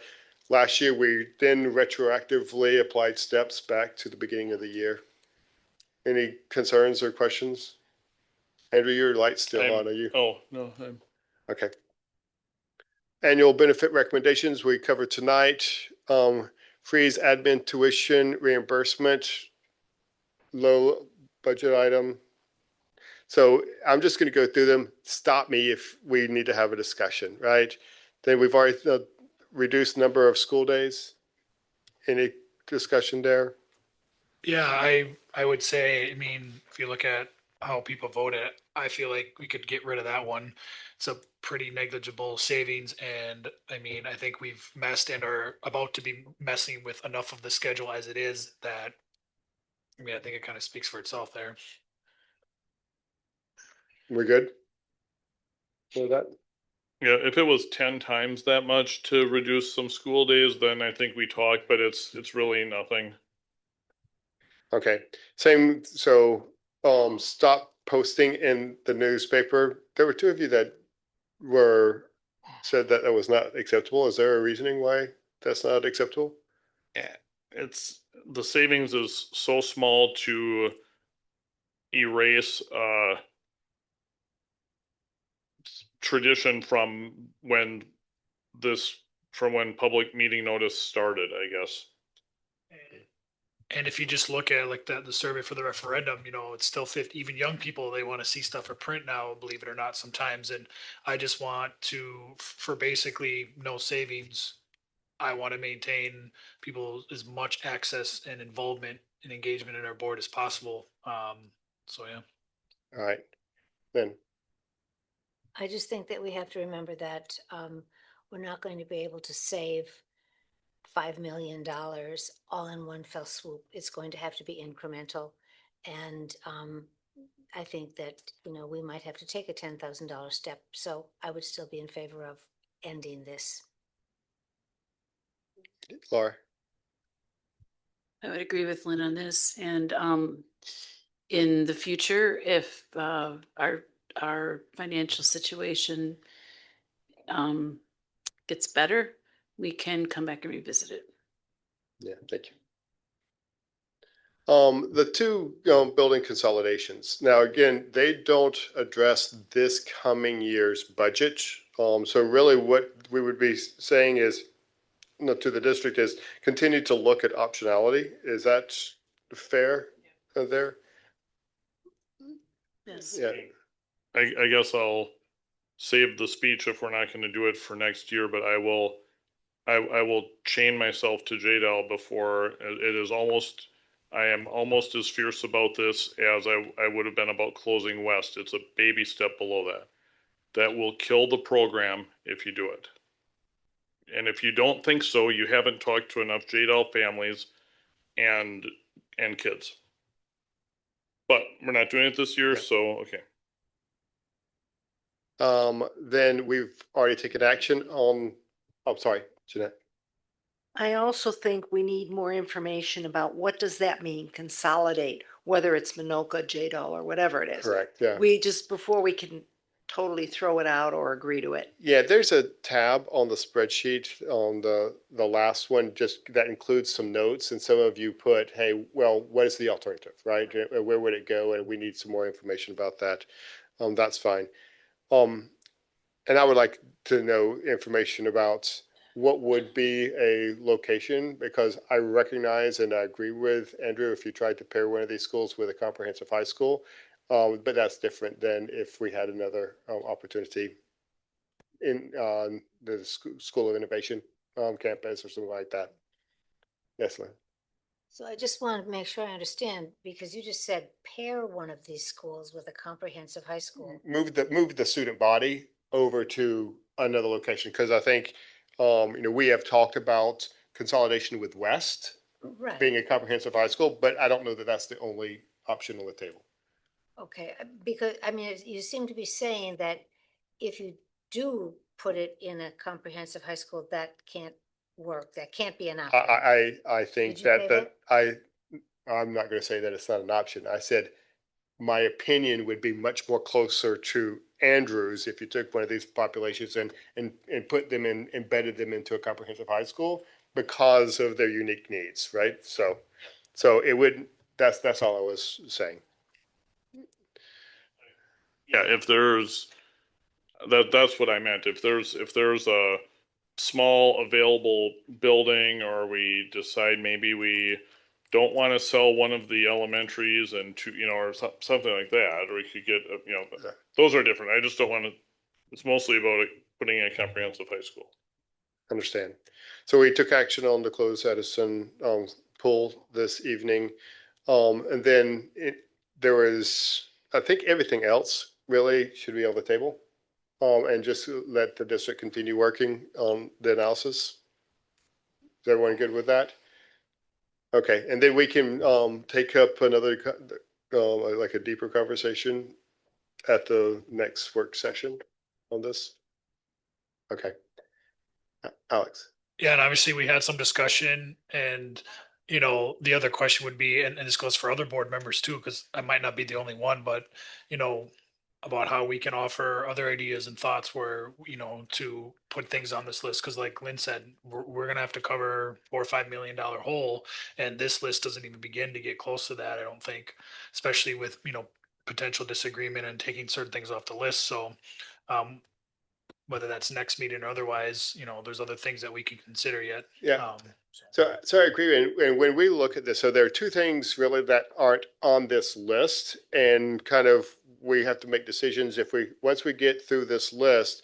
There is CPI and there's staffing, right? That are kind of those, what's left to be impacted there. And I think that one of the, maybe after the work session next time, we can start thinking through some direction to the district to like put a freezing on a freeze on hiring until we have additional answers and how we're going to progress through, just to make sure that, we are doing our diligence and making sure that expenses don't accumulate. Yes, Cal. In regards to delaying the decision on the steps, with some discussion within the administration, that not only impacts our upcoming fiscal year, so a delay in that, obviously understanding our financial position for next year, that impacts our referendum question ask. So accelerating that decision on steps is going to be important of how we frame our operational referendum, if that makes sense. No, it doesn't make sense to me, so I need some more help. So I know that we had discussed last week, right? We were in a meeting, I don't know, a couple weeks ago or last week or whenever that was. So as we discussed a little bit further today, in order to plan for next year, we're going to need to know what we want to do for steps and what we want to do for CPI, because that affects next year's budget. A passing of the referendum isn't going to change our financial picture for next year, and then it will change the ask for 27, 28 and moving forward. So for example, if we approve the 2.4 million in steps for next year, that is going to affect that ask. Yeah, it's going to be structurally $2.4 million more. Right. So so in July 1, we're going to need to decide at what that ask is going to be for the community. So in order to know what that ask is, we're going to need to know what the board's direction is for next year, because that will affect us in the next 4 years future. Does that make sense? Andrew. Right, but isn't part of the idea of freezing steps that we intend to be able to pay steps, but if there's a catastrophe, maybe we wouldn't, and that would be paid retroactively? Well, so I think at the work session next week, we have to at least come up with a consensus on what we're willing to move into next year when it comes to our financial position, right? Because it could be twofold. One, that's one, how you just established or framed it, or it can be, we will enter next school year with when we in October say this is the budget, it will be balanced. And if between now and October, we can't, through continued attrition or addressing staffing, can't get to balance, we will not pay steps. Right, as a methodology to get to balanced budget. I don't. Yes, you could do that. I would strongly oppose with all the other things that are up in the air. But I mean, you could. Well, so yeah, it's kind of your philosophical position on what our job and our responsibilities are. From a fiscal responsibility, our job is to make sure that the district remains solvent, and the only mechanism we have to do that is making sure that every year we are balanced in budget. And every time we're not, we're taking a step in the wrong direction.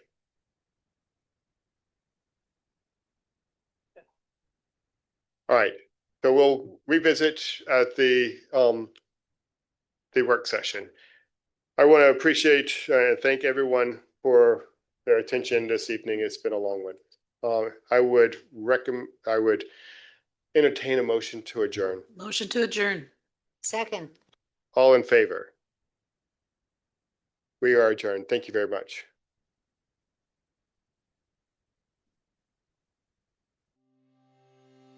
You have been watching the Green Bay Area Public School District's Board of Education meeting. Please visit the school district's website, www.gbaps.org, for more information on the district and future meeting dates. If you cannot fully access the information on this video, please let us know the accessibility issue you are having by calling 920-448-2025 or by email at communications@gbaps.org. We will try to provide the information to you in an alternative format and/or make the necessary improvements to make the information accessible.